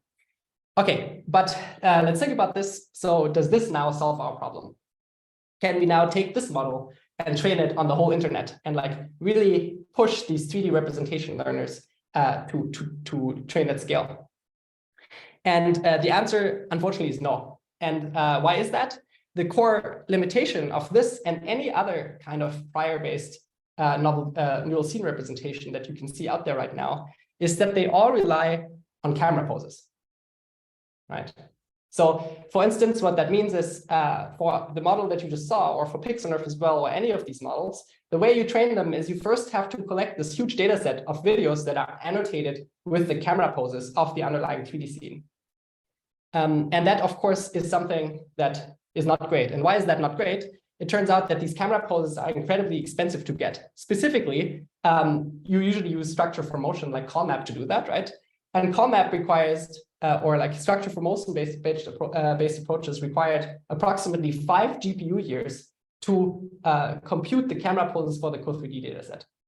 And the Co3D dataset is a great dataset, but if you have worked with it before, you know that these poses are also all but perfect. Like, in fact, a large percentage of the camera poses in the Co3D dataset are not great.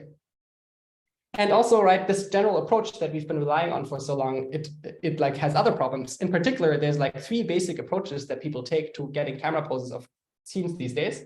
One is like structure for motion and SLAM. Another one is like joint optimization of like a NERF with like joint optimization of the camera poses. And then there's this cool line of work, which I found very inspiring, which is joint estimation of depth and monocular ego motion. And that is trained self-supervised end to end. And these approaches are really cool, but they have some fundamental limitations. Structure for motion and these NERF-based optimization approaches are really slow. They require per scene optimization. And oftentimes they also still break. And they can't leverage the priors like that we know that we can use all the time, right? If you see a single image, you already have a belief of the underlying 3D scene. And if I show you a video, if you observe like a video that has a certain optical flow, you also have a belief over the underlying camera motion or the underlying head motion. And these models really can't be trained end to end. They are strictly scene-specific approaches. And then the joint depth and ego pose estimation fixes that problem. It is online and it works in real time, but it's really limited to simple scenes, and that is and it only reconstructs depth and no real 3D scene representation. So we just wrote this paper called FlowCam, Generalizable Neural Scene Representations without camera poses, and it's really, really cool. So let me tell you about it. What this model does is it takes as input a video, just like the one that you can see here. And from this video, it really trains a neural network to estimate the camera poses of the video in real time in a single feed-forward pass. So there's no scene-specific optimization here. This model really operates in a single feed-forward pass, and it just takes this video as input, and it reconstructs the camera poses. And it's never trained. It has never seen any real-world camera poses. It really is trained only on videos, on uncurated, raw videos. And I think this is actually really cool and important. And not only does it reconstruct the camera poses, but it also jointly reconstructs in the same single feed-forward pass a generalizable neural scene representation, think pixel. What that means is that afterwards, after the single feed-forward pass, you can actually use the same representation to render novel views. And I'd like to point out that this is far from photorealistic, but that's because this is a generalizable scene representation that is inferred from a single feed-forward pass. So this is reconstructed in real time. And you could certainly improve it if you tried to do some overfitting on this particular scene, but that's not the goal. So we won't be able to go into all of the details, but I'd like to give you the general core idea of how this model works, okay? So the core idea is that this model has two parts. So imagine that you take a video stream, like you have a bunch of frames of some kind of 3D scene, and now you want to train this model. You want to train this model that jointly reconstructs the camera poses and it reconstructs the 3D radiance field of the underlying scene. How do you do it? The first thing you build is a differentiable pose estimator, and that pose estimator takes pairs of frames as input, and from this pair of frame, it will estimate the relative pose between this pair of frames in a feed-forward pass.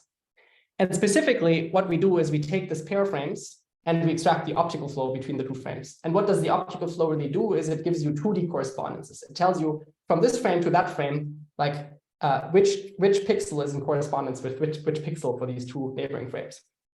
Okay, so that's step one, and we use a pre-trained optical flow estimator for this, which works really well. Step two is that we use a single image neural scene representation, which is something like pixel nerf, right? So you take a single frame, and that single frame you map in a feed-forward pass to the nerf of the underlying 3D scene. And we use that to reconstruct the single frame, these two frames separately. So for both of these frames, we get the underlying nerf in a single feed-forward pass. And then what this really gives us is two estimates of the 3D scene, prior-based estimates. So these are machine learning AI-based estimates of the 3D scene. And from these two 3D estimates, we can now use the optical flow to tell which 3D points are corresponding between those two frames. Because we have the 2D correspondences in pixel space, we can lift them to 3D using the nerf, and then we have 3D correspondences. And so that gives us scene flow. So we can basically use this prior-based reconstruction to establish how every point in 3D moved from frame 1 to frame 2. And if you think of like how that might be happening in your head, for instance, the assumption is basically that you constantly observe optical flow, 2D optical flow, which you then, using the knowledge and the experience that you have from like existing in this world, lift into 3D, and you basically figure out how each of these points actually moved in 3D as you move through the world. And afterwards, once you have this 3D scene flow field, you can use a simple least square solver to fit a camera pose, an SC3 pose, to the scene flow field. So you're asking, what is the rigid body transform that best explains this scene flow field? Okay, so on a high level, really, the assumption is basically that the way you might want to do pose estimation is by taking the optical flow field, lifting it into 3D to scene flow, and then just asking, okay, what is the ego motion that best explains the scene flow field? And once you do this for every pair of frames, like for every consecutive pair of frames in your video, you can then use these poses to reconstruct the whole 3D scene from all of the video frames. And you can then supervise it just via a simple re-rendering loss in image space. So this is basically saying you first estimate the poses in a single feed forward pass, and afterwards you use these poses to re-render the input video. And you have a simple re-rendering loss. And then there is one more little piece, which is you can also use the optical flow to supervise the scene flow field, but we won't go into detail there. And what happens here is we compare this, for instance, for pose estimation. And here you can see on the left sample frames of some video sequence. You can see the poses that are reconstructed by our method, which is ours. And then we compare it with the video autoencoder, which is a really great paper from 2021, and also BARF. And both BARF and video autoencoder struggle a lot on these co-3D scenes, because on co-3D or on any kind of object-centric data set, the camera poses are really not straightforward and there's lots of rotation. In fact, and here you can see, again, qualitative reconstruction. So you can see that the pose estimation, while not perfect, is quite close to ground truth. And you can also see the nerf that is reconstructed below. This also works on very out of distribution scenes. Here we run it on a tanks and temples data set, on a scene from tanks and temples. And you can see BARF on the bottom left corner really struggles with the sequence, while we can train our model on real estate 10K, which just using only the videos, not the camera poses. And thereafter, our model can, in a single feed forward pass, estimate these poses quite well, right? And then with a little bit of fine tuning, our poses converge to something that is really, really close to ground truth. And this model was really trained only on real estate 10K. So this is quite cool.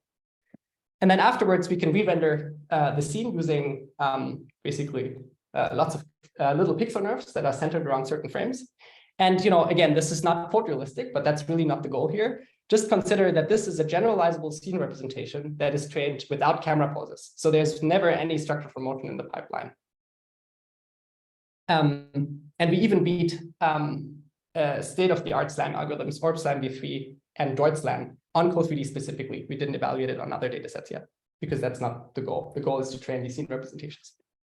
Okay, there's limitations, which I'm going to skip in the interest of time, because I want to tell you about one more project. For the record, this project was led by Cameron Smith, who was a visiting researcher in my lab, and he really nailed it. He's fantastic. So this is the paper. Okay, so the last thing I'm going to talk to you about is solves the following problem. So we got rid of camera poses, fantastic, good. So now we can just train on uncurated video, right? There's another piece missing that we've recently figured out. And this is the first time I'm talking about this paper, and it's gonna come out quite soon, but not quite yet. So I just showed you this deterministic novel view synthesis paper, where you basically take two frames and then you reconstruct the underlying 3D scene and you can do novel view synthesis. This is great. However, why is it important that it's two frames? That's important because if you only had a single frame, then you run into the problem of uncertainty. For instance, if you try to reconstruct this 3D scene here from a single image, like on the left, on the right, you can see renderings from PixelNerve. What you get is this blurry mess. And why is that? It's because PixelNerve is a deterministic method, and it has to average over all possible 3D reconstructions of this scene, because it's not a probabilistic model, it's not a generative model. So we cracked this nut, and we were able to train a 3D generative model. And here you can see the renderings from the 3D generative model. So given the single input image, our model allows you to reconstruct probabilistically the underlying 3D scene. So you can sample from our model. It's a conditional generative model. And every time you sample, you'll get a different 3D scene. And that 3D scene you can render, you can then render and do novel view synthesis with. And it's multi-view consistent by design because it is an actual 3D generative model. So this is really cool. And here you can see the depth map. So this model is 3D generative model. You can always get the geometry, you can get the point cloud out of it at any point in time, or you can do marching cubes. And I just want to leave you with the key idea of like, why is this an interesting problem and why it's hard? So this model that we built here is a diffusion model. And I'm sure you are familiar with the general idea of diffusion models. The problem is with conventional diffusion models, you always have to have access to the distribution of signals that you want to sample from. So for instance, for image diffusion models, you need lots of images to train them. Seems intuitive, right?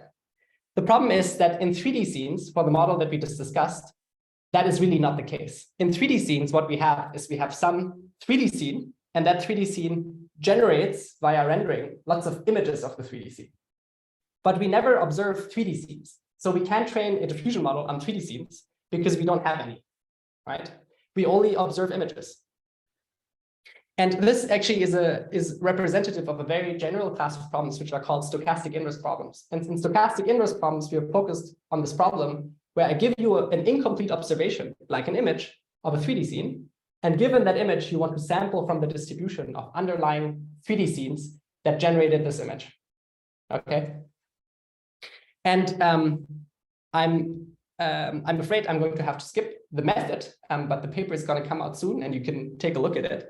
But it's really quite cool. We really basically the key idea is that we build a generative model of 3D scenes that you can train only with images. So our model never requires reconstruction of a 3D scene. You train it only with images, and under realistic assumptions, you can prove that the distribution of 3D scenes that you learn matches the real distribution of 3D scenes.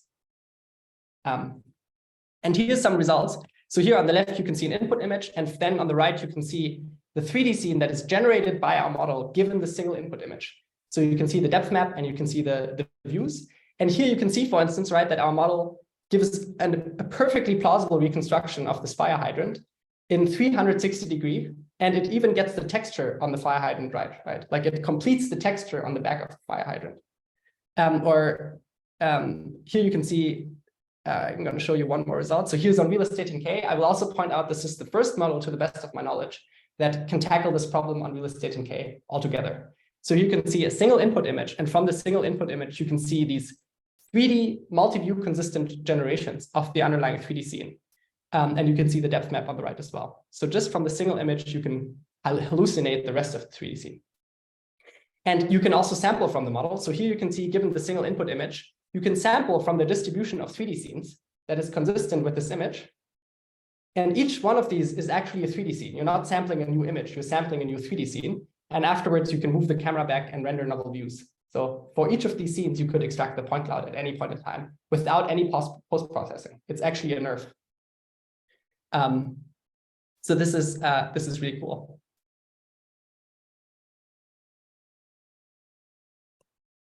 Cool. And I also want to point out related work.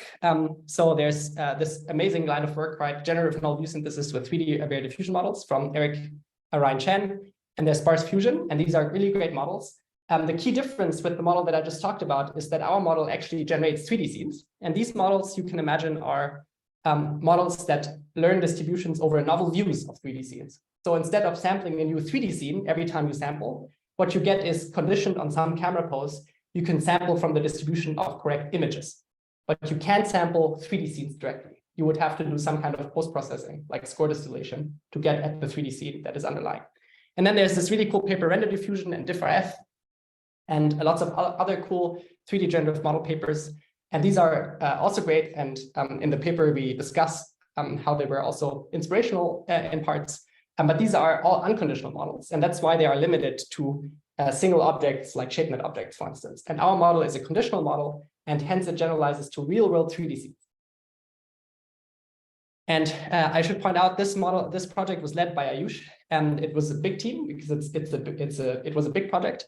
And Ayush really knocked it out of the park, as you can tell.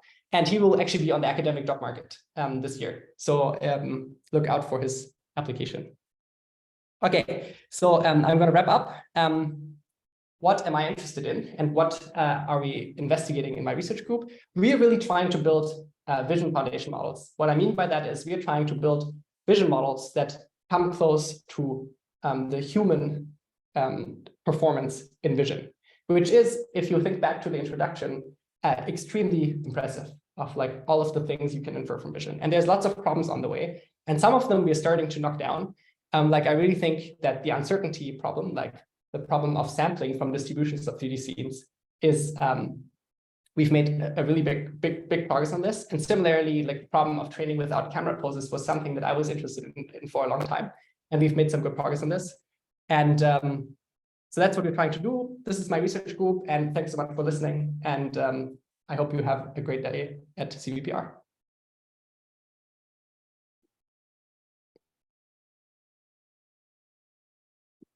Thank you, Vincent, for the wonderful talk. So do we have any questions Yeah, you can go ahead.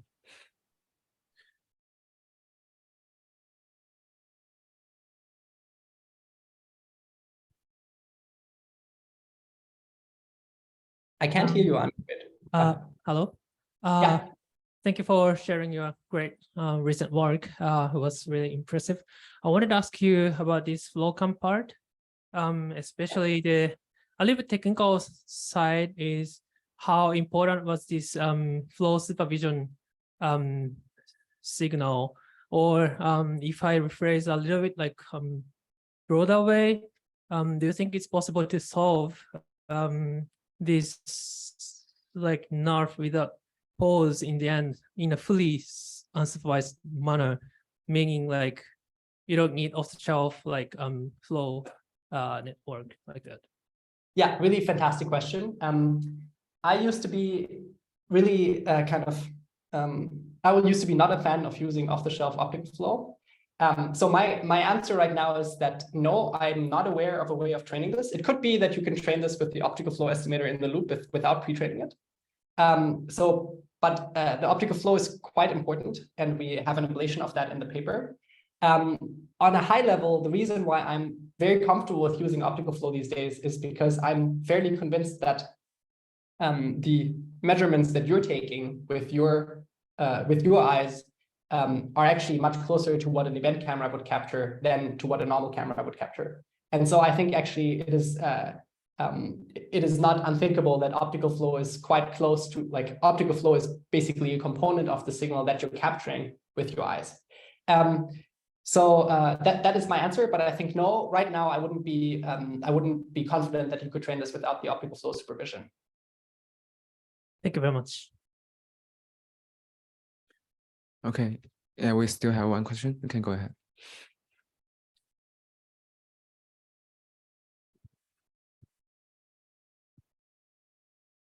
Thanks for your talk. Hear me? Yeah.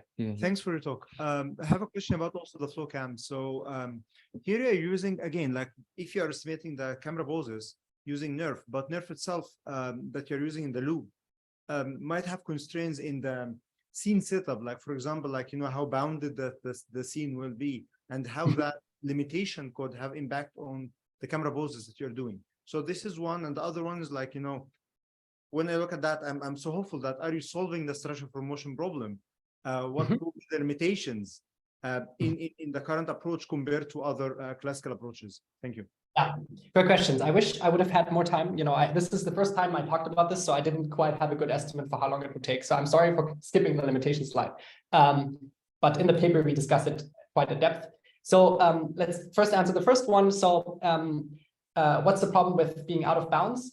The trick here is that we are actually using a neural scene representation that is like frame dependent. So actually, you can imagine that we reconstruct currently we're reconstructing a scene representation using all of, or like a subset of the frames that exist in a given video sequence. And so the particular parameterization that we're using is very close to pixel nerf. And so the out of bounds question is not a huge one in this case. So it's not like a voxel grid where you could be out of bounds. It's like a neural implicit representation parameterized by a pixel nerf. So it's quite flexible on the bounds. And the second question, what are the limitations? Thanks for querying. So there's a few limitations still. First, the poses aren't perfect. So in fact, this thing right now doesn't do any pose refinement whatsoever. It just gives you the feed-forward pose estimation. So there's no like a posteriori optimization or something like that. All the more impressive to me that on Code 3D, it is quite competitive with state-of-the-art SLAM algorithms, which is kind of nuts to me. But so that is one thing that is a limitation. These poses aren't ground truth poses. If you gave these poses to CallMap and then did some more optimization, you would definitely get better poses. So that's a limitation. Second, it doesn't do any loop closure as an extension of the first point. So right now, it accumulates drift because it's kind of an odometry method. It just does frame-to-frame pose estimation. So it accumulates drift. So if you went in a circle, because the error is additive, it'll basically just end up being like it won't close the loop. There's no notion of that. And then I think it's a trained model. So I think it does have fundamental limitations with out of distribution generalization, though the pieces that we're using here actually end up generalizing quite well to out of distribution scenes. And why that is I think, too long of a topic, but it is a trained method. And so it has the same limitation as any other trained method, that there are parts where it's like out of distribution. Let me see. Another one, it's like not photorealistic, as you have seen. So it's not right now because of, so if we had better generalizable scene representations, it would get better as well. But right now it's far from the quality that you would get if you afterwards use these poses as an input, for instance, to BARF, and you gave BARF, for instance, a really good initialization, and then you did some joint optimization. So I'm sure you could improve it further, for instance, by doing that. And it's quite expensive, I should say, right now to train. Inference is cheap, but training is really expensive. I hope that answers the questions. Okay, maybe a short question. I think Vincent is running out of time. Hi, Vincent. Thanks for the talk. I guess I was wondering if you would comment on going from a single image to a radiance field, I guess like a full kind of scene radiance field per image, and maybe just contrast that with predicting depth, which is already somewhat ill-posed, but this seems like an even more challenging problem. So maybe, yeah, how well does that generalize? Thanks. Yeah, great question. So I think it is, I am convinced that it is quite possible, as you have seen from these results here, right? So this is actually a radiance field that is reconstructed from the single image. And similarly, if you look at the real estate 10K results, so these are in fact all radiance fields that are reconstructed from a single image, including the depth. And maybe your question is more on the side, like, will this generalize to like real world, like completely unconstrained data sets? Because real estate 10K, as generative models go, is already quite general and quite complex. But it is certainly, as you say, very, very far away from like the complexity of something like Epic Kitchen or just like all of the videos that exist, right? And with respect to that, I really think that this is something that we can, to some degree, address with scale. So I'm pretty sure if you took this thing and you trained it on like a really large data set, you would expect it to generalize about as well as monocular depth estimation today, give or take, which is quite well. Or, certainly limitations, but I would trust that I could take a picture of the room that I'm sitting in right now, and I would get a plausible distribution of 3D scenes. I think that is within reach in the next like 1 or 2 years. So yeah, that's my answer. Okay, great. Thank you, Vincent, for the wonderful talk. And so next we'll have our next speaker, Deepak Pathak. And Deepak is an assistant professor in the School of Computer Science at Carnegie Mellon University, and he received his PhD degree from UC Berkeley. His research interests including vision, machine learning, and also robotics. And he is a recipient of lots of faculty award, and his work has been covered by a lot of press and also by received a lot of like best paper award. So welcome, Deepak. Can you hear me, Deepak? Yeah, I can hear you. Can you hear me as well? Okay, thanks. I think you can start. Okay, thank you so much, Ixen, for the introduction, and thank you so much for having me on this workshop. And this talk will be very different from the other talks that you have seen. And in this talk, we'll discuss how can we use vision, or how can vision help robots of tomorrow. And specifically, when we talk about buddhic vision, I'll talk about humans, as to what can robots learn from humans. So if you remember, so it's unfortunate that I cannot travel to CVPR or this CVPR this year because my visa expired. But if you were at last CVPR and you got hold of it, we gave lots of live demos of different robots throughout the last CVPR in New Orleans. And this was during some workshop session. We also gave several demos during the Mardi Gras party, where all the Mardi Gras presenters were looking at the demos. And in the last few years, we have seen impressive results in case of robotic tasks, such as locomotion. So if you notice this result, this robot is operating directly from the image shown on the top right. There is no mapping, no planning provided by hand. This robot is, everything here, what you see is emergent. The robot looks at what is in front of it and can do all these things. Note this is all operating on a low-cost robot. And here we took this robot in a terrain which we found after 3 days of searching in Pittsburgh. It is a very difficult terrain, but notice one thing here. Notice the height of robot and the height of stair. If you notice, they're almost the same height. And despite that, this robot is able to climb and walk across all these impressively difficult scenarios. And this is not just locomotion. You can also add an arm on top, and you can train algorithms which can control this whole robot altogether. So if you notice here, on the same robot, we had an arm on top using tape, and now you can see the whole body is controlled by a single policy. As the arm goes down, the legs bend, the body rolls, and the robot knows how to balance itself and do all these tasks. You can also change tasks from walking to, let's say, to more agile and dynamic skills. You can also ask the robot to not only walk, but also climb a wall. And here, the same robot is now able to figure out how to climb a wall. And this is a very difficult task because the robot is very cheap and these are low-cost motors, but also because this task requires a high degree of acceleration and dynamic motion to achieve this. And if we see this video in a second in slow motion, you can realize how difficult this task is.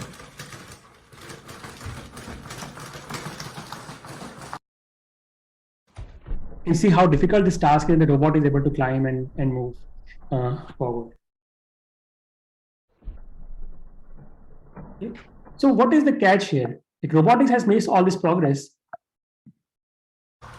The catch is that all this progress that we have seen, or that I just showed result of, or the live demos we saw in the last CVPR, they are in a setting where the task is fixed, but the robot had to work across many environments. Okay, so in the previous case, either the task was walking forward, or the task was climbing a wall, or the task was controlling the whole body. But the general task was fixed, and the robot was supposed to work across many environments. Now, in this kind of scenario, when you fix the task of the robot, you can train these robots in simulation. So in all the previous results I showed, these robots were trained in simulation, and then they work in the real world through an approach that we have developed called RMA, or rapid prototypation, using sim to real. And in this talk, my focus will be going beyond this setting of fixed tasks, many environments. How do we go toward this generalist agent, which can function across a lot of tasks in lots of environments? Like, this is the eventual goal of robot learning. How can you build robots that can work in not just one task in your home, but several tasks from, I don't know, putting the dishes in the laundry, cleaning up, but not just your house, but everyone else's house as well. And this is what the focus of today's talk is. So if we talk about this large scale problem of robotics, which is solving multiple tasks in multiple environments, how do we go about this? Because this problem is quite hierarchical. Let's say if you want a robot in your house, which needs to cook or make a tea, it has to not only understand like the steps to like how to move its hand to pick up a pan, it also has to understand what are the steps to solve this task, like making a tea. And how do we structure approaching this problem in today's setting? So you can see, like the most things in vision, there are two ways to decompose robotics problem as well. And this is what I will talk about first. One approach to robotics is top-down approach to robotics, and the second one is opposite, which is bottom-up approach to robotics. Now, what do I mean by these terms? So let's go and study more about them as to what they are. Okay. So in the top-down approach to robotics, this is a very popular approach today, where we are seeing all these lot of work around using foundation models to make robotics work. And here the idea is we should focus on the top-down part, which is because we should focus on the what people believe are the most difficult things, which is planning, the task decomposition, sub-goals. And you can assume that the low-level control as to how does a robot actually perform the task that is given to you, but you focus on building the high-level algorithms to plan for the task. Okay. Now, one example of this is using language models for robotics.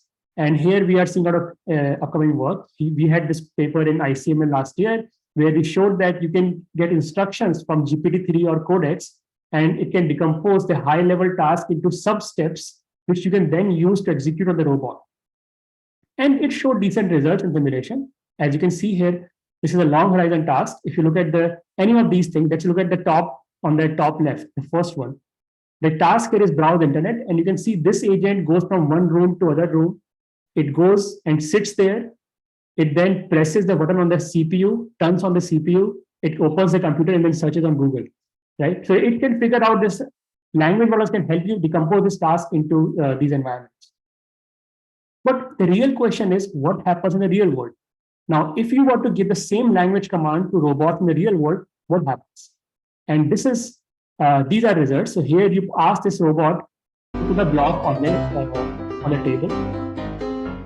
On the right side, you give the robot a command to open the door or climb a stair. And you can see here, the difficulty is not understanding what commands to follow or what actions to execute. The main difficulty lies in executing the actions itself. It's not the case that these robots do not understand what the goal is given to them. They very much understand, but the difficulty is how do I go from language to actually understanding and deploying this on the robot. This brings us to the basic paradox in robotics, which has been around for several years. It was given by Hans Moravec. Hard problems are easy and easy problems are hard. What this paradox tells us is that what humans believe to be easy problems are actually very hard problems, and what humans believe to be hard problems are very easy. So this was written by Hans Moravec, Rodney Brooks, and Marvin Minsky after 30 years of research on robotics, and they said that it is very easy to make computers exhibit adult-level performance on intelligent tests, but it is very difficult to give them a capability, the physical capability of a one-year-old kid. And this is a famous example where we have seen that robots can beat Garry Kasparov in playing chess, but it is very difficult to make them move a chess piece like a kid would on a chessboard.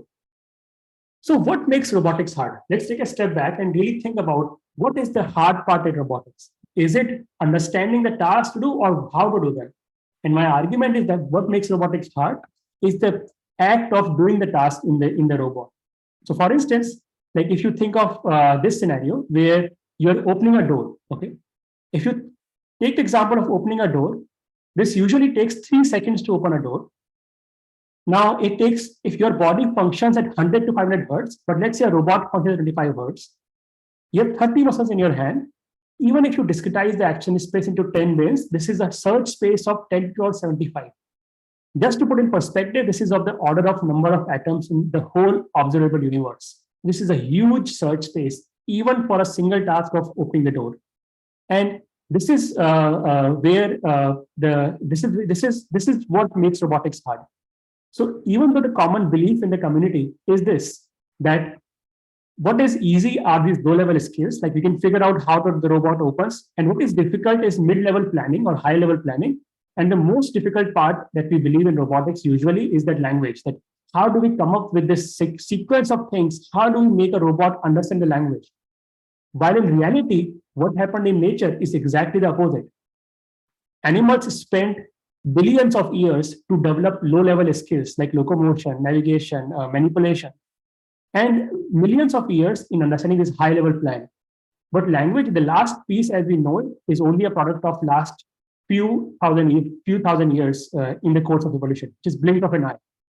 So inspired by this, in this talk, we'll focus on bottom-up approach to robotics as to really build foundations ground up in the bottom. So the real question is, what constitutes foundations for robotics and vision, because vision is also a sensing motor task.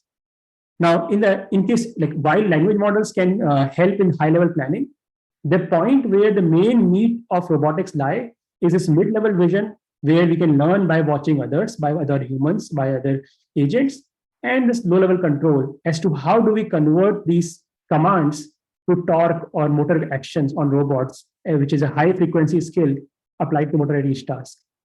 So while language models can build foundation for NLP, this is what I believe builds foundation for robotics and vision. And they are very tied together to each other. Like in babies and in humans, robotic control, motor control and perception are coupled very tightly. So if you look at this example from David Lee's, this 1980 paper, and here he put a child in this room and the walls can move. And if you notice here, the kid doesn't even touch the wall, but she immediately falls as soon as the walls move. So what this experiment showed us is that perception and control are very tied together. So as soon as you disturb the perception, the control of the human gets disturbed, and vice versa. So this was one of the first, and there are many series of experiments which showed that control and perception are not separate, but they are tied together in a single combined manner. So let's focus in this talk, like how can we build this tight interaction between action and perception for going beyond this fixed task, many environment scenarios, to building robots that can operate across lots of tasks in lots of environments. Okay, so in other words, how can we build what we call a foundation model for robotics, and what is the step towards doing that? Now, one big problem that as soon as you pose this problem, as soon as you talk about building a foundation model for robotics, the big question that comes up is that how do you get the data, right? Because all this work that we have seen on foundation model building in vision or language, this is driven by data. Like in vision and language, there's a lot of data on the internet, like a lot of photos, a lot of text. And in some sense, I would argue that computer vision got lucky. It got lucky because of the introduction of smartphones. Smartphones democratize this act of taking photos. And there are so many photos, there are billions of photos uploaded to internet almost every day. And because of this, we have data to train all these systems in case of vision or language. But in case of robotics, robotics faces a chicken and egg problem, right? What is this? What is this problem? Now, we don't have data to train robots. So because they are not deployed, so there is no data. And they are not deployed because they don't work. They don't work because there is no data to train them. So what comes first? Does data come first or deployment come first? And this is what is causing a chicken and egg problem in robotics. And in this, in our work, in our group, we plan to break this chicken and egg problem by learning from the only robot out there which continuously functions 24/7. Our idea is to learn by watching human interaction videos on the internet. If you go on internet and search, there are billions of videos, trillions of videos of humans interacting. And human is also a robot, but a biological robot, which is continuously acting interaction in the real world. Now, the idea is, can we learn from humans and then train these robots in the real world? Okay. And there are a lot of data sets as well, where we have created in the vision community, like Epic Kitchens, Ego 4D. There are these data sets contain hundreds of hours of human videos interacting in the real world.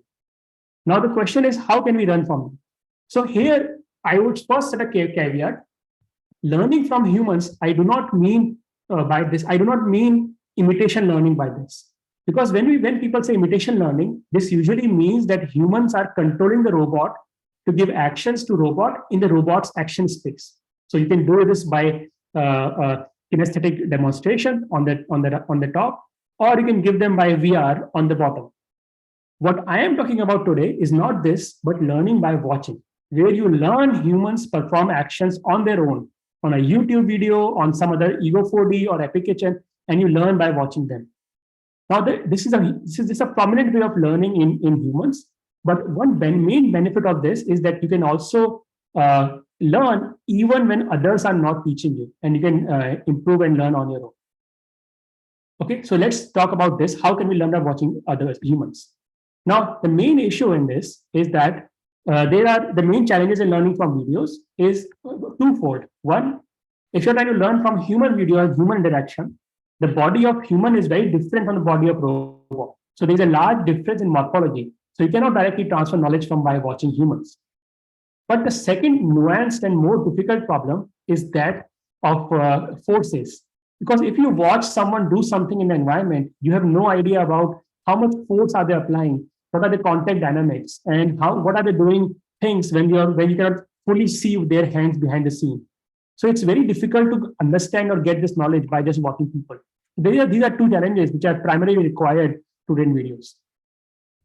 So our argument here is that instead of trying to learn low-level control from humans, let's try to learn priors for that control. Let's try to understand what is the human intent, how do they manipulate things, and then how do they how do they go about it. And this is a common knowledge, which is a common concept which was first coined by Gibson in 1965, called affordances. Right. So Gibson's argument was this is famous quote from Gibson, that the meaning or value of a thing consists of what it can afford. What we perceive when we look at objects are their affordances and not their qualities. So what does an affordance mean? Affordance means what is the property of the object when it is to be manipulated. For instance, the affordance of a chair is to sit on it. The affordance of a keyboard is to type on it. And this is what affordance, the term that Gibson coined several years ago. And here our idea is we want to use human videos to retrieve affordances that can be used for robotics. And this has been a big topic of research in vision community and as well as CVPR. So if you go back and see papers in CVPR from last several years and last decade or two, there are many papers which talk about learning affordances from videos, and they show very good results, generalization across scenarios by watching humans. And but the main difficulty has been in the definition of affordance itself. Almost everyone in the community defines affordance differently, and they are defined from a vision aspect with the eventual goal of applying it to robotics, but nobody shows the robot result, and hence there is a discrepancy as to what affordance should be. Like in the top left paper, affordance is defined to be the human grasp actions in the environment, and in the top right it is interaction hotspot. In the bottom one, affordances are the human hand trajectories. But what is a real affordance, and how do we go about it? So this is what we focus on in this paper. This paper is appearing in this CVPR. It will be presented this week.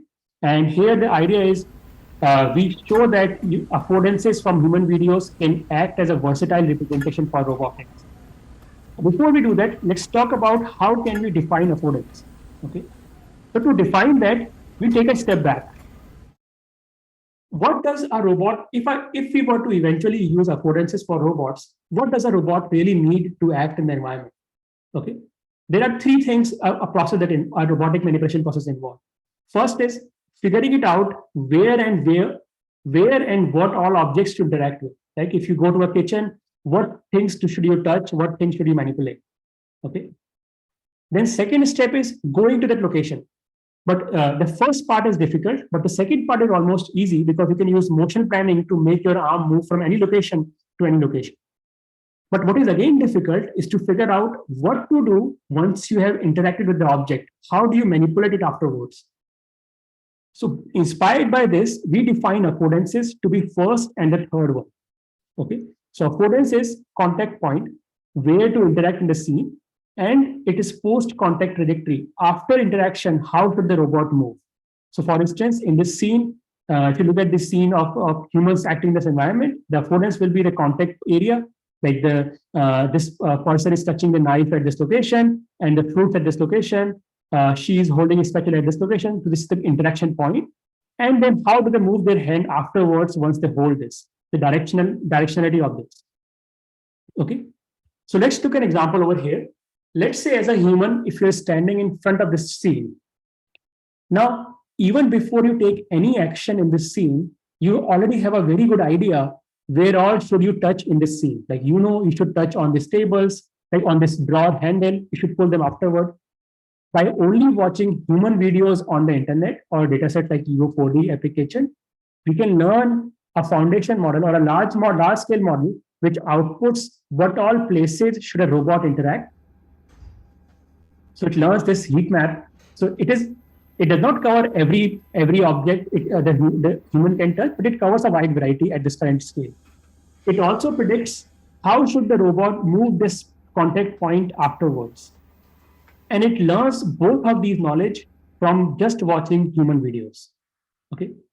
So let us go forward and see how can we learn this knowledge from videos. So let's go to the method. So let's say you are given a human video. It's a sequence of frame. And in this video, you can see a human is opening this fridge door. So what you can do is you can first detect humans in this scene. And by that, I mean, you can detect the human hand. You can find their contact point. There's a lot of work in vision community to find contact point. And here in this case, specifically, we use David, who is 100 days of hand contact point estimator. And then you can also track the wrist of human hand. You can find nanoparameters of the hand. You can using Frank mocap or anything like that. You track the wrist of the human and you find the direction. Okay. But the problem is you do not want this knowledge of contact point and the direct trajectory to be specific to human bodies or not overfit to the presence of human in the scene. So what we do then, we try to predict these two things, contact point or heat map, from an earlier frame in the video when the human was not present. So we take the initial frame as input and we try to predict this contact point and trajectory by performing a simple homography estimation from the first frame. So we train an affordance model that takes the initial frame as input and it outputs the contact heat map point as well as the trajectory of the human to train this model. At test time, this affordance model can output on any new scene where all should will interact and which direction should it move. Now note that from these videos, the directionality you get is only in 2D. So we have to sample in the 3D space in the real world to figure out the right direction from 2D to 3D. But that you can do by a small amount of practice. Okay. So this is what we call, this is how we use this model. So if we to give an example, given this scene, the model is trained on epic kitchens, and from epic kitchens, it outputs where all should a robot interact and how should it move afterward. Both these knowledge are predicted by the model completely or zero shot from epic kitchens. And here is a comparison of the affordances. So here we are, the top row is our result, and we are comparing it to prior methods in CVPR or ICCV published on finding affordances. Now, every model defines affordance differently, but here we see that our results are the most consistent. And these are all new objects, by the way. Like they are not present in Epic Kitchen, not present in Ego 4D. These are toy environments which we made in the lab for the real robot testing. And you can notice here, for even these variety of objects, the model already tells you where should you touch and how you should move the object afterwards. And you can see it can find handles, it can find a jar, it can find the lid, it can find this dustbin cap. So it works quite well across a wide variety of models, even though it has never been trained for any of them. Now, the idea is we can use this knowledge to train robots directly. So this gives a good prior to collect robotic data. So here you can run this affordance model and find and run the robot directly on these affordances to perform those tasks. Now, but the problem is if you are just doing that, the success of robot will not be enough, because just watching in the videos is not enough. You have to also figure out how to perform that trajectory. Okay. So because if watching was enough, all of us can be Federer by watching Federer play. But that is not possible. We have to also practice. So the idea is now we can learn, like take this knowledge we have discovered from videos and then perform exploration or curiosity in the real world to improve the robot to perform these tasks and get a policy out of it. Okay, so now let me spend a little bit of time on explaining how can we take these policies and take these priors and train policies in the real world. So just to give an example, our robot extracts this prior knowledge from this affordance model, and then it practices in the real world to improve itself. If you notice in the beginning, it misses to open the drawer, but after practicing for a while, it learns to open and improve it continuously. So how does this work? The way this works is, like first we watch human videos and then we extract priors as to where should you touch, where should the robot touch, and how should it move afterward. And then we use this prior to run the policy. And then when the policy runs, then we define a reward function that allows the robot to improve. So the reward function is described by comparing the human video as well as the robot video. Okay. And then we combine this with an added exploration term. And the exploration term here is defined as follows. Like one is task reward term, where we compare human and the robot video. The way we compare them as follows. Like if you compare robot and human videos directly, there is a problem because human is present in the scene. What we do is we inpaint to bridge the embodiment gap. We inpaint the human and robot out of the scene, and then we compare them in the representation space. Then we combine this with a change-based exploration reward or curiosity reward, which allows the robot to not only perform tasks that make it match the scene same as human, but also allow it to explore to cause maximum change in the environment. And this process goes on in loop and loop until the robot improves to perform the task. Okay, so just to give you an example, like in this scene, you are given this goal image on top. And now from this image, from the affordance model, the robot can predict where to touch and where to move. But then it practices in the real world continuously to improve itself until it can learn to perform that task. And this practice happens automatically. So what videos are giving you, they are telling you where to touch and where to move. And what this practice gives you is this low-level control as to how to do it reliably. This is one example again here. Here the goal is to open this. Now, if you remember the result from affordance model earlier was that the robot should touch here, but the affordance model did not tell how much power to apply to motors to make it happen. And that happens by practice. And of course, the more you practice, the more you improve. So here, this is a curve. The more episodes the robot practices for, the more its performance get over time. And this allows us to scale to quickly train any kind of robot for any new task very quickly. So here we can watch thousands of videos in Epic Kitchen and use that knowledge to initialize robots, contact point, post trajectory, to scale robots across many of these environments. Here, a different robot is performing 20 tasks in 20 settings by fully practicing in the real world, initialized from the knowledge of humans. Now, another way to use these affordances, apart from as priors, is to use affordance itself as an action space. Now, in robotics, the action space definition is very varied. For instance, some people can say action space can be joint angles, action space can be torque, it can be end effector. And in this one, we investigate, can affordance become the action space for the robot as well? And then we train a Q-learning, reinforcement learning method on top. And it turns out if you use these affordances as action space, it gives very high efficiency in learning and gives high performance as well. Now, so far, if you notice, we have been using videos as a way to train priors for robot. Like we have not been training using videos to train visual features for robot.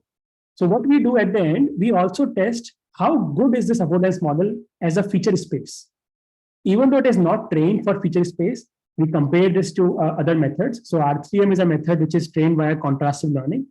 And we compare, and this is just an emergent property.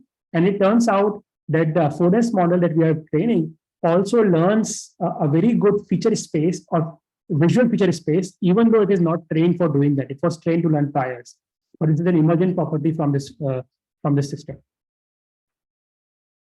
So we have also been doing similar effort on dexterous hands as well. So for instance, you can watch videos in Epic Kitchen and you can transfer to hands of robots directly. Now, in case of hands, it becomes slightly easier because human hand can map to robot hand. So in this case, we map the first 3 fingers and thumb because the robot only has 4 fingers, and we ignore the pinky finger over here. Now, but if you have a robotic hand, the nice part is you can directly train on this data. So here we take data from YouTube, which is 100 days of hand. And as you see in this figure, this live training going on. As the loss goes down, you can see the human hand and the robot hand learns to align with each other. So we are training a policy that converts human hand to robot hand. And as you are training on these video frames live, the robot hand starts to align with the human hand more and more. Okay. And this is what we call robotic telekinesis. Here, we can use this network trained on YouTube without any single robot data to control the robot zero shot. And this is running at 1x speed. It was never trained on robot data, totally on YouTube. But here the human has to help the robot. You can also control this over Zoom call. I'm not in the lab, but otherwise we could have done this. So you can connect through Zoom. There is no depth required. It is single RGB image, which is used to control the robot frame by frame. So now the question is, how do we get a policy from this? We can do the same trick. We can collect 5% real data from this approach. Again, get 95% of knowledge by watching YouTube videos, and then get a policy at the very end. So we take this in-domain data, we combine this with the YouTube data, and then we get policy on these robots to perform diversity of tasks. Now, these hands are much more difficult compared to grippers because the degree of freedom in this hand is much higher. And so it's very difficult to control and figure out the control in them. And we find that using data from YouTube really helped the performance in making these hands work. Now, I'm almost towards the end of the talk. I'll just show this last thing. Now, in case of hands, one big problem is the hardware of the hand. And here we are releasing a new hand hardware. because the current ones are either very expensive or they're very fragile and they keep breaking. Even the cheapest hand out there costs more than $15,000 and the shadow hand costs more than $1,000. So what we are releasing in our lab, what we call is a leap hand. This hand costs about $1,600. It can be built in the lab and is much more robust compared to other hands out there. And it can also do tasks like in-hand rotation, etc. And this is completely built in the lab. So we are using the open source design, and this can be built by anyone in a couple of days, can be repaired in your lab, and it has the form factor of the Allegro hand, but is much, much cheaper and much easier to repair and much stronger in terms of its capabilities. So just to summarize in this talk, what we talked about is how can we build general purpose skills for robot. And what I argued is that YouTube data of human interaction provides a rich signal for robotics, but just watching the videos is not enough. You have to also explore and adapt and improve itself.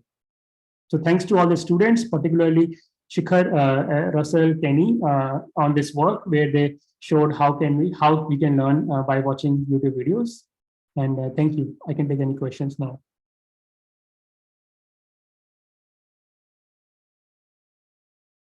Thank you, Deepak. Do you have any questions? Oh, one question here. Sure. Hi, Deepak. Can you hear me? Yeah, maybe closer. Yeah. Okay. A couple of clarifying questions. So the quick one was that I didn't quite catch in the contact part. Do you actually have supervision for the contact? How do you learn that contact heat map? The contact as in the manipulation contact? The part that you were observing from videos where the contact points. For the contact point. So for that, we use this 100 days of hand model. So this 100 days of hand is a data set from Michigan. And in that model, they have marked through a mixture of supervised and unsupervised things where human hand touches the object.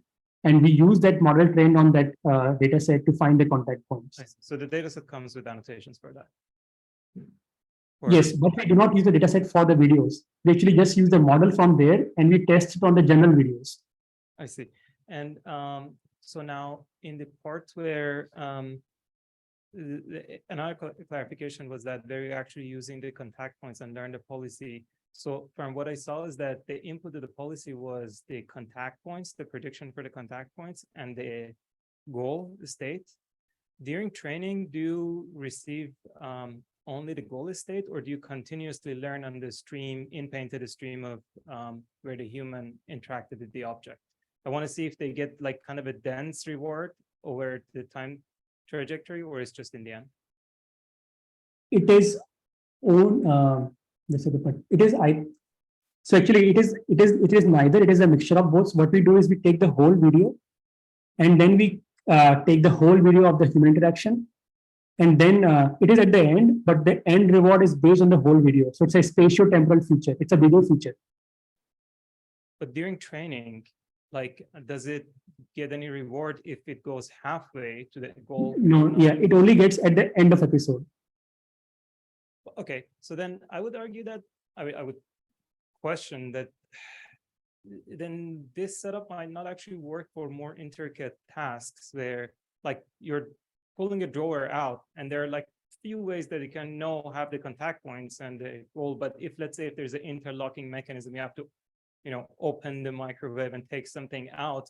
So it seems like it's too sparse of a supervision to get from videos that only end oil and contact points. You're totally right. So I would argue that this is not the way to learn long horizon tasks, but this is a way to learn atomic skills.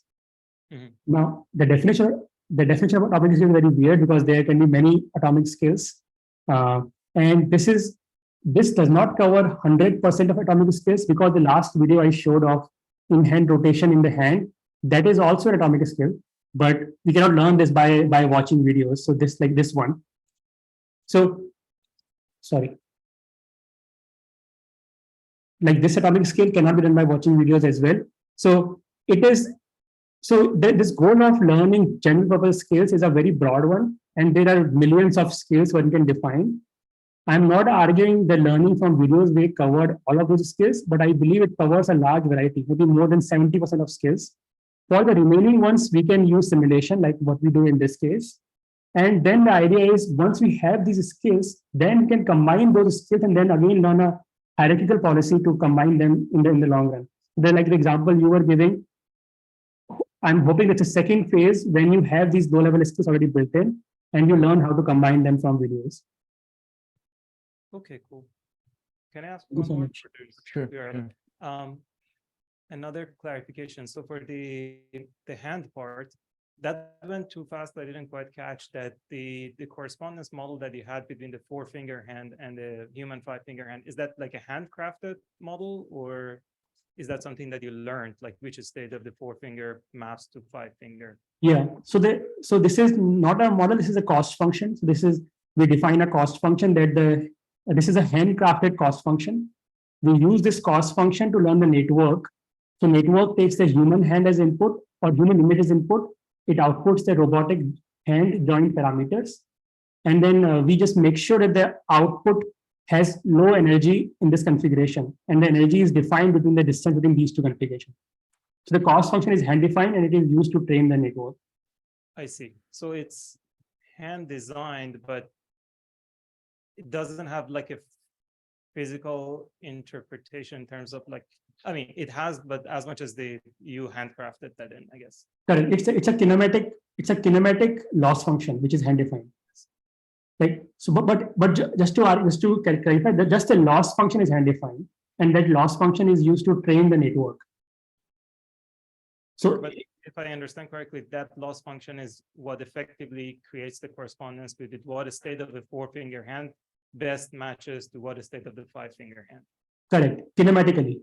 Yes. Yeah. Kinematically. So that's why you need to combine with the real data afterwards to get the dynamic information to perform tasks. Because kinematically, it will not be able to perform these tasks. So it needs to understand the dynamics. So you need to combine with this some data as well. Okay. Thank you. Thank you. Okay. Thank you, Deepak. Thank you for the wonderful talk. And then we have the paper session. We have 2 papers presenting, the panoptic lifting and also the open sync paper.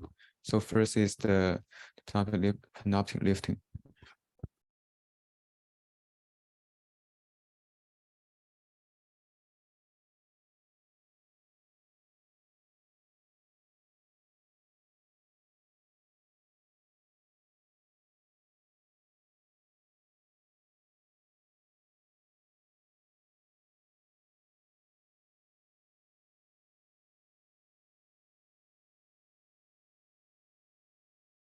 Hello. Hello, everyone. I'm Yawar Siddiqui, and I'm a PhD student at the Technical University of Munich. And I'll be presenting panoptic lifting for 3D scene understanding with neural fields. This was a paper done with a collaboration between Technical University of Munich, Professor Niesner's lab, and with Meta Reality Labs in Zurich. So let's start.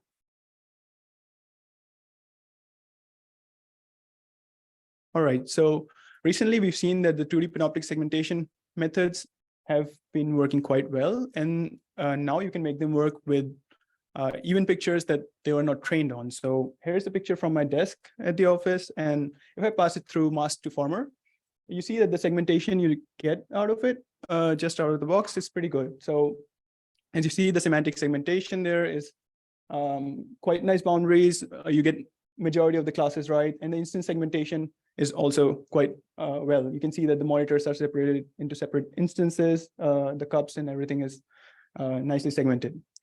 But let's see if you want to make them work on scenes, so across multiple views. And then you see that there are some issues here, right? Like in the middle, if you see the semantic segmentation, there's a couch there, which gets predicted to be sometimes a couch, that's correct, but sometimes as a bed. So there's a consistency issue here as soon as we move across frames, right? And also you see that I show in red, sometimes the prediction just fails. On the right-hand side, in the instance segmentation part, you see that since this model works on a per frame basis, the instance IDs keep changing, right? But when we're talking about scene understanding, we want like the same instance to be associated with the same object, right? So these are all the issues with just taking a pre-trained model that works on image is pretty good, but cannot be quite used directly on scenes. So we present this method which takes RGB images of scene and its corresponding predicted 2D panoptic segmentations. These are coming from a pre-trained model. And we lift these into a 3D volumetric representation where you can just move the camera across novel views. And what you get out is what we show at the right side. So you can volumetrically render it and get consistent panoptic segmentation. So which means like consistent semantic and instance segmentation and also novel view synthesis, right? So you can move across the scene. So what the input here is just the RGB images, right? So the other things are just coming from pre-processing. You're just running ColdMap on to get the camera poses, running master former to get the machine generated labels, and you get this kind of representation out. So how does it work? In terms of method, we're building up our work on NERFs, and Vincent talked about it a bit before, but just to talk more into specifics of our model. We have a density and a color head, as is the case in all NERFs, which takes in a position and a view direction. So that's one thing, but we additionally add semantic head and an instant head on top, right? Because we also want to predict a semantic field and an instance field. And given a camera pose, you can just render it to an image, right? Like, so you move the camera across the scene, you have the camera pose, and you can render any of these fields, color, semantic, or instances as shown before, to an image. So a little bit more specific in terms of the actual NERF model, we don't use the vanilla MLP NERF, but we use this TenSurf model. And the design choice was just because it's really fast, right? Like, so Instant NGP, TenSurf, they're all fast NERFs, and we just want to make our rendering and training time faster. So we use a TenSurf representation. But for the semantic and instance head, I just went ahead with an MLP just because it's smoother. And also, if you use like this TenSurf representation, which is like kind of a hybrid representation, it gets quite huge in memory consumption. So we went with an MLPs for that. And for supervising, like for optimizing the NERF, the color field is easy to optimize, right? Like you just take rays for pixels that you know already, and you have an L2 loss with whatever you render. That's very plain NERF. With semantics, it's very similar, right? Like you render the rays, you get the semantics that you predict, and you have a normalized cross entropy loss on the semantics that you get from master former predictions. So these are the machine generated labels here. But instead of using just the one hot encoding of the target, we run master former multiple times as test time augmentation. So we just take the input and perform some test time augmentations, run it through master former. And what you can then use as a target is the probability distribution over the classes instead of just the one hot encoding. And we also get confidences out of this. And this actually improves our performance by quite a bit. So in terms of IU and PQ, which are usually used to measure semantic and panoptic performance, this gives us some improvement. I talked a bit about noisy labels before. So this is a sequence of images from a ScanNet scene, and you see that if you just run master former through it, this one chair is sometimes predicted to be a chair and sometimes to be a toilet. And this is not what we want out of, like, once we optimize the scene, right? So how do we handle that? So there are some implementation things that you have to keep in mind, like as a field head, like the semantic and instance heads, you can either predict probabilities out of it, or you can predict logits. A lot of implementations before this were always predicting logits. The problem with that is that, like in combination with this volumetric rendering, where you have weights along array and then you take away the summation, what can happen is if you have conflicting labels at two different points, you can, so you see on the left with the logit field, it could still make it adhere to the original label. So if you just move along the view where we had the wrong labels, it could predict it still to be a different label, because it just makes the weights of this particular class to be really, really high. So once you have a probability field which is bounded, not like logits which can just go to infinity, you have this more stable behavior where it's consistent. But even with the class probabilities and this bounded thing, the network, the NERF can still cheat. So if you let the semantics propagate back to the density, what it will do is, like, just to like satisfy the labels, it will create this cloudy geometry so that it still gets that toilet label somewhere in those views. And yeah, this can be satisfied by just eliminating the gradients from semantics to the densities. And there's another loss regularization that we introduced so that the segments, because like if you still go ahead and optimize, it will settle for some compromise between these two labels. And we have some more regularizers in there that take care of this fact. I won't go into more detail into this, but yeah, so we handle these noisy predictions by a bunch of tricks, right? Like segmentation consistency loss, blocking the gradients, and having a bounded field. The other important thing is like, okay, we didn't talk about instances because they keep changing across frames. So how do we handle this? So if you just take the instance head and render it to an image, you can render instances, but how do you supervise them? Because all the labels from master former keep changing across frames. So for that, what we do is we linearly assign what is being predicted to the actual labels by creating this cost matrix between where the cost matrix is based on the probabilities of what the classes are being predicted, and then perform this linear assignment matching with an Hungarian algorithm and get the actual supervision in the 3D label space. And then we just supervise simply with a normalized cross entropy loss. So yeah, once this is done, you can have these like a null view synthesis in the wild scenes. This is a room from my dorm, and you can just like move through the space without the requirement of any labels. You just take pictures and you can get a complete segmentation of the room. There's another room from TUM. There's a meeting room with a lot of chairs, and you see that the segmentation of the chairs here, for example, in terms of instances, works pretty well. So once Vincent also talked about this, right? Like once you have the scene representation where you have the instance labels and the semantic labels, you can perform manipulation operations. Like you can delete this chair here. You can add another chair, right? Like the one in the back here. You can manipulate the chair by just manipulating the rays, or you can extract the instances, right? So like once you have the semantics, you can do all this stuff. We compare against state-of-the-art methods like semantic nerf, which was originally working with like ground truth labels, and they don't predict instances. We do. So we're more robust in terms of the segmentations, and we're also predicting semantics. We compare against TM nerf, which is also a related method where we show that we're much more robust. And one important work in this field was panoptic neural fields. And they were dependent on 3D bounding boxes as an input to their model. And since these 3D bounding box predictors are not so robust, the results that they had weren't not so robust because of that limitation. And since we use only 2D semantic labels, we're a bit more robust. Similarly, we show results on ScanNet, but in the interest of time, I'll skip these and go to the summary. So given only RGB images, we get a 3D panoptic scene representation. We don't need any labels or 3D supervision anywhere in the pipeline. We just leverage off-the-shelf 2D models. Specifically, we show results with masterformer, and we're robust to the errors in 2D semantic predictions. So it ends up working pretty good in the wild scenes.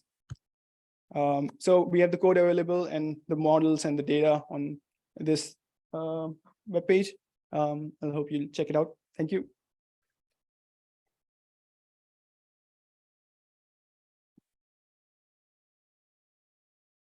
Yeah, next we have Kyle for OpenSync.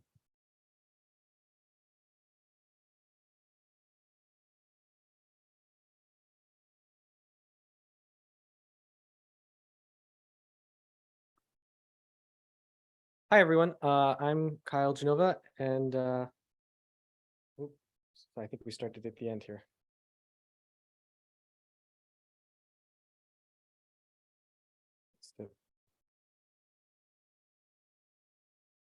Okay, perfect. All right, I'm still Kyle Genova.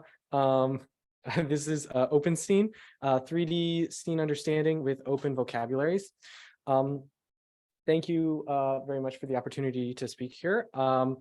Really, it should be Sung Yu who's giving the talk, not me. He was the first author. He's the one who did all the actual work. Unfortunately, he had visa issues, so you're stuck with me. But I'm an imposter. It's his work. Okay. So, as I'm sure you're familiar, semantic segmentation is a common 3D scene understanding task. And typically you will train and test on some fixed set of labeled classes, right? And if you get anything from the talk that I want to try to communicate, it's that I don't think this is really going to scale forever into the long tail of scene understanding tasks that we care about, that paradigm, right? We care about lots of things like affordance prediction, material identification, physical properties, right? Like a long tail of tasks. And we also care about a long tail of semantics, rare semantic concepts and so on, right? And so while there's certainly a place for, a labeled ground truth set of semantic concepts, it's kind of hard to imagine it's always gonna, can be able to handle everything we want to do, right? Okay, and so, the key idea here is that we want to co-embed 3D features with clip features, right? Which is maybe not such a shocking idea. So we have 3D geometry, and the goal is, for every point in our scan, we would like that point to be put somewhere in a language model like Clip's feature space, okay? And then once we have that, we're going to be able to reason about the scene, taking advantage of the structure of that language space, right? You can reason about properties and things like that that are relevant. So, how would we do this, right? Well, there's like a ton of ways you can do it. I mean, the thing that I think makes most immediate sense is to take advantage of the fact that while there isn't a huge amount of 3D geometry paired with ground truth text, there's plenty of text paired with images, and there's plenty of images paired with 3D, right? So we sort of can transitively reason about text and 3D that way. Okay, so the first step you can imagine is just multi-view fusion. So we would run something like OpenSeg or LSeg, which really pioneered this direction of open segmentation that we're just sort of taking advantage of, and that can, for every image, give you for every pixel feature vector in the clip space, and then we can associate pixels and points, estimate occlusion, things like that, take a weighted average of the features based on those correspondences, and I guess we're done, right? I mean, we have clip features on the points.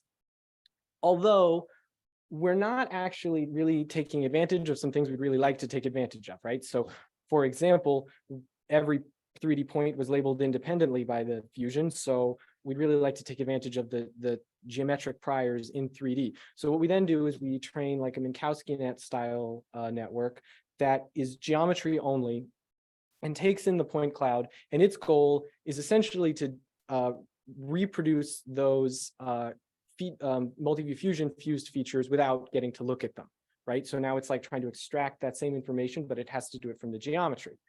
Okay, that's great, but now we have this, image information that's like, where all the high resolution texture is, and we'd also like to take advantage of that. And so we ensemble these things together, right? So we have a geometry only based Minkowski net that's now trying to produce clip features, and we have fusion features from running pre-trained models in 2D, and then we ensemble them to get features in 3D that take advantage of both the high resolution texture information and the geometry in a way that's consistent. Okay, what can we do with that? Because I think that's really the point of this work. So the first thing we can do is open vocabulary, zero-shot 3D semantic segmentation. So let's take an input point cloud. This is a Matterport scan.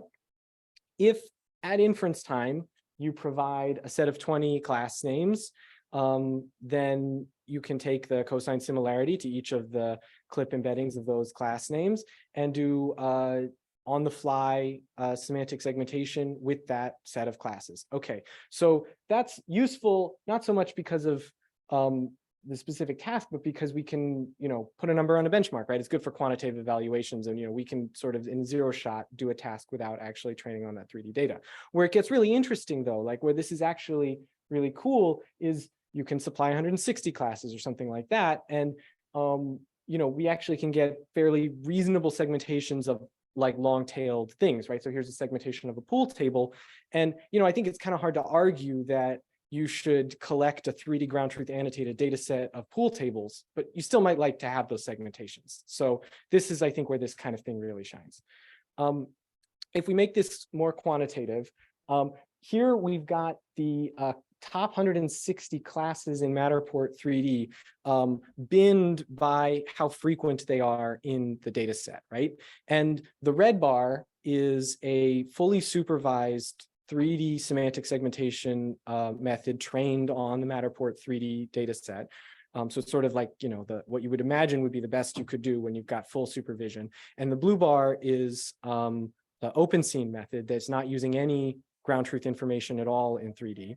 And you can see that indeed, you know, the fully supervised 3D method is outperforming OpenScene on the top 20 classes by frequency, but that's the only bucket in which it's actually outperforming, right? As soon as you get to the 21 to 40 bucket, it's a wash. And beyond that, between the 40th to 160th classes, there's actually a pretty strong advantage to this open vocabulary thing that is unsupervised, right? And so, you know, I think this really makes the case that you should think about this like long tail of semantic concepts. It's sort of like a battle that you're always going to lose trying to label, right? Like how many concepts can you label with enough labels to get the ground truth, right? This is already a ground truth data set, and you can see that, you know, even having that data set, you can already do better with open vocabulary stuff. Here's a study just to show, one, it works on ScanNet as well, not just Matterport, although we only really focused on indoor stuff for the most part. And then first, it shows that indeed the 3D geometry network actually outperforms the fusion due to the leveraging of the geometric priors, and that the ensembling improves performance a bit further on top of that. Okay, but then what's really cool is you can start to do other tasks beyond just, you know, this closed set semantic segmentation that we were talking about. So here is an image-based query. Okay, so, you know, you provide an input image, and then the output is a 3D segmentation of the thing in the scene that is, you know, matching that semantic concept, right? And that's just because you can go from the image to the clip space, and then we've got, you know, clip space features on the points. And so we can use the cosine similarity. And this is based on, like, you know, an automatic thresholding of the cosine similarity, but it just sort of allows you to bootstrap, you know, no language required. The language features are still useful for fine-grained semantic understanding. Here's an interactive demo, or at least it was. It's kind of a video now. So this is just a Matterport scene. You can type things in at the top, like floor. It will highlight the classes, the points that match. Yellow means high similarity, green less similar, blue even less similar, and the least similar of all is no, you know, it just retains the RGB color. Okay, and then, you know, you can see it handles small things like teacup that would be very difficult to label with ground truth data in 3D. And then like Snoopy, right? Like, who's going to make a data set of Snoopies? So that's pretty cool. And it goes beyond just classes, you know, that's the long tail of semantics. It also can start to handle like a longer tail of tasks too, like affordances like sitting, materials like glass. And, you know, we're just piggybacking off of clip here, right? So, you know, this is really just bootstrapping it into 3D, but I think that's kind of the point, right? We didn't have any 3D like ground truth, and you can still do that. Okay. And so I'll just skip to the end and say that, you know, that was the OpenScene work. And if, you know, I could say anything having worked on this, it was that I previously worked on, you know, sort of closed set semantic segmentation tasks, and it feels really hard to go back. Like it's so liberating to be able to just type in something and then get the segmentation out, that it really feels like a better way to do segmentation, you know. And it's not like we pioneered it, but I'm a convert, you know. Anyway, thank you so much. There's the demo and stuff if you're curious to try it yourself.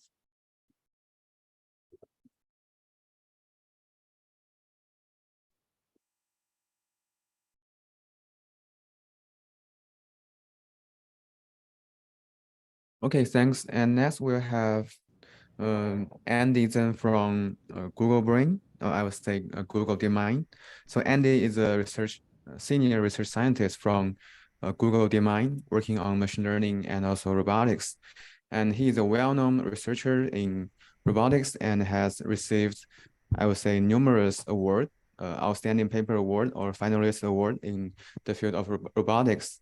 And Andy also has some recent beautiful works related to the robotics and foundation models, such as SACAN, Code as Policies, and Socratic model. And let's welcome Andy for the talk. Andy, can you hear us? Yeah, I can hear you. Can you hear me? Okay, you can start. Thanks. Perfect. Cool. Hey, everybody. I'm Andy, and thank you for the wonderful introduction. Excited to be here, and thank you all for your time. So today I'll talk about 3D vision and language as middleware. And I work a lot on manipulation, getting robots to pick stuff up and put them down, push them around.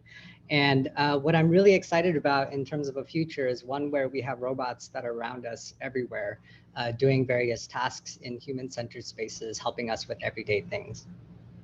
And a part of that, I think, key and central to getting robots to do that is being able to reason about the structure of the physical world and the 3D of everything that exists around us, and being able to do that incredibly efficiently.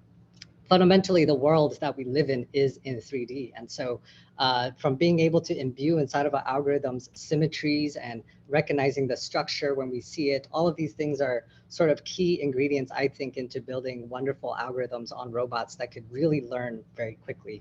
I'm also very excited about, in general, using those on various different types of robots. For example, a mobile robot could use that for collision checking, or maybe a manipulator could really reason about the surfaces and the structure of that surface to make and break contact in meaningful ways. I think also 3D in general is something that can be implicit living inside of your neural network weights, or it could be something that's more explicit, maybe in the data representation. But in general, I think having this reflection of 3D in the things that we build is incredibly important. And I think it's to no surprise that when we build physical hardware, our cameras and sensors that we strap onto our robots, they only have a partial view of the 3D world that we live in. For example, many of the phenomena that we observe, occlusions, and just as an object is passing by another, if viewed from the right viewpoint, that results in a nonlinearity in pixel space. Or maybe you're subject to the nuances of perspective distortion. All of these nonlinearities are really hard to model just from images alone. And so it's to no surprise that when you lift it up into a higher dimension in 3D space, some of those nonlinearities become easier to model. And in part, this is like no surprise. I think mathematicians have figured it out a long time ago, which is just that you can ultimately, nonlinearities are simpler to model in higher dimensions. Just a simple example here is that if you took a sine function, or specifically trying to model this discontinuity, which is in red here, you could take a Chebyshev interpolant, and then with 4 degrees of freedom, you get this kind of S-curve after doing function fitting. But then if you increase the degrees of freedom to 20, at most, you get something that looks a little bit more wavy, but nevertheless, not really quite matching up to that function. Whereas if you kind of lift it up into, instead of your inputs from one-dimensional to a bivariate variable, and then you can ultimately take the argument of this simple polynomial and you get something that looks basically spot on in terms of mapping onto this sine function. So these are the kinds of interesting tricks that you can do in higher dimensional space, where ultimately the thing that you're trying to model becomes simpler just by lifting it up into this higher space. And ultimately, another thing too is that in my career, I've been lucky enough to have an opportunity to work with many folks who are working on 3D vision and 3D scene understanding. And the thing is that I think many people, particularly in this room working on these topics, have gone through so much rigorous training and background that I think is really special. So specifically, some of you are probably coming in from a graphics background who know the ins and outs of rigid transforms and camera intrinsics and extrinsics. And these are the types of things that kind of a little bit more difficult to come by these days. Also, those who are working on NeRF, you're probably deeply, intimately familiar with the mechanics of light transport and ray casting and all the nuances of making sure your radiance fields are absolutely perfect. I think many folks who are working on these topics, in my opinion, come with the rigor and training that is very much needed in robotics today. and especially in coming into robotics, the capacity to come with a different perspective and a critical lens to look at some of the problems and not just try to feed everything into an ML black box and try to do that optimization blindly, but really trying to dig into the data, pick out the structures and the symmetries, and use that to inform the algorithms that you're developing so that you can potentially craft things to utmost perfection with all the right inductive biases. So when I was in grad school, I worked part of my grad school was working on 3D vision, and I've been fortunate to work with Thomas Funkhauser at Princeton. And we were really interested in problems like finding correspondences between shapes and point clouds and meshes, and collecting data sets like Matterport 3D, and also doing object pose estimation and then putting them on robots. And then over time, I started getting interested in the nuances of manipulation and how 3D visions could come and inform some of the tackle some of the problems that were in that space. So that led to things like pushing and grasping, transporter nets, and tossing bot. And then more recently, in the last couple of years, shifting a little bit more into foundation models for robotics. So particularly looking from the lens of language and how we can get compositional generality that we couldn't have gotten before. So that led to works like PalmSecant, Socratic models, and PalmE. Specifically, I'd like to talk a little bit about the transition that we've made in our lab over the years from things like transporter nets into foundation models. And I think it's kind of a gradual process where we're making observations that we're pulling in from the community, but then over time, really finding out that something like language could really help provide a complementary access to the kinds of generalization that we're hoping to get out of intelligent systems. So when I first joined Google, one of the projects that we were worked on was called Project Reach. And part of that was trying to scale up human teleop and then ultimately automate some of those tasks with robot learning. The goal was that you can ultimately use remote teleop robots to do useful work and use that as a process to amortize the cost of data collection that you would need for robot learning. And ultimately, the more that you amortize, or the more sample efficient you make your algorithms, the more that amortize comes up front. And so we were really interested at the time. I think a good portion of like 50 to 60% of the tasks that people were doing in warehouses with the robots were generally pick and place algorithms. And so we started looking at how can we make robot pick and place really sample efficient and data efficient. So Transporter Nets was kind of a project that was revolving around this concept of getting robots to not only learn how to grasp objects, but know how to place them depending on where they grasped. So this was coming in at a time period when there were lots of grasping algorithms, but not a lot of people were looking at how you were going to accurately place something. What's funny is that if you took off-the-shelf picking algorithms, then oftentimes if you just kind of like place the object on top of the other thing without really thinking, then oftentimes you get these, for example, stacking plates, you get these offsets that don't really match and just doesn't really sort of work for really complex tasks. But then ultimately, what we were looking for is some algorithm that can sort of boil down everything into the concept of affordances that we can predict, but at the same time be able to respect some of the symmetries that were and the geometric biases that we would be found in the problem. So for example, that edges match to edges or corners match to corners. So the project Transporter Nets was looking at taking geometric shape biases and trying to show that it's possible to achieve them by modernizing the sliding window approach.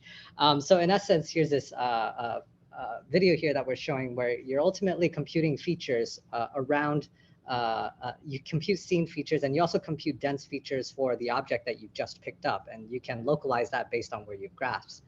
And you treat that as a sliding window that you can then cross-convolve over the scene features and ultimately use the dot product of those features as a way to get some semblance of an affordance value function that you can feed into a placing primitive.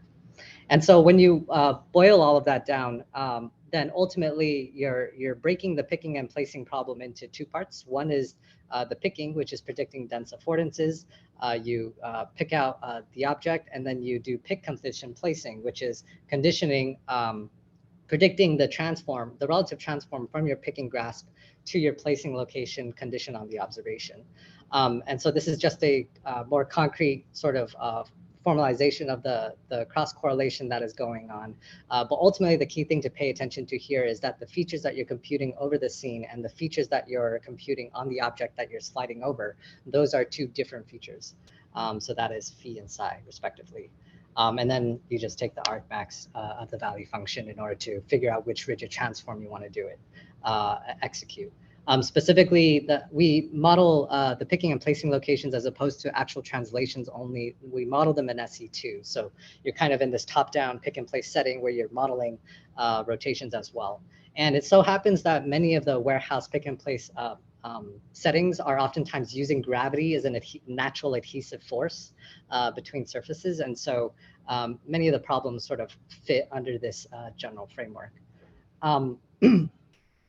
So we were exploring transporter nets across a variety of different tasks. So things like pushing piles with closed loop feedback, you can actually model that within this framework as long as you were trying to predict anything that was trying to model an initial starting end effector pose to an ending pose. You can also do multi-step sequential tasks like Towers of Hanoi without too much effort, as long as the information that was needed to know when you were inside the sequence was already contained in the image itself.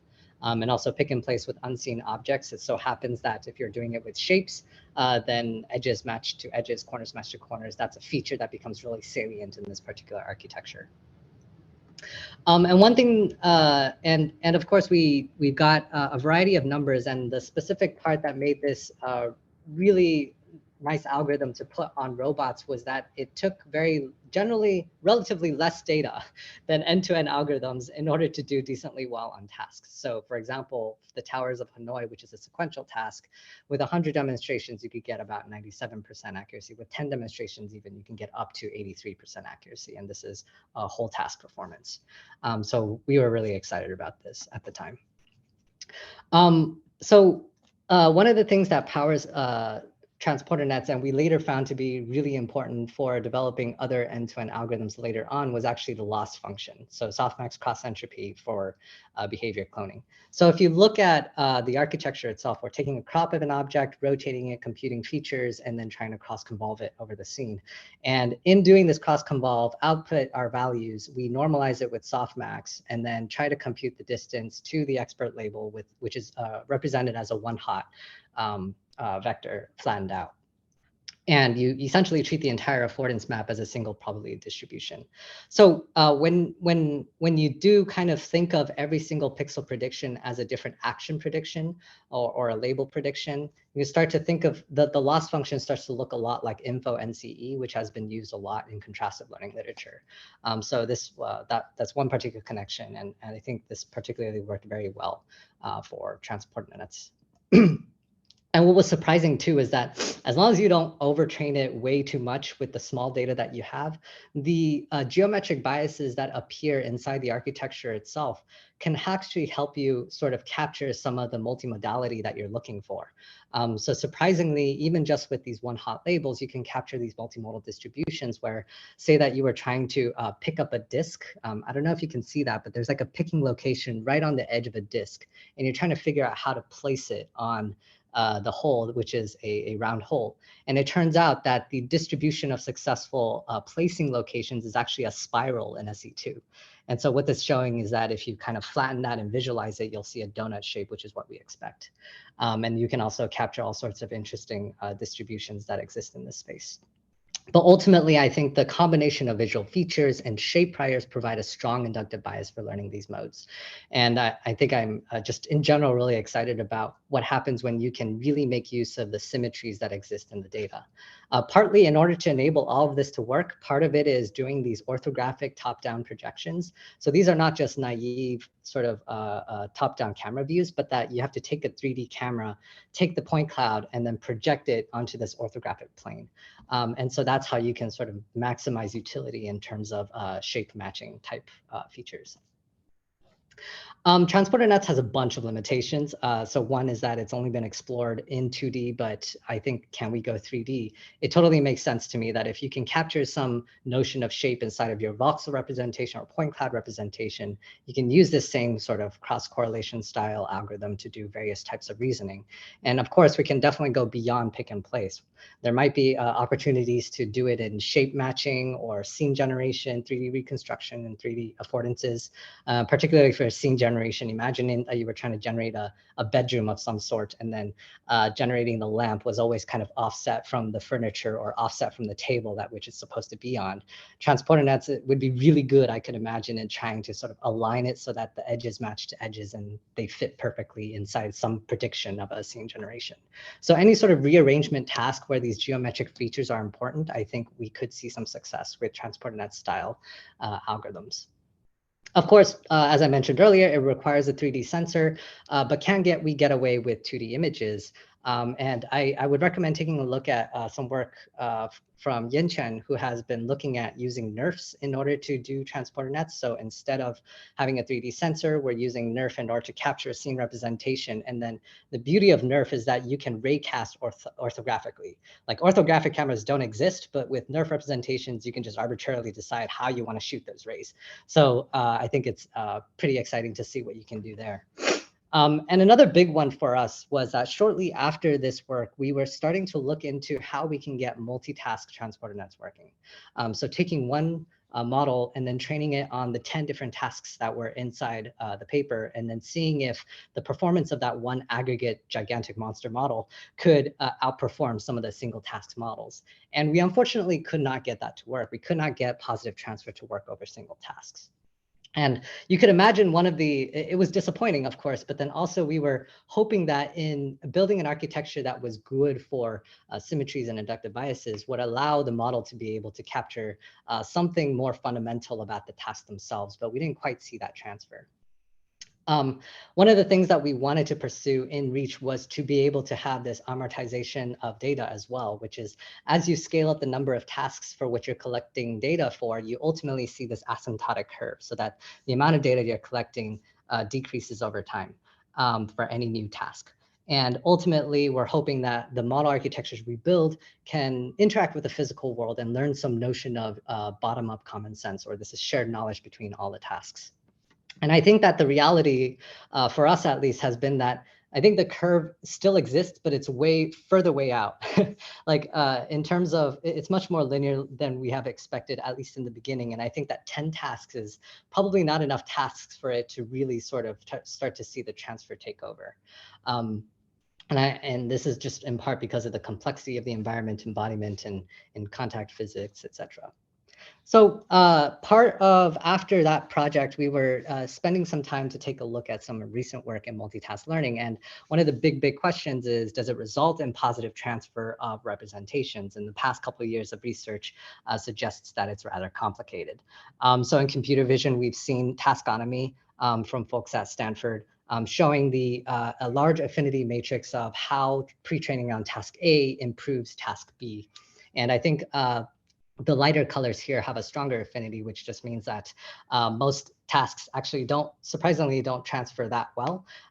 For example, pre-training on edge detection may not necessarily contribute to monocular depth estimation. So it's a much more nuanced picture than many of us had suspected. And then, of course, in robot learning, we also have the magical benchmark, which is this interesting closed loop behavior cloning type benchmark where you want to learn from demonstrations, a little agent that moves around in the world and rearranges objects. And they did this incredible study where you can actually get a behavior clone model to train quite well from 20 demonstrations. These are trajectory data, but then the input is just the image and the output is the action.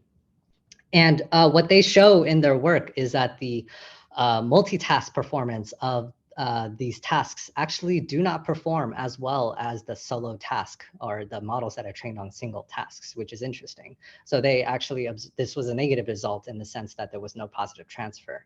Similarly, some recent work from our colleagues, Michael Ryu et al. And Sheng Li, does self-supervised learning really improve reinforcement learning from pixels? So here it's testing out visual pre-training with contrastive losses and seeing if it improves reinforcement learning, but it turns out to be a much more nuanced picture. Sometimes it helps and sometimes it doesn't. And of course, we also have a generalist agent, Gato, which is one model trained on many different tasks. And ultimately, the performance of this model, while very impressive system, ultimately, when it comes down to comparing to behavior clone baselines, they only perform roughly comparably. And the BC baselines here are actually much smaller in terms of network weight, number of parameters. So you can imagine my surprise when one of my colleagues, Pete Florence, pointed out that there was this particular work in 2021, Clipport to what and where pathways for robotic manipulation by Mohit Sridhar, Lucas Manoli, and Dieter Fox, that multitask learning grounded in language seems more likely to lead to positive transfer. And what's interesting is that they took a lot of the transporter nets tasks and labeled them with language instructions. And the architecture is quite simple in that you take the transporter nets architecture, you pull it apart, you take clip features that are computed, the vision features and the language features, and basically infuse it into the model architecture wherever you can. And the idea being that ultimately you can now enable some degree of language compositional generalization. So for example, some of the tasks that they show here is like put the blue blocks in a green bowl and then sort of rearranging what the target that you're picking up and where you should place it, changing those up to really sort of explore the combinatorial complexity of the tasks there. And what's interesting is that, oh, and also I just wanted to show this really cool video that they had, a real experiment where they literally on sticky pads put good and bad, put it on each box and then said, robot, put the screwdriver in the bad box, for example. And the model was like the magic of clip features combined with the inductive biases of transporter nets makes this incredibly fast to learn, which is really cool. Specifically in the paper itself, there's a massive table where they did a lot of experiments to essentially show that with the multitask training that's grounded in language, surprisingly, you get most of the bolded numbers basically on the multitask line. So this was a surprise because this was coming in at a time when we didn't quite see positive transfer results, but here it was pretty convincing that it was happening. And what's also interesting is that for many of these bold numbers here, multitask learning excels when there's not a lot of data. Like when there's 10 demonstrations or 100 demonstrations, multitask learning is outperforming single task. But in the limit of more data, you ultimately still see single task performance doing quite well. And this is exactly what we're expecting to see, right? Which is ultimately the capacity to generalize to a new task that gets bootstrapped from multitask learning. But then over time, you know, if you really wanted to do better on that one task, then you would train a specialist. So I thought this was really compelling results in terms of multitask transfer. And I think since then, there have been many other works that have been coming out with interesting similar observations where if you ground things in language, somehow you get a degree of generalization that wasn't quite there before. And I think the main overarching hypothesis here is that maybe language may provide an inductive bias for compositional generalization in multitask robot learning, which is that, for example, if you had a task, put the L-shaped block into the red bowl, you have an opportunity in providing that as input for the model to pay attention to anchoring features between the like red pixels to the word red, or the L-shaped geometry to the L-shaped block in the sentence itself. And then when you sort of switch around the task and you say you want to put the L-shaped block into the blue pixels, now you can have some way inductive bias for which you're leveraging in order to do that compositional mapping. So we were really excited about these results. And at the same time, we also saw large language models basically doing a lot of amazing things. And we also got excited about that. So there were lots of foundation models that were popping up everywhere that was language grounded. And this sort of led to one particular sort of thread that we started diving in, which is putting language into wherever we could. And we were looking at language as middleware. I think there are many different ways to use it as an intermediate representation for robot learning, and I just broadly categorize them as implicit, which is that if you're in a domain where you have lots of language data, then you can fine-tune the model. So that's what we did with Palmi. But today, in the interest of time, I'll talk mostly about explicit approaches where we're in a domain where we don't have a whole lot of data to work with, but we still want to use language as a way in which we can quickly generalize to new things. So this is PaLM-SECAN and Socratic models. So Socratic models and PaLM-SECAN is just one way to use foundation models with language as middleware. And in particular, the pipeline first takes in something like a visual language model to provide a scene description. This can come from your favorite visual language model. And then you can have a human input, which is a task instruction, and then ask the language model, for example, to do high-level planning. These language models would come up with steps in a plan, and then you would take each step and then pass it into something like Clipboard, which is what we did for several tabletop tasks. And so just to give you a quick demo, if you asked a language model steps for a mobile robot to fetch a Coke can from the refrigerator in the kitchen, then this is something that, okay, navigate to the kitchen using sensors and mapping technology, locate the refrigerator using sensors and mapping, okay. And then it'll give you like a whole step-by-step plan. And the sort of last step or last mile is to really try to get these steps to map onto actual skills that the robot has. Of course, if you're working in a domain where you have primitives that are language conditioned like Clipboard, then you can naturally pass them to the language condition policies, as in our case. But then if you don't, then you want to find some way in which you can use either joint decoding or trying to use affordance functions like in saycan to be able to do that mapping for you. And here's a robot pick and place demo. This was just a pre-recorded demo. Move all the blocks to different corners.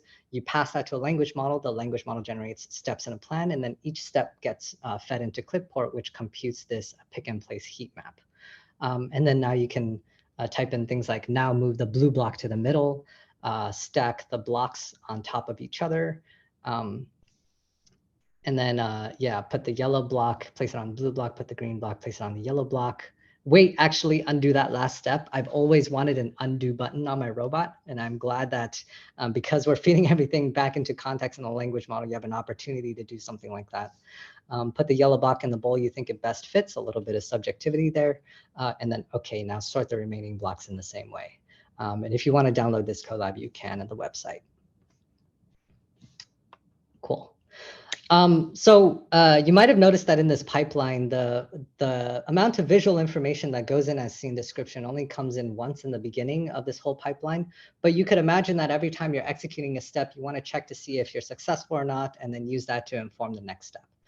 So we explored this in a project called Inner Monologue, which was essentially interleaving the visual language feedback at every time step so that, for example, we can ask a robot, can you bring a drink from the table, go to the table, and then you know, do a little bit of a scene description. This can come from a visual language model. I see Coke, water, chocolate bar. Do you want water or Coke? Coke, please. And then maybe pick up the Coke, but maybe the action was not successful. And this is coming from another visual language model checking for success, and then using that as feedback so that we can sort of modify the plan at every step of the way. Language has lots of limits as an information bottleneck. It loses spatial precision. So it's not capturing as much information and fidelity as you would from like a point cloud or a 3D shape. It is also highly distributionally multimodal. There are lots of different ways to say the same thing. And it's also not as information rich as other modalities. Like you can have a full-blown image or a full-blown voxel grid. There's a lot more information that's packed into that than just a couple of words. And another thing that we were thinking about a lot too is language something that we can only use for high-level reasoning? What about low-level reasoning? So particularly in a robot setting, we're constantly thinking about perception, planning, and control. And we've seen examples of it being quite useful for perception and planning. But for control, the question for us was, do we still have to rely on engineered policies or imitation or RL? And I think a potential prior that many of us have originally was that language models, they store intuition and common sense. These are high-level things that can be stored in the weights of the model. But I think that that is actually potentially not true in the sense that I think intuition and common sense is not just a high-level thing. I think it applies to low-level reasoning too. So for example, if you were going to tell a robot, move a little bit to the left, what does quote unquote a little bit mean? That based on context, and that sort of requires a little bit of behavioral common sense. You can also do things like move faster or balance yourself. These are all things that I think is essentially like the dark matter of interactive intelligence. We know that it should exist in our system, but it's really hard to pin down. And I think in particular, this also applies for interactive 3D interfaces where you're trying to cat up something and you'd like it to be language interactive, then you're going to be constantly telling the system, you know, move that a little bit closer to that object, or move this a little bit to the right. And I think all of these subtle sort of bits of reasoning is important for interactive systems in the future. The question is, can we extract these priors from language model? So what's kind of cool is that circa last year in the summer, language models, they can write code based on what they've trained on GitHub. And we had a lot of fun in finding out that code can be a medium to express low-level common sense.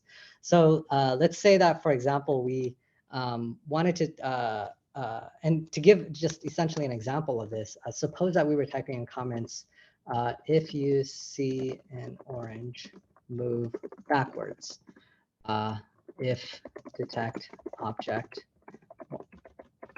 orange, robot.set velocity, x equals to negative 0.1, y equals to 0, z equals to 0. And then we can add in a new instruction, for example, move to the left until you see an apple. Then the expectation is that the language model can complete the functions by basically, in this case, saying while not detect object apple, robot set velocity, and then y is equal to negative 0.1 respectively.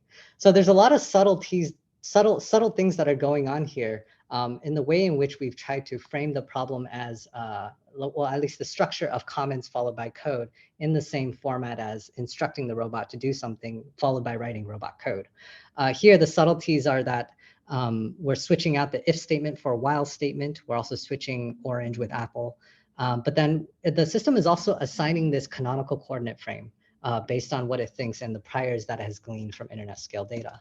You can do things like do it again, but faster to the right and with a banana. And then you'll get while not detect banana, and this time it'll negate the y values and then increase it just a little bit. And so we're already getting a little bit of this low-level common sense that I think that we could capture and imbue inside of the systems that we're building. And then, of course, because it's a language model, you can have a little bit of fun on the interpretability part where you say, like, tell me why you stopped moving. And then it'll say, I stopped moving because I detected a banana. That is correct. Great. So I think it's pretty exciting to realize that these language models, from training on so much code, they have captured some notion of this low-level common sense that could be expressed through parameters inside of a high-level function call. And I think that this is powered by two things. One is that the way in which we write our code online and before pushing it to GitHub is that we have this chain of thought where we type in what we're thinking for the next snippet of code, and then we type in the actual snippet itself.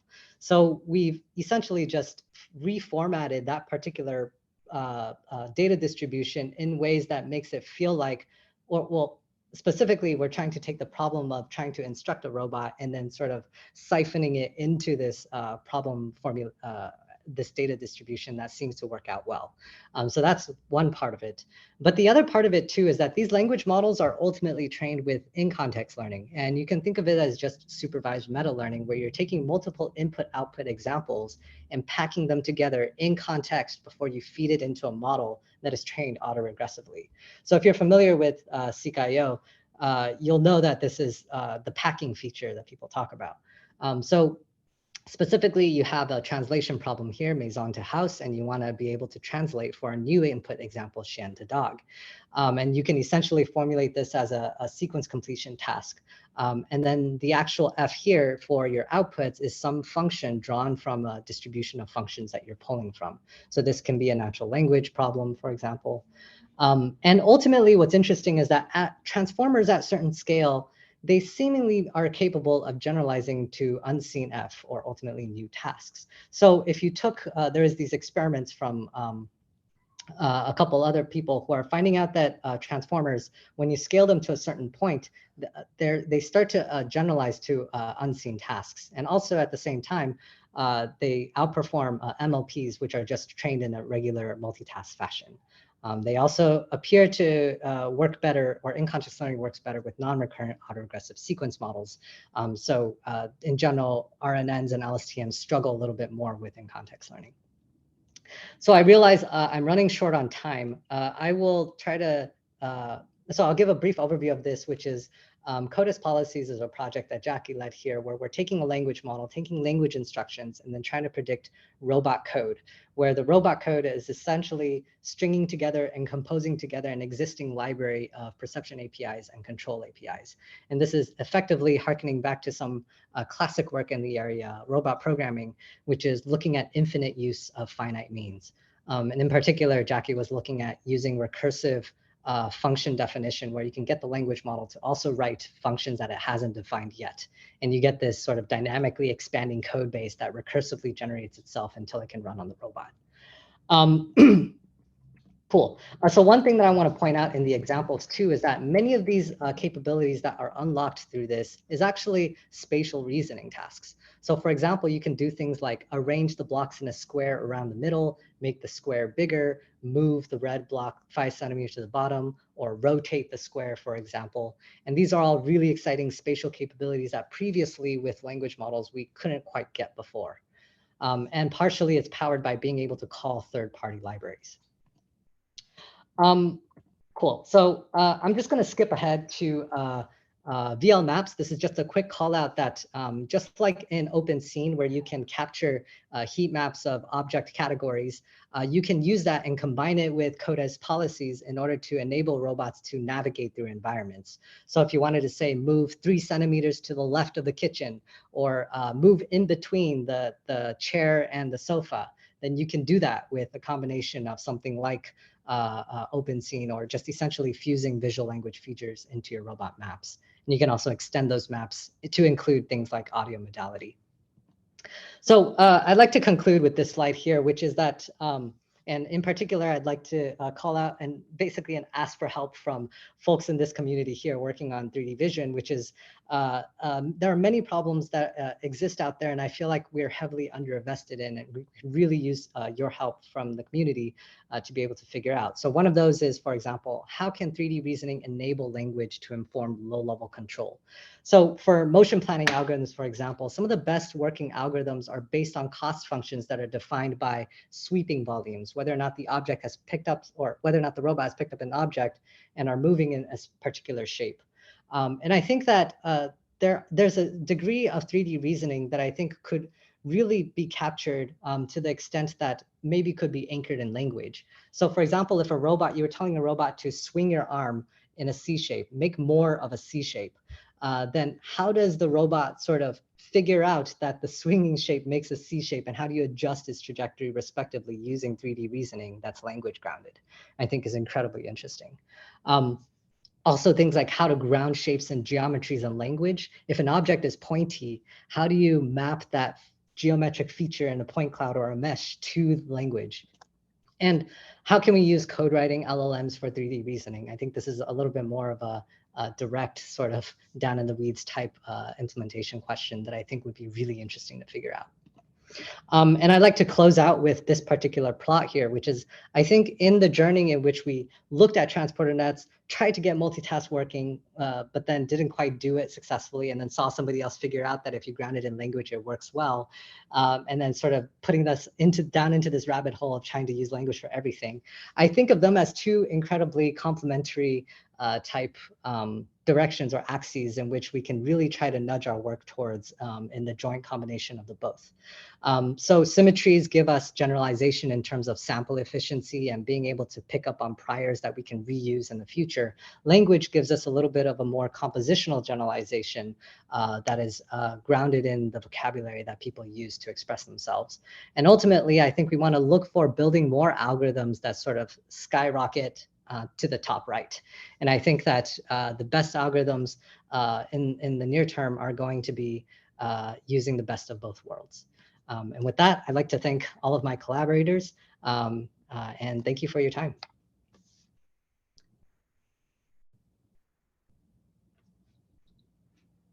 Thank you, Andy, for the wonderful talks, especially the underlying motivations of developing the series of works. And we have some questions from the audience. Yeah, go please. Hi, Andy. Can you hear me okay? Yes, I can hear you. I think so. Okay. So I have a question, particularly based on your observation on the multitask learning for robotics. So for example, I believe like particularly in the robotics, perspective, there are multiple different ways to parameterize how the robotics really big in the in this case. For example, you say language as one way to represent different tasks, but we may also represent tasks as demonstration or Go images. And particularly for another work, I recall like learning from Pei, also from Google Robotics team. And they're using Go images to represent robotics from like random curiosity-driven human teleoperated data, which seems to looks okay to have a good generalization for the good generalization in terms of policy and NC types. And from my also my personal research perspective, my experiments in multi-task learning using large-scale demonstration, which treating each task as a learnable code, which also generalized fine. So I just love to understand what's your what's the clear perspective on how these tasks would be better better represented in this case, and like well how you really concluded that the multi-task learning for robotics doesn't really work well apart from languages. Thanks. Mm-hmm. Yeah, that's a great question. And I think it's the answer is really nuanced, but I think we can draw from it some inspiration from the NLP community. So specifically, in order to get the transformer models to generalize to new tasks, one of the things that was commonly done at the time was to have this task prefix.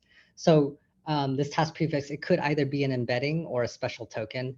And you would feed that as input initially, say you were doing some English to German translation. Then you would feed that as input to the model and it would know which task it was doing. And so if you're in your own work, if you're finding some way in which you can construct that special token autonomously, for example, from demonstrations, that was a good way to do multitask learning. And so the T5 models in particular were trained in this way, and they showed multitask learning across all sorts of different benchmarks, which was great. That was actually the early versions of multitask learning. The thing that started to take over at that point in time, starting with Brown et al. On GPT-2, was instead of having a special token that was regressed from a data set or manually created, it was instead replaced with examples of the same task. So that leads to in-context learning, which is that you now have, instead of just one token, many tokens, and these tokens are effectively multiple episodes of the same task, and use that as a conditioning variable to determine what your next task would be. So I'd imagine that today, if we have language, that is one way to get the prior. You can have goal images as well, or demonstrations as well to get that prior, but you need that conditioning. But I think potentially multitask learning in robot learning in particular in the future, we might just be straight up using in-context learning, but feeding whole demonstrations in context buffer into a transformer that can take it all as input.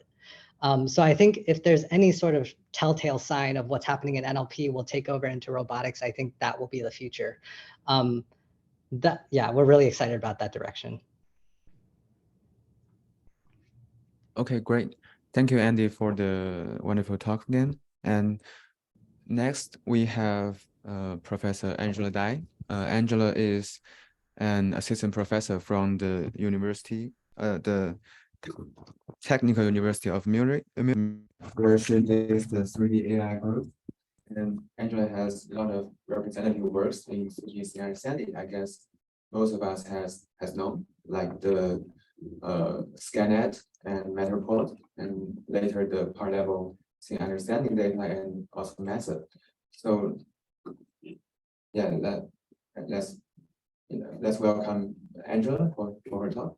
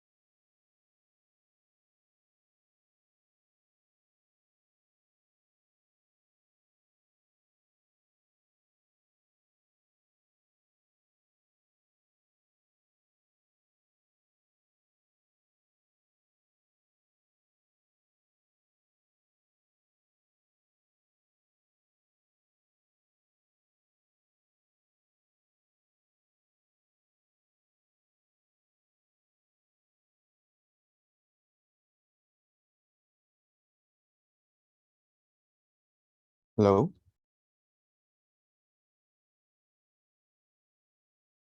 Hello? Can anyone hear me online? Yeah, I think so. Okay. Then we use my laptop for the sound and if you're beautiful.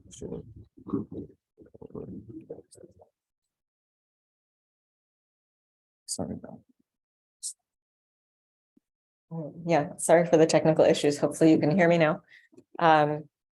So we're talking about capturing the world in 3D. So for instance, from a commodity sensor like an iPhone in an indoor environment, being able to understand the geometry and structure of the objects involved. For instance, for content creation kind of applications, creating video game assets and so on that reflect real world kind of interactability.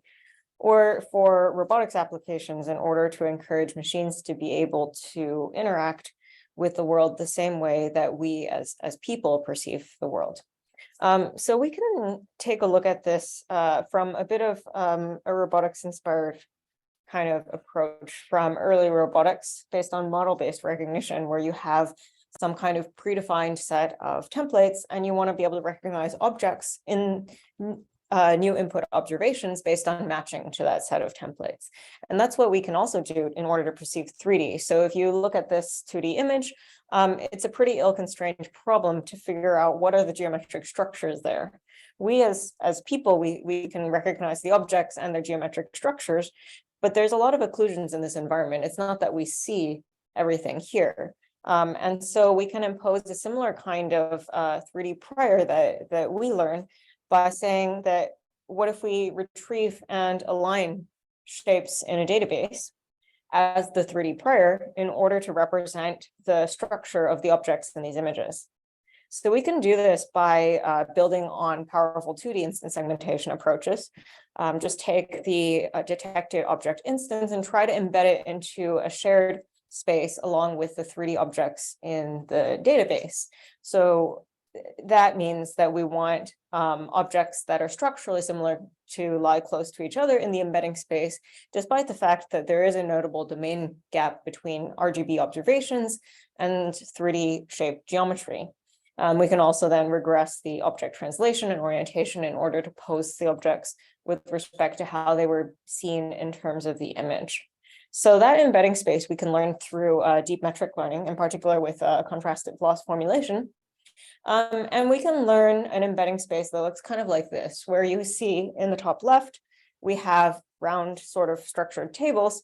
In the bottom right, we have bookshelves, and they're all kind of clustered together in terms of structural and semantic similarity, rather than whether they came from the RGB observation or from the 3D shapes. So that means that we can then retrieve a representative object by looking up a new detected RGB feature into this embedding space and just picking the nearest neighbor that comes from the CAD models, the 3D shapes in the database. And that means we get a few nice properties in terms of representing the objects in these scenes, because everything that we retrieve is up to the fidelity of the database. We end up with something that's physically plausible and viable as a shape itself to represent the object that's being observed.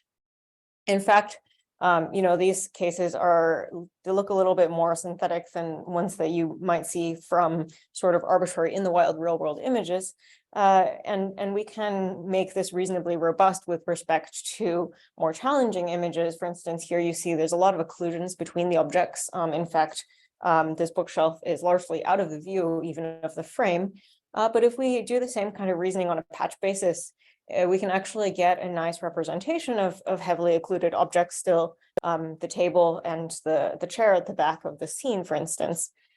However, there are some clear limitations, of course, from retrieving objects just directly from a database.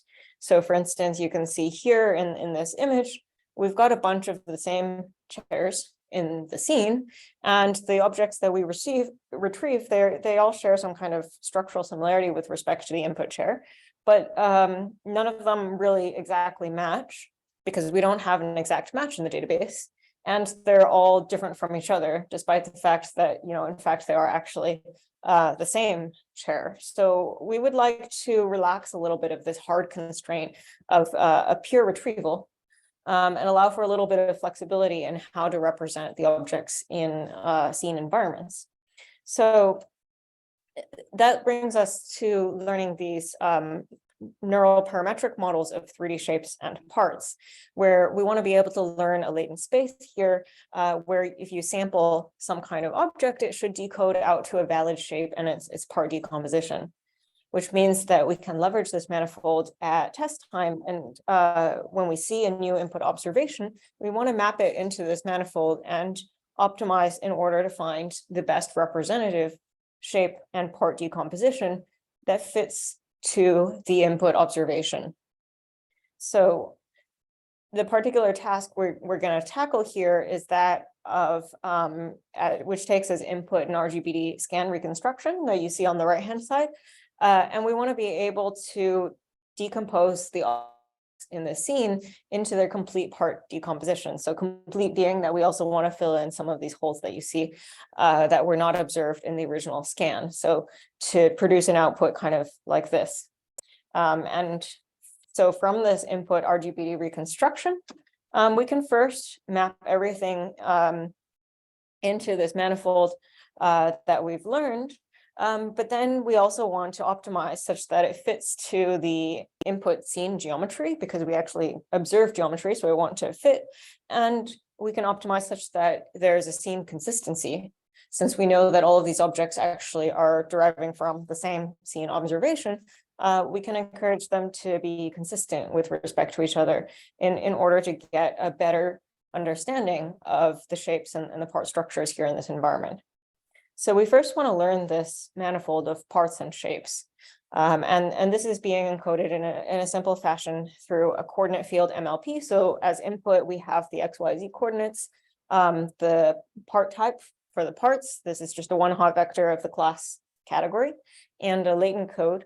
And this is being input into an MLP that predicts the SDF of that particular part in the canonical system of the shape. So you can see the visualization of the part geometries here. And we can just optimize this function represented here that you see, this MLP that predicts the SDF. We can just make sure that it matches as close as possible to the ground truth SDF at these locations, train it on complete synthetic shapes from PartNet so that we encode a fully valid shape information in the space. And the last term here is just a regularization such that we end up learning a more compact manifold here. We can do the same thing at the shape level rather than the part level. So we get rid of the part category information and just train this to predict the SDF, again, in the same way that represents the shape for all of the train instances here. So once we optimize for these codes of all of the train shapes, we can then walk through the space and see what it looks like. So here's a few interpolations through the different parts that you see for a few different class categories. And this is a continuous manifold, which means that when we go through a different number of discrete legs, for instance, on this chair, it does at some point turn into a halfway disappearing leg in order to ensure that we actually can go between 2 and 3 legs. But that means that we now also have the flexibility to go through and try to fit this manifold to something that we see now as input. And so we can get a more accurate representation with respect to the input geometry. So what does that look like? We have an input scan here with detected objects with state-of-the-art 3D box detector. And then we can take the features from the detected objects and predict the set of part classes that belong to that object. And then we can just learn an encoder mapping just that goes directly into the latent space that we've learned. The way this is trained is basically to just map between the train instances and their codes. So how this operates, despite that it's trained as a regression task, is effectively like retrieval. It's going to produce the nearest code that's close to the nearest train instance to whatever is the input observation. And so what that means is you'll get out something that looks like a decently nice chair, but it won't match exactly the input geometry that we have observed. And that's kind of the common modality of most approaches, is to take a single forward pass through a pipeline like this, and you'll get something similar to the input, but there's no constraints that actually tell us that we should respect the input geometry. So we want to go one step further. In order to do this test time optimization, we also use a dense coarse part segmentation as guidance so that we can optimize such that the part geometries, they all correspond with what we've seen now as input observations. So as a part of regularization of this optimization, and the reason why we're doing not just parts but shapes, is we want to ensure part shape consistency. So the shape part decomposition should agree with the shape. And so this encourages properties like symmetry and discourages things like divergence of parts from each other in the optimization. And I also mentioned, we can take advantage of the fact that we see many different observations of the same object in one scene quite a lot. And so we can encourage all of the objects that decode out to a similar shape to also be consistent in the optimization here, such that they're matching with different kinds of view occlusion constraints. And that means that what we get out is a part decomposition of all of the shapes that better matches with the input geometry while maintaining a plausible shape and part structure due to the regularization properties of our Lane manifold. So we can take a look at that optimization process here. So these are just optimizing to fit to the input scenes. And now we get something that's a bit more consistent and matches a bit better with the input geometry. So this is this nice property of being able to walk through a manifold that spans a reasonable diversity in terms of shapes and parts that lets us actually fit better to input observations. And that's also why we can produce more accurate part decompositions from a quantitative perspective in comparison to various state-of-the-art methods that also operate on part-based reasoning. So you can see this a bit more clearly in the qualitative results that we can better match to the input geometry constraints with this optimization, and also benefiting from the scene consistent optimization, especially when we have a large number of repeated objects. Then we can also leverage that extra information to get more accurate results here. So here you can see just a couple of example scenes where we can understand the shape and the part structures now in these environments based on learning a parametric model over the shapes and their parts. Now, on the other hand, we have leveraged a strong amount of 3D supervision in order to figure out how to learn this particular manifold. So what about actually just going and saying, can we actually learn 3D semantics without any manual supervision at all? What can we learn from just data of basically 3D scenes and their geometry? So that's an unsupervised 3D scene understanding kind of problem. And what we're taking a look at here is actually just doing 3D instance segmentation, class agnostic, since we don't actually have any manual labels. And what we can do is actually get a decent amount of understanding of different kinds of objects. I think the chair and the table is actually kind of cool because they're relatively close together, spatially speaking, in this environment, and we can learn how to distinguish them without having to rely on any manual labels of object semantics here in this environment. Of course, it's pretty far from perfect, right? Like these two monitors and such get stuck together, but we aren't actually using any 3D supervision in terms of the semantics. So the way that this works is we're leveraging self-training and starting that process by proposing initial pseudomasks as ground truth. So first, from the input data, we try to estimate what the initial set of pseudomasks are, and then we go through a few self-training cycles in order to iterate and refine what the actual instance segmentations should look like. So in order to do this, we want to be able to leverage the strongest features that we can. So we're going to try to take advantage of the multi-modality of the RGBD scans here, which is that of 3D geometry and of the 2D color observations. So we want to use, in this case, for the 2D features, these are dyno features, and the 3D features are also self-supervised in terms of contrastive losses, in particular, the contrastive scene context features for 3D. So none of these are leveraging any semantic labels in order to generate the features. In order to handle the high dimensionality of the 3D data itself, we leverage a coarse primitive, which is basically geometric segments, and we use those to help aggregate them into features that are basically operating at the level of the geometric segments. So that gives us the information to generate the initial pseudomasks. We're basically taking that feature aggregations and applying a normalized cut in order to make the initial guess for what the pseudomasks should look like here. And so here we're gonna take this set and try to leverage this in a trained 3D network in order to predict a new set of 3D instances. So of course, we're gonna then repeat the process a few times, take the next set of predictions, input them in along with the first set of initial pseudomasks, and refine the 3D network here, which is a 3D transformer. This is tractable because the transformer is actually operating at the level of segments. So this is something that we can do with attention across all of the elements here.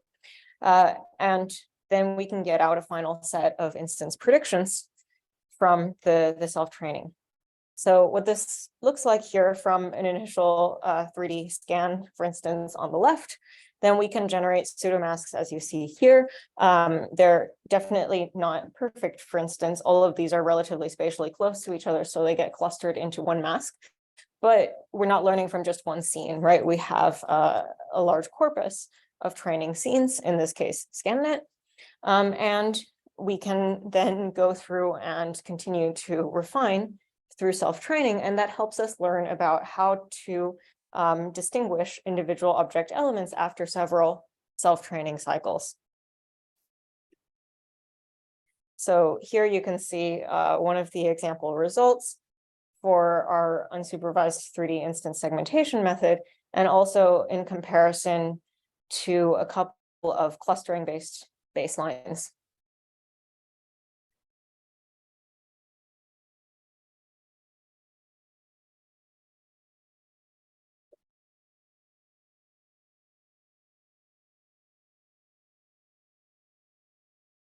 All right, so I think this is kind of cool that we can actually achieve this level of understanding of different kinds of structures without labels.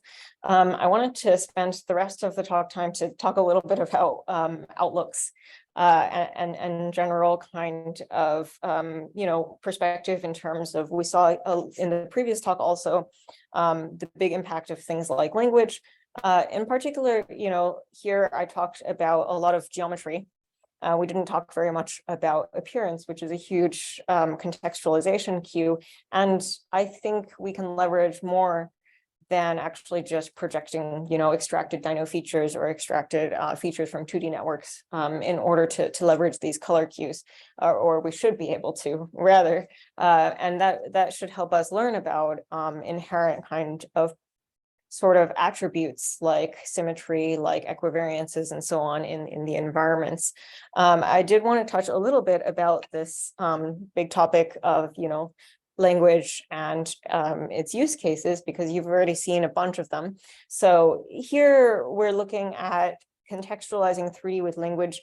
And I just wanted to note, this is like just a perspective on the fact that we have tons and tons of text data, not a lot of 3D data. So, can we leverage the power of language, not just in terms of its descriptiveness or in terms of the ability to generate plausible sort of coherent sentences, but the structure of the space of text embeddings is far richer than one than you would learn purely from training on 3D. And so we can try to ground 3D training to language encoded features, and that actually helps to learn these kind of small long tail objects, for instance, like a soap dish or a telephone, to be able to recognize them in environments when leveraging just a limited amount of 3D data. However, I would say that's not the end all be all. We can't just rely on big language features for everything. When we talk about 3D scenes, we're talking about an incredibly precise description of an environment. And that's something that language is inherently not very good at, right? Language is inherently very ambiguous and imprecise.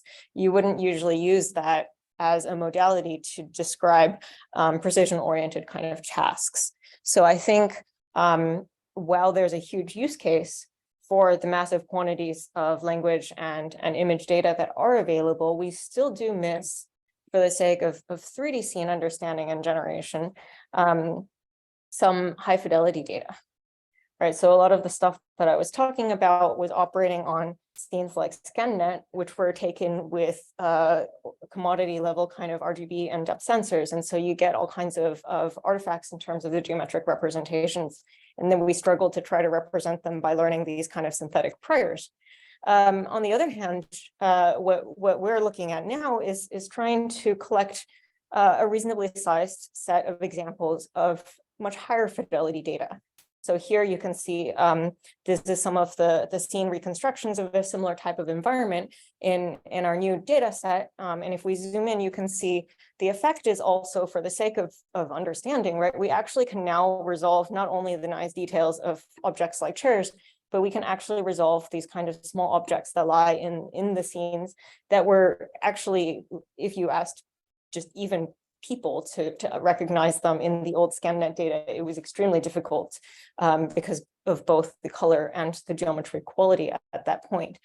So I hope that this will help to also jumpstart more scene understanding that is taking into account all kinds of the variety of objects that we actually encounter in the environments, rather than, you know, the big furniture objects like chairs, tables, sofas, and all this kind of stuff. Of course, we want not only geometry and semantics, but also high quality appearance and color, as that's an important aspect of visual consumption and understanding is understanding the color and appearance. And so this kind of data, what we're looking at is basically high quality geometry, high quality color, and the connection to commodity sensor input through iPhone data. So we want to be able to learn how we can actually map together all this kind of information. More specifically, the high-end geometry is coming from a far laser scanner that's set to capture at approximately 1 millimeter resolution. We have a Sony Alpha 7, a DSLR that captures 33 megapixel images, and an iPhone 13 Pro that's capturing the RGBD stream. So this is for both trying to unify all these aspects together, geometry, semantics, and appearance modeling, right? So we've probably seen some of the power as well of, for instance, neural radiance fields kind of representations, and how we can potentially try to learn more general features through bridging these geometry and semantics.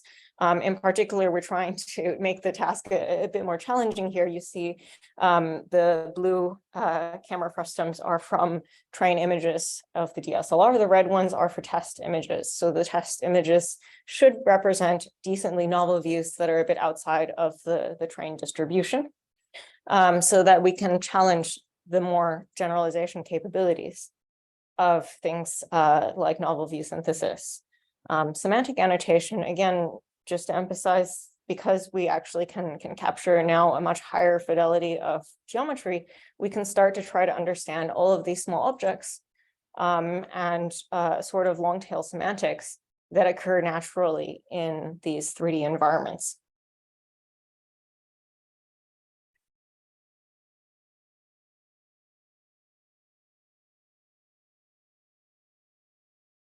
So this is an ongoing active effort.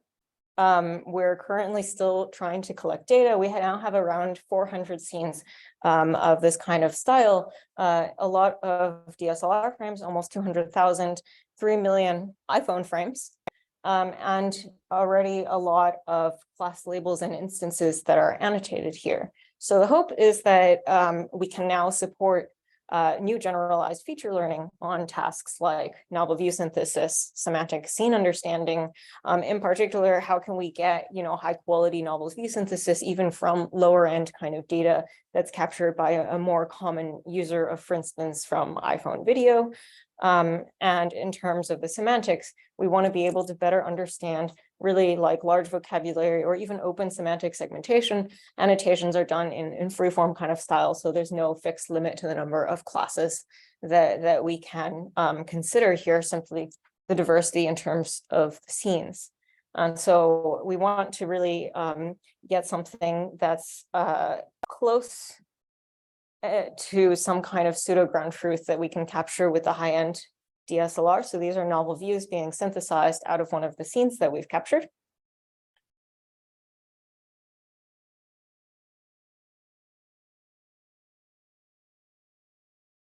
And a bit of a overview and comparison of a couple of state-of-the-art NERF methods.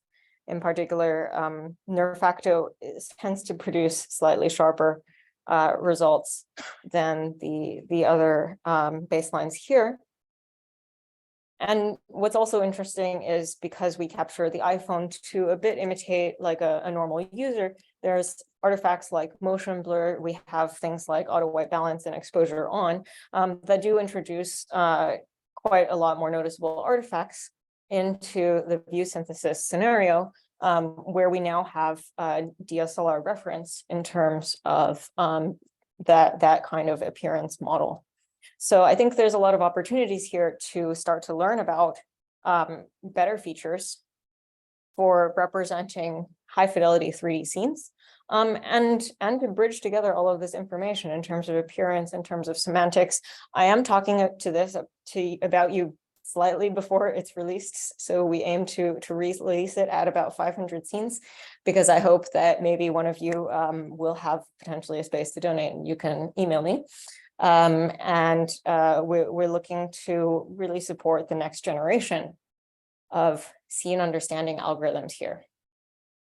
So with that, I would like to thank you for your attention. Thanks to students and collaborators for all of the hard work that I can present here today.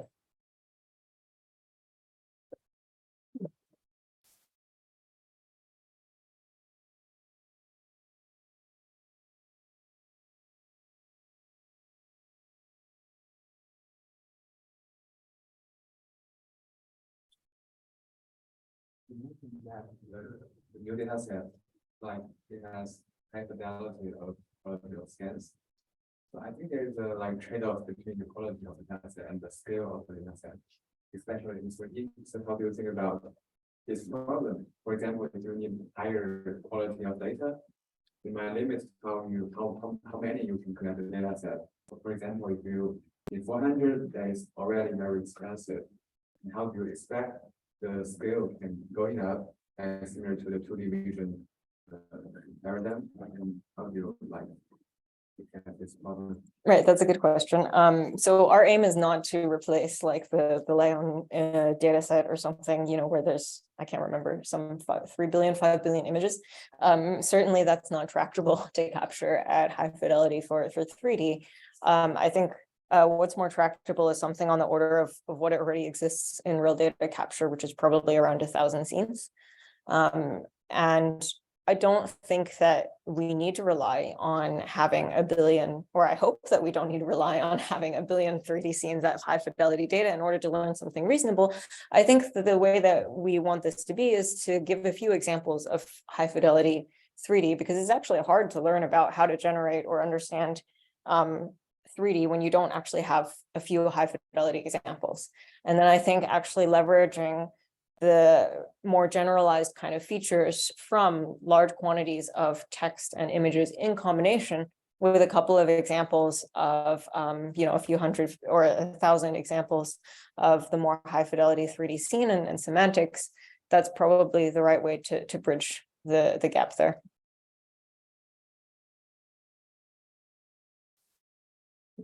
From the audience.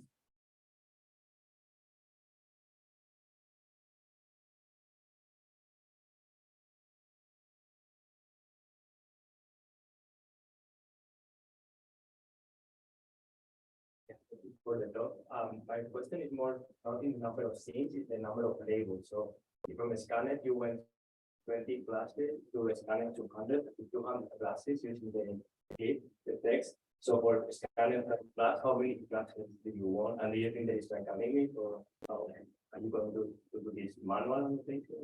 So the annotation is it is manual, and the annotators are basically allowed to input any freeform text. So theoretically, there is not a hard limit, but certainly there is a limit just based on the diversity of scenes that are being collected. So, I mean, I think at the moment we have something like 1,200 unique labels, but certainly some of them are a bit closer in semantics than others. But we have captured, you know, a bit of a diversity in environments in terms of, you saw there was like a warehouse or kind of lab kind of environment. You see a lot of different kinds of objects there than others. We're probably not necessarily trying to capture a lot more than, like, let's say 1,200 unique labels. Certainly, I think in that case, the more the better, but we are more limited in terms of the pure logistics of being able to capture different locations. I hope that it's just giving enough few examples of some of these more difficult to find objects that you start to learn a little bit about what we need for more generalized features that can enable something that goes beyond the more fixed class kind of scenario of understanding. I know that there are some works that go towards more like open vocabulary based on language features, but I think there's still a lot that's missing in language in terms of spatial understanding, and that's what I want the data to bring.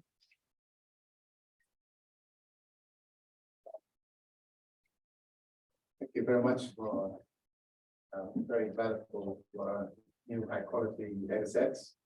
I'm looking forward to use this for my work.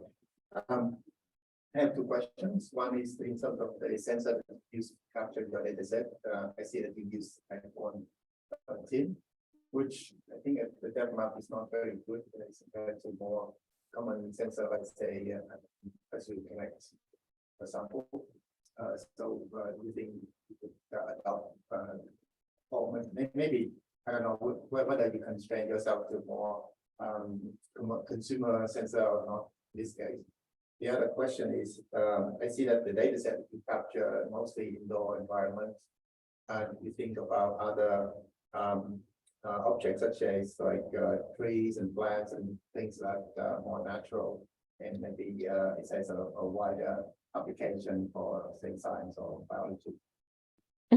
Yeah, I think in terms of the iPhone, it's meant to be not that high quality, but it's meant to be representative of a device that a lot of people have, which is true of iPhones, generally speaking. So it might be, and it's a bit hard to predict. I started in this field around 2013, and I was hoping for more development in terms of consumer depth devices since then, but we honestly haven't seen that much. So I'm not sure how to predict how far that goes, but certainly I would say that in general, I think it would be very cool. And I don't think that it's infeasible to be able to learn about how to transfer the higher quality information to commodity sensor kind of input where you do have a lower grade of information there.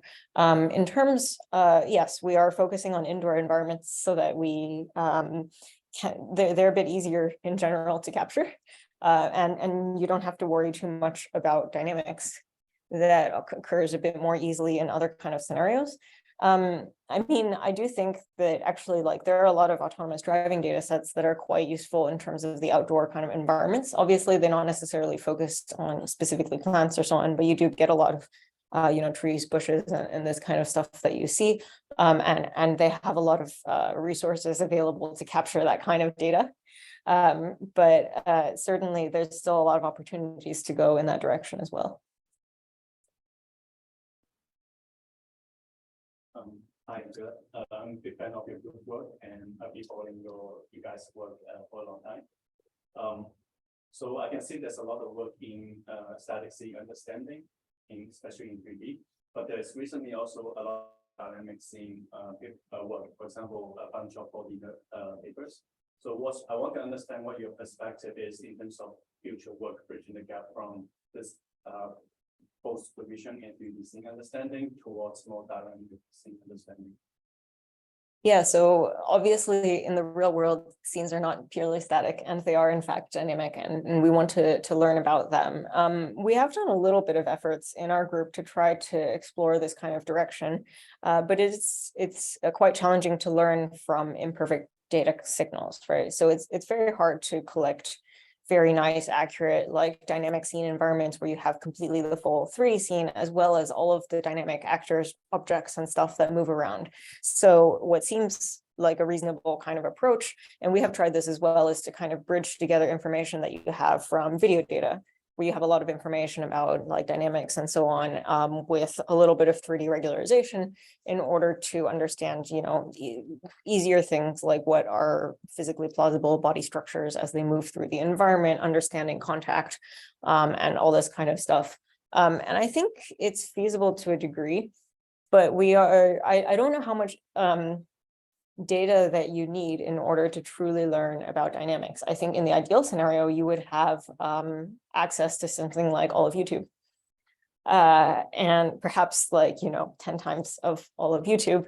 I'm not sure about what's the quantity that's needed, but dynamic data is a lot more complicated because inherently it does actually involve not only the 3D structure for multi-view consistency, but now also understanding the deformations for temporal consistency.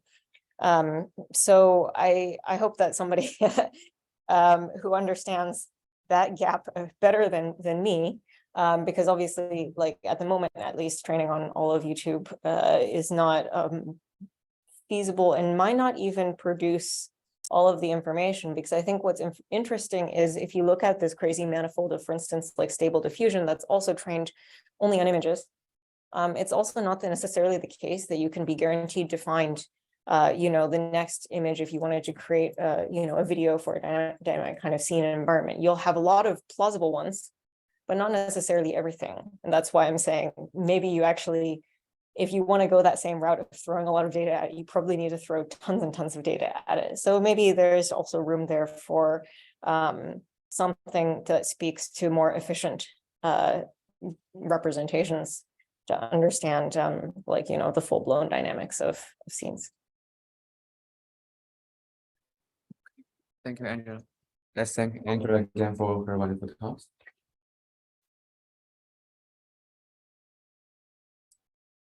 And next is our final oral presentation for 3 papers. They are Mask 3D, Architect, and Omni Object 3D. So first we have Jiho presenting the Mask 3D paper.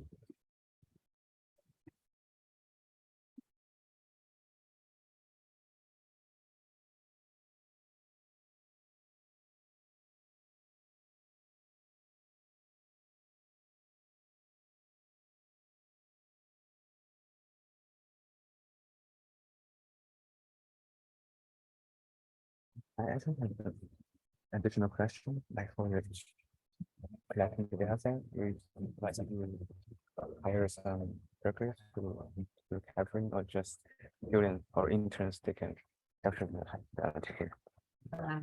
My 2 PhD students, and we also Like how fast? Because we find some similar things. It turns out that only PhD students or who know this, like how to scan, they can do it efficient. Otherwise, if you hire this or other person, you just spend a lot of time on different stuff, and quality is still not satisfying our experience. and so time is mostly actually because our scanning actually is very time consuming, but it's decently easy to use so that you can train most anybody. You mean the commercial scanner? The latest. Oh, yes. Yeah. So if you want to train somebody to do nerve capture, that's a bit more annoying. Yeah. So that's why we're limiting to just master students that we pick out and hire, because they have to be very cautious. I think they're trainable, but they have to be Yeah. because everything happens in the post, so we can't see the results of what they capture. That's the main challenge.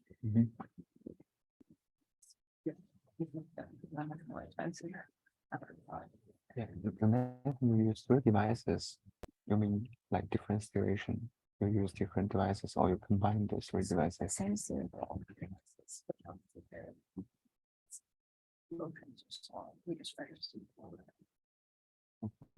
For example, you can have a LiDAR for the accurate point positions, and then Recording in progress.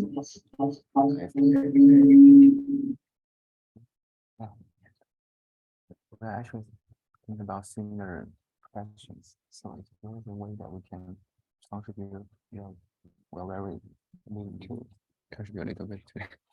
Hey everybody, I'm Jiho from Generative AI at Meta.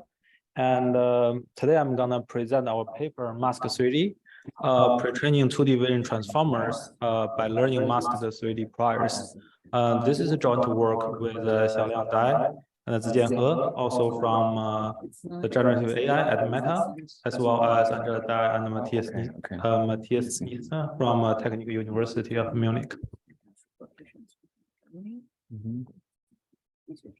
Okay, let's start. So basically, this work is about how can we better leverage 3D priors to help 2D scene understanding tasks. So what we want to do is we want to embed the 3D priors into the 2D network. It's kind of the representation learning part. So basically, if we look at the current method that doing similar things, such as prior 3D, it has several drawbacks. First of all, it focuses on the convolutional neural network-based method, such as the ResNet 50, etc.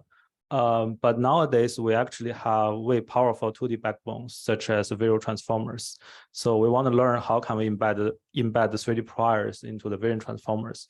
Another thing that they require a lot of 3D priors. For example, if you want to leverage the geometry priors, you need 3D reconstructions. If you want to leverage the multi-view geometry, you have to use the camera poses. And also, if you want to distill the 3D information into the 2D backbone, you also need to have a 3D backbone in addition to a 2D backbone. So as we know, the data, especially the 3D data, are very expensive. So that's why we propose Mask 3D. The Mask 3D is focused on the vision transformer-based backbone, and which is more powerful. And on the other hand, Mask 3D is very simple. So we aim to operate only on single RGBD frames, so that we don't have to rely on any 3D reconstructions. We don't rely on the camera poses, etc. And in a summary, compared to previous state-of-the-art methods, such as Prior 3D, Mask 3D does not require a 3D backbone, does not require the camera poses, and also not require the camera matrix. It only needs RGBD frames and also a base 2D backbone.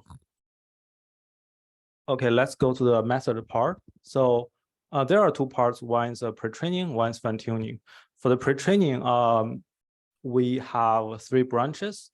First one is a RGB branch, which takes the RGB image as input and try to extract the features for the RGB images.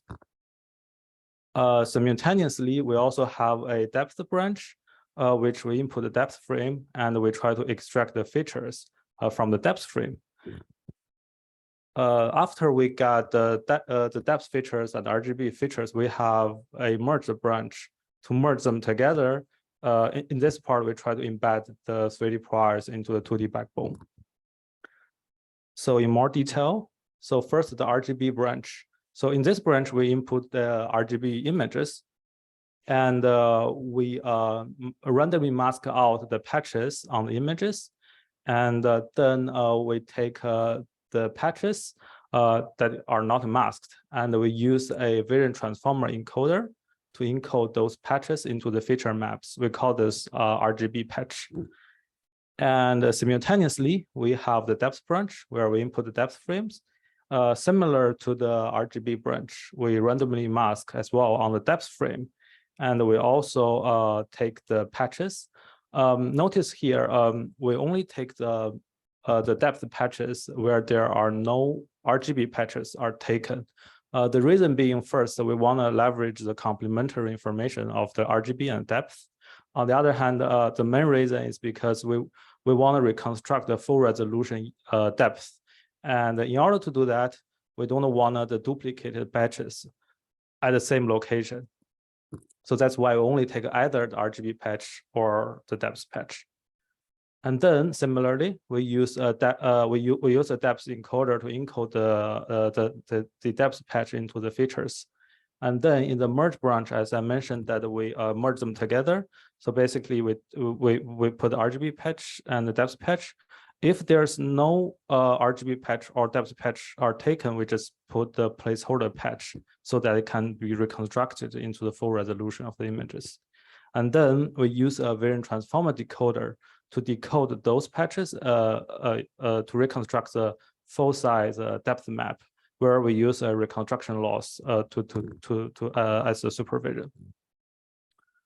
And this is the first part called pre-training, and then we go to the fine-tuning part. For fine-tuning, we only take the vision transformer encoder and the vision transformer decoder. We specifically discard the depth encoder because, as you know, in the downstream task, we aim for the 2D semantic scene understanding task where you only have the RGB image as input. We don't have depth there. And then, yeah, we just fine-tune this backbone on different 2D semantic scene understanding tasks, such as semantic segmentation, instance segmentation, as well as the object detection. Yeah, so we put some realization here. If you look at what this pre-training actually does, is actually learns to do the depth completion. So you have the RGB input images, and we mask it out, it becomes masked RGB input. And the pre-training method tries to learn the spatial and the geometric priors. Kind of, you can see from the inference here, this is without fine-tuning. If you just inference the pre-training backbone, you can get some geometric structures like this. So this will be the complementary information to the semantic part. And for fine-tuning, then we start to learn the semantic part. Then show some realizations of fine-tuning tasks like semantic segmentations on the ScanNet or NYU. And here we can see with introducing the 3D priors, the boundary, especially the intersection part of two objects, are more easier and clearly segmented. Similarly, for the instance segmentation, we can see that with introducing the 3D priors, it's easier to separate the two objects like these two chairs and some stuff on the bed there. Right, and we follow the previous work also doing the data efficient learning setup. Basically, for fine-tuning, if we only use very less data, for example, from 20% of the fine-tuning data, the images to fine-tune the model, to 100%, we observe a consistent improvement across different data range. This is very obvious gap.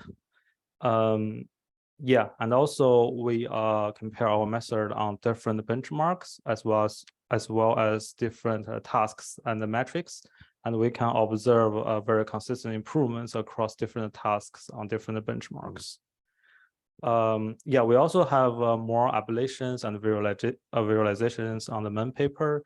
If you're interested, you can check it out. And that's basically the introduction of this paper. Thanks very much.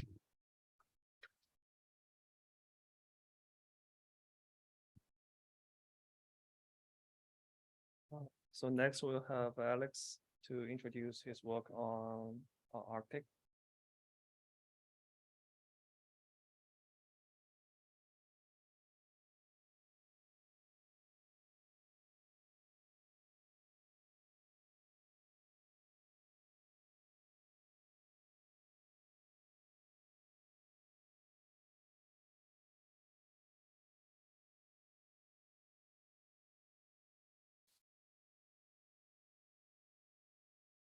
Hi, everyone. Today, the talk title is a dataset for dexterous bimanual hand object manipulation. It's a dataset called Arctic. It's a joint work of me, Omid, Dimitris, Muhammad, and also Manuel, supervised by Michael Black and also Omar Hillegas in ETH and MPI. So to motivate our projects, we first talk about a everyday scenario where human interacting with objects. So we human tend to be constantly manipulating very complex objects. For example, we open our laptop's cover to work, we apply water spray to clean windows, and we use our fingers to cut with scissors. So we intuitively understand that inanimate objects, they do not move by themselves, and their state changes are typically caused by human motion. So this understanding, however, is not yet the case for machines.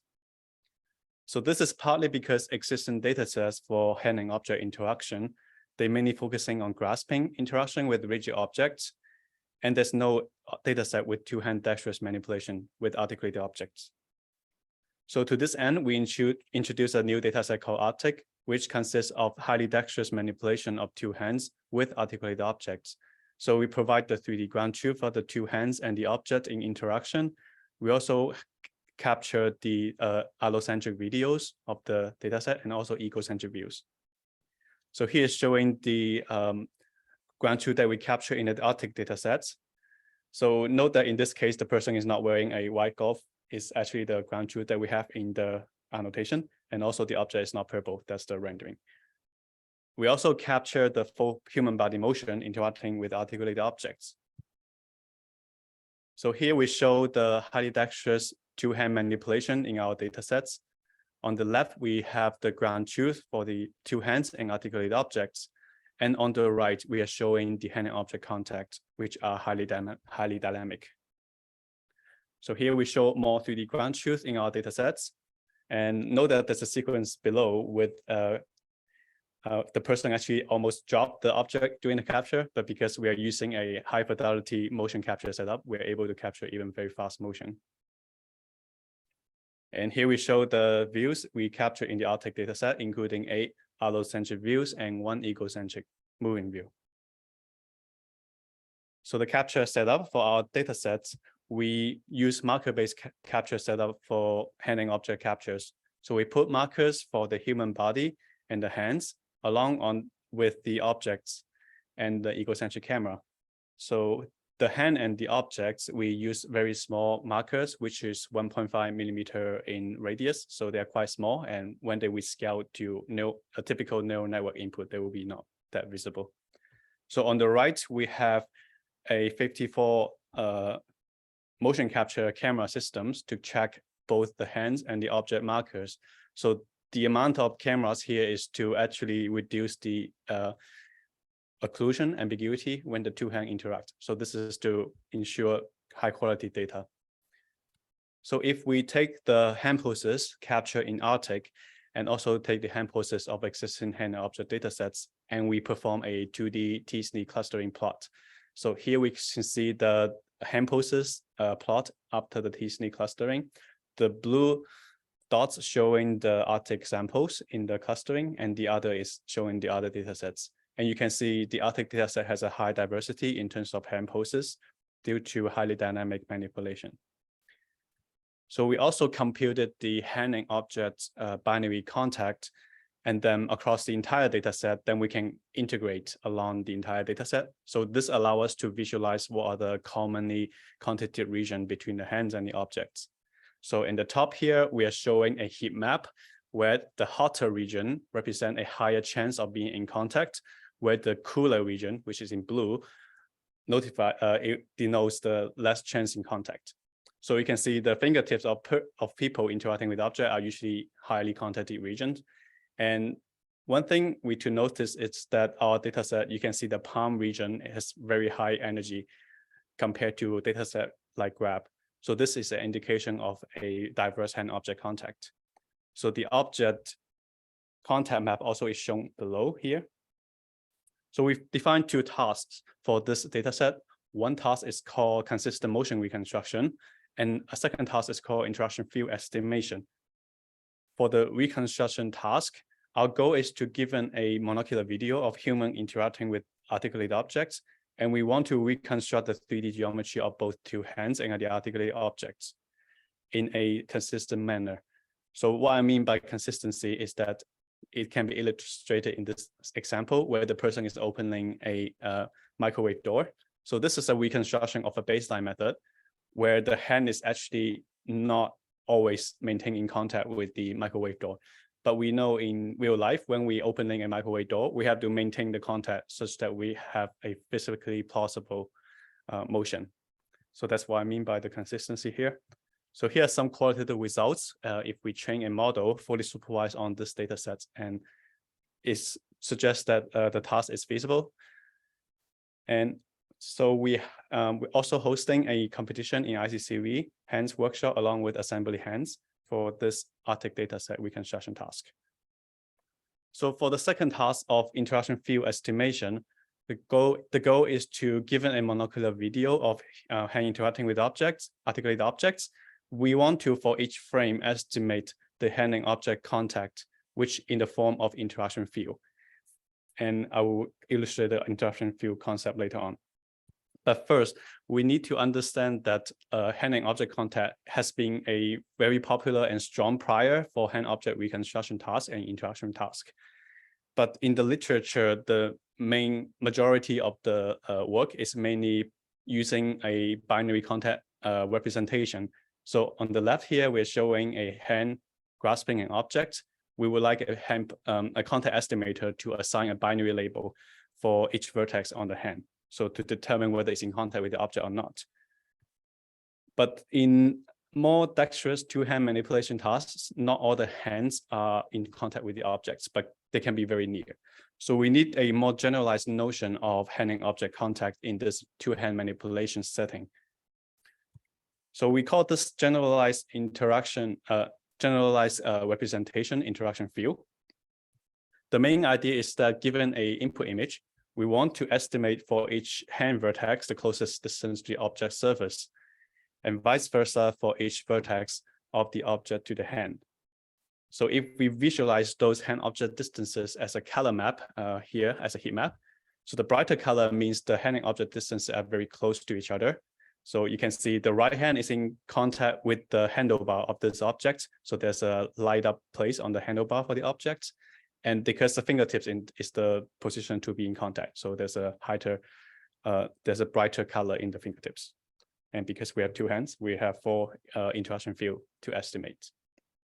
So here we show the interaction field as a video for only the right hand. So this representation can potentially be used for downstream hand object reconstruction when the two hands are not in contact with the object but near. And maybe you can also use it for additional constraint for optimization when we reconstruct an object. So we also show some qualitative results for this reconstruction estimation task. So on the left here, we're showing the left hand prediction and then the ground truth for the interaction field. The ground truth and the prediction, they correlate well together, so which is indicating feasibility of the task. We also show the prediction on the right hand. So we have introduced 2 tasks in our paper for Arctic dataset, but Arctic dataset can potentially enable a series of different tasks. So one series of tasks is many generation task for human object interaction. So existing work in human hand object interaction, they have mainly 3 branches in terms of generation.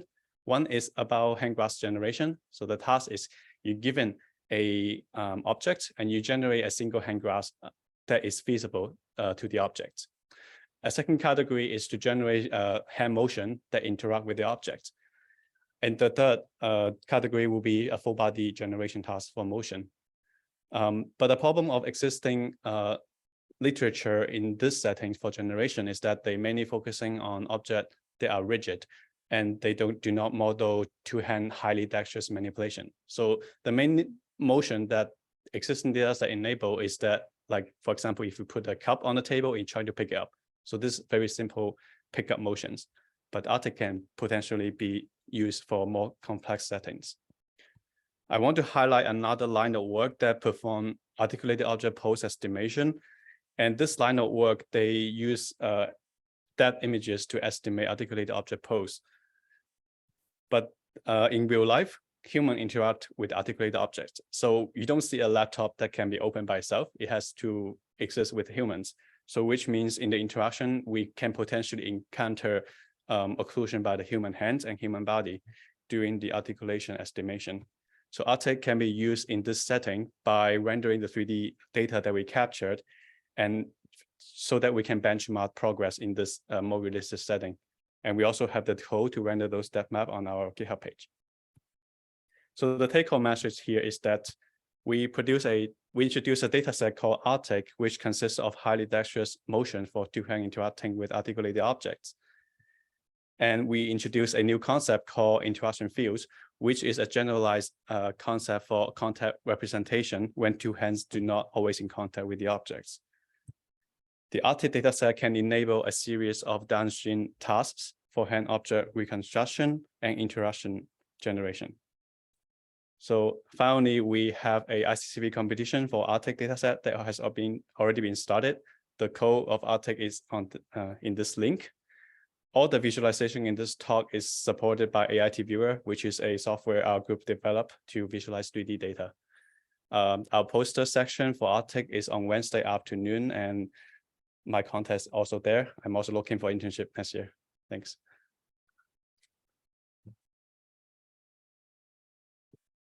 Thanks, yeah. So finally, we'll have our last presentation of the day. It's from Tom.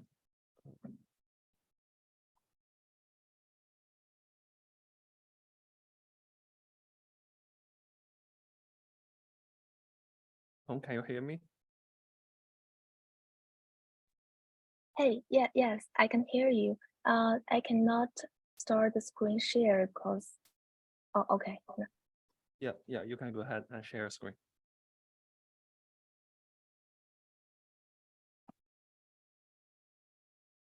Okay, so can everyone see my screen already? Yes.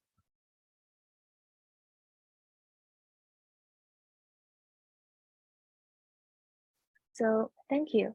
Hi, this is Tom, and I cannot be there due to the issue of visa, but I'm still very excited to see you virtually and to introduce our paper named OmniObject 3D, which is a large vocabulary 3D object dataset for realistic perception, reconstruction, and generation.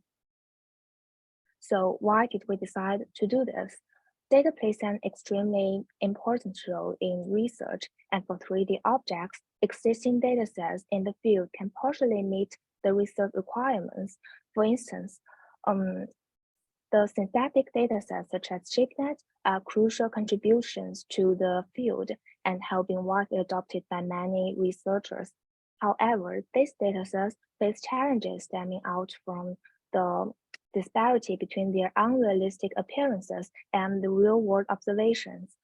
Another branch of work, such as Code3D, proposes a large-scale dataset that provides multiple images together with camera poses and reconstructed sparse point clouds. It has significantly enhanced research works in generalizable nerve models. However, it cannot provide a complete and accurate 3D mesh for either training, evaluation, or rendering.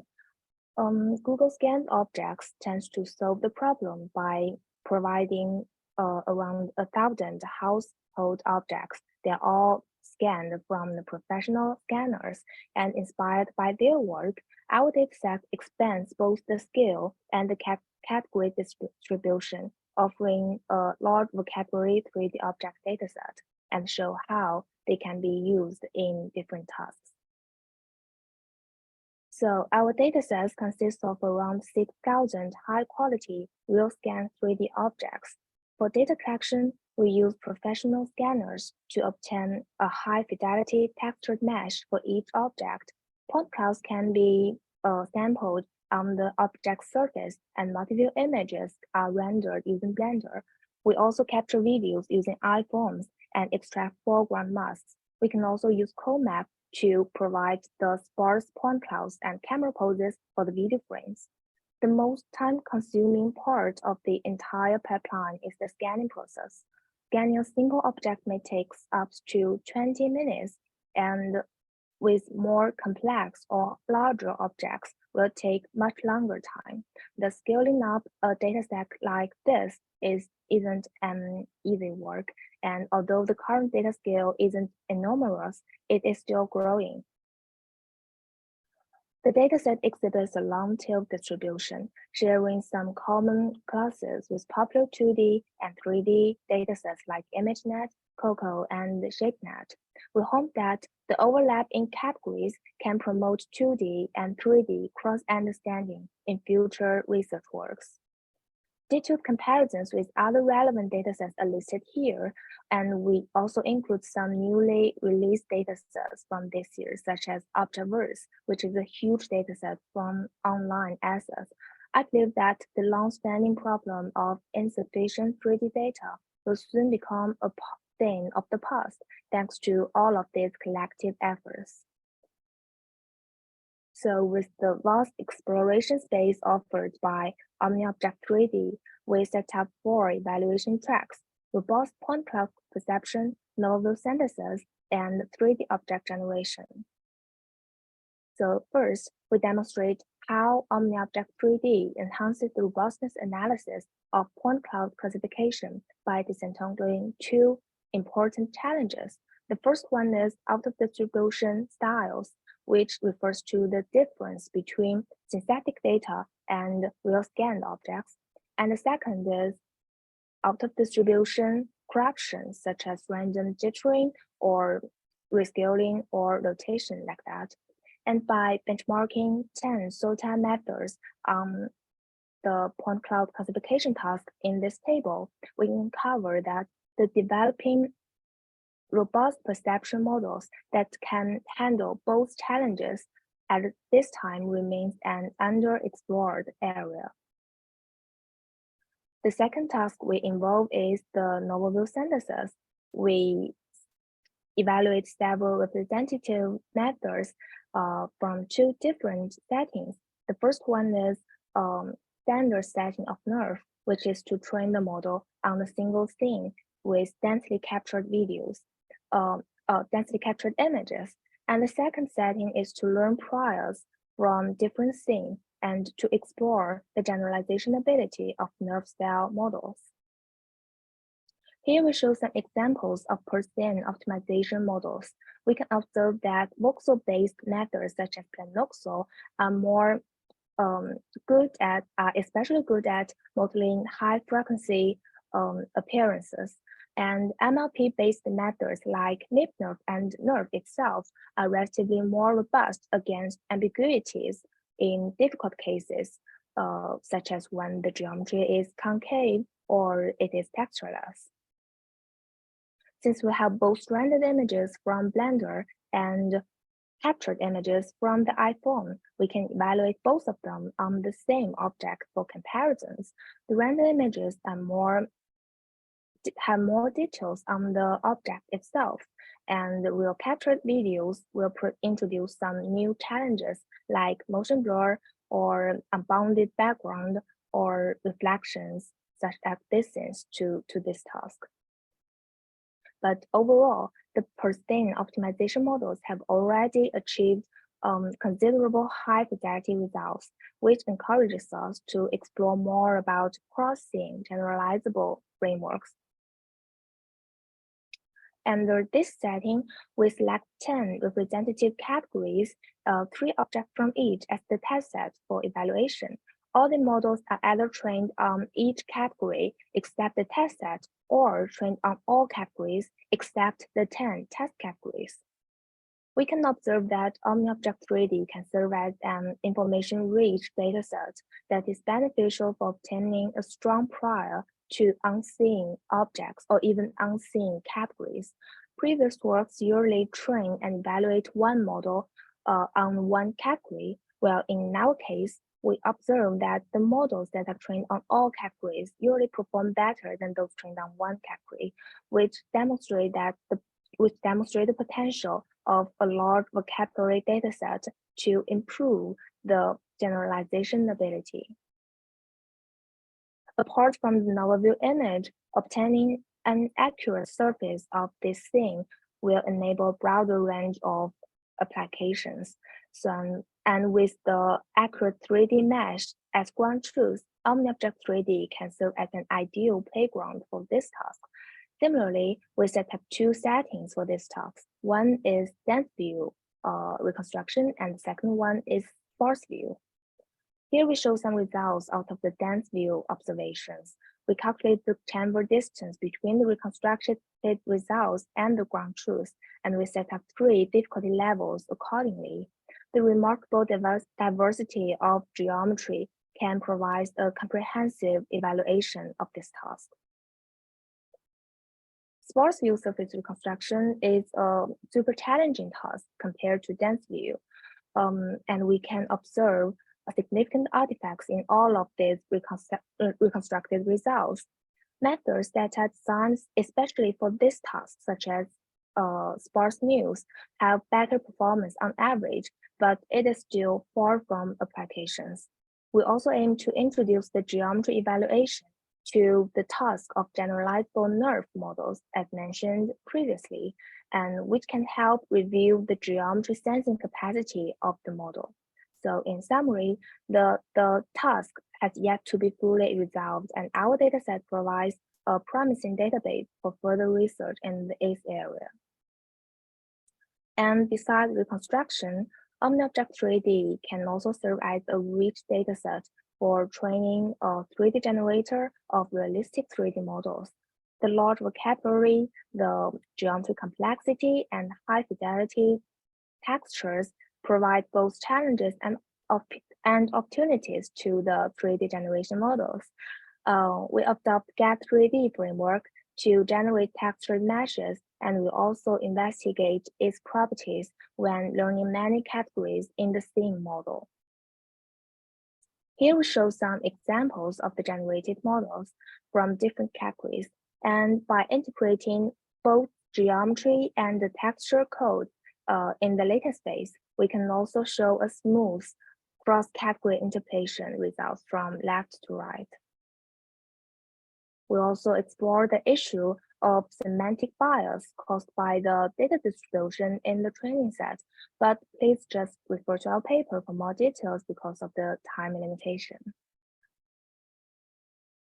And finally, apart from the tasks introduced in the paper, our dataset can naturally be combined into a scene and support perception models like 2D and 3D detection and pose estimation. So finally, OmniObject 3D involves a continuous expansion, and we aim to collect a wider range of 3D objects, ensuring a broader distribution and increased complexity across multiple categories and multiple modalities. Through these efforts, we hope that it can effectively support and drive advancements in many areas in the community in the future. So thank you. If you want to access our dataset and code, you can scan the QR code on the screen. So thank you. That's the end of the presentation.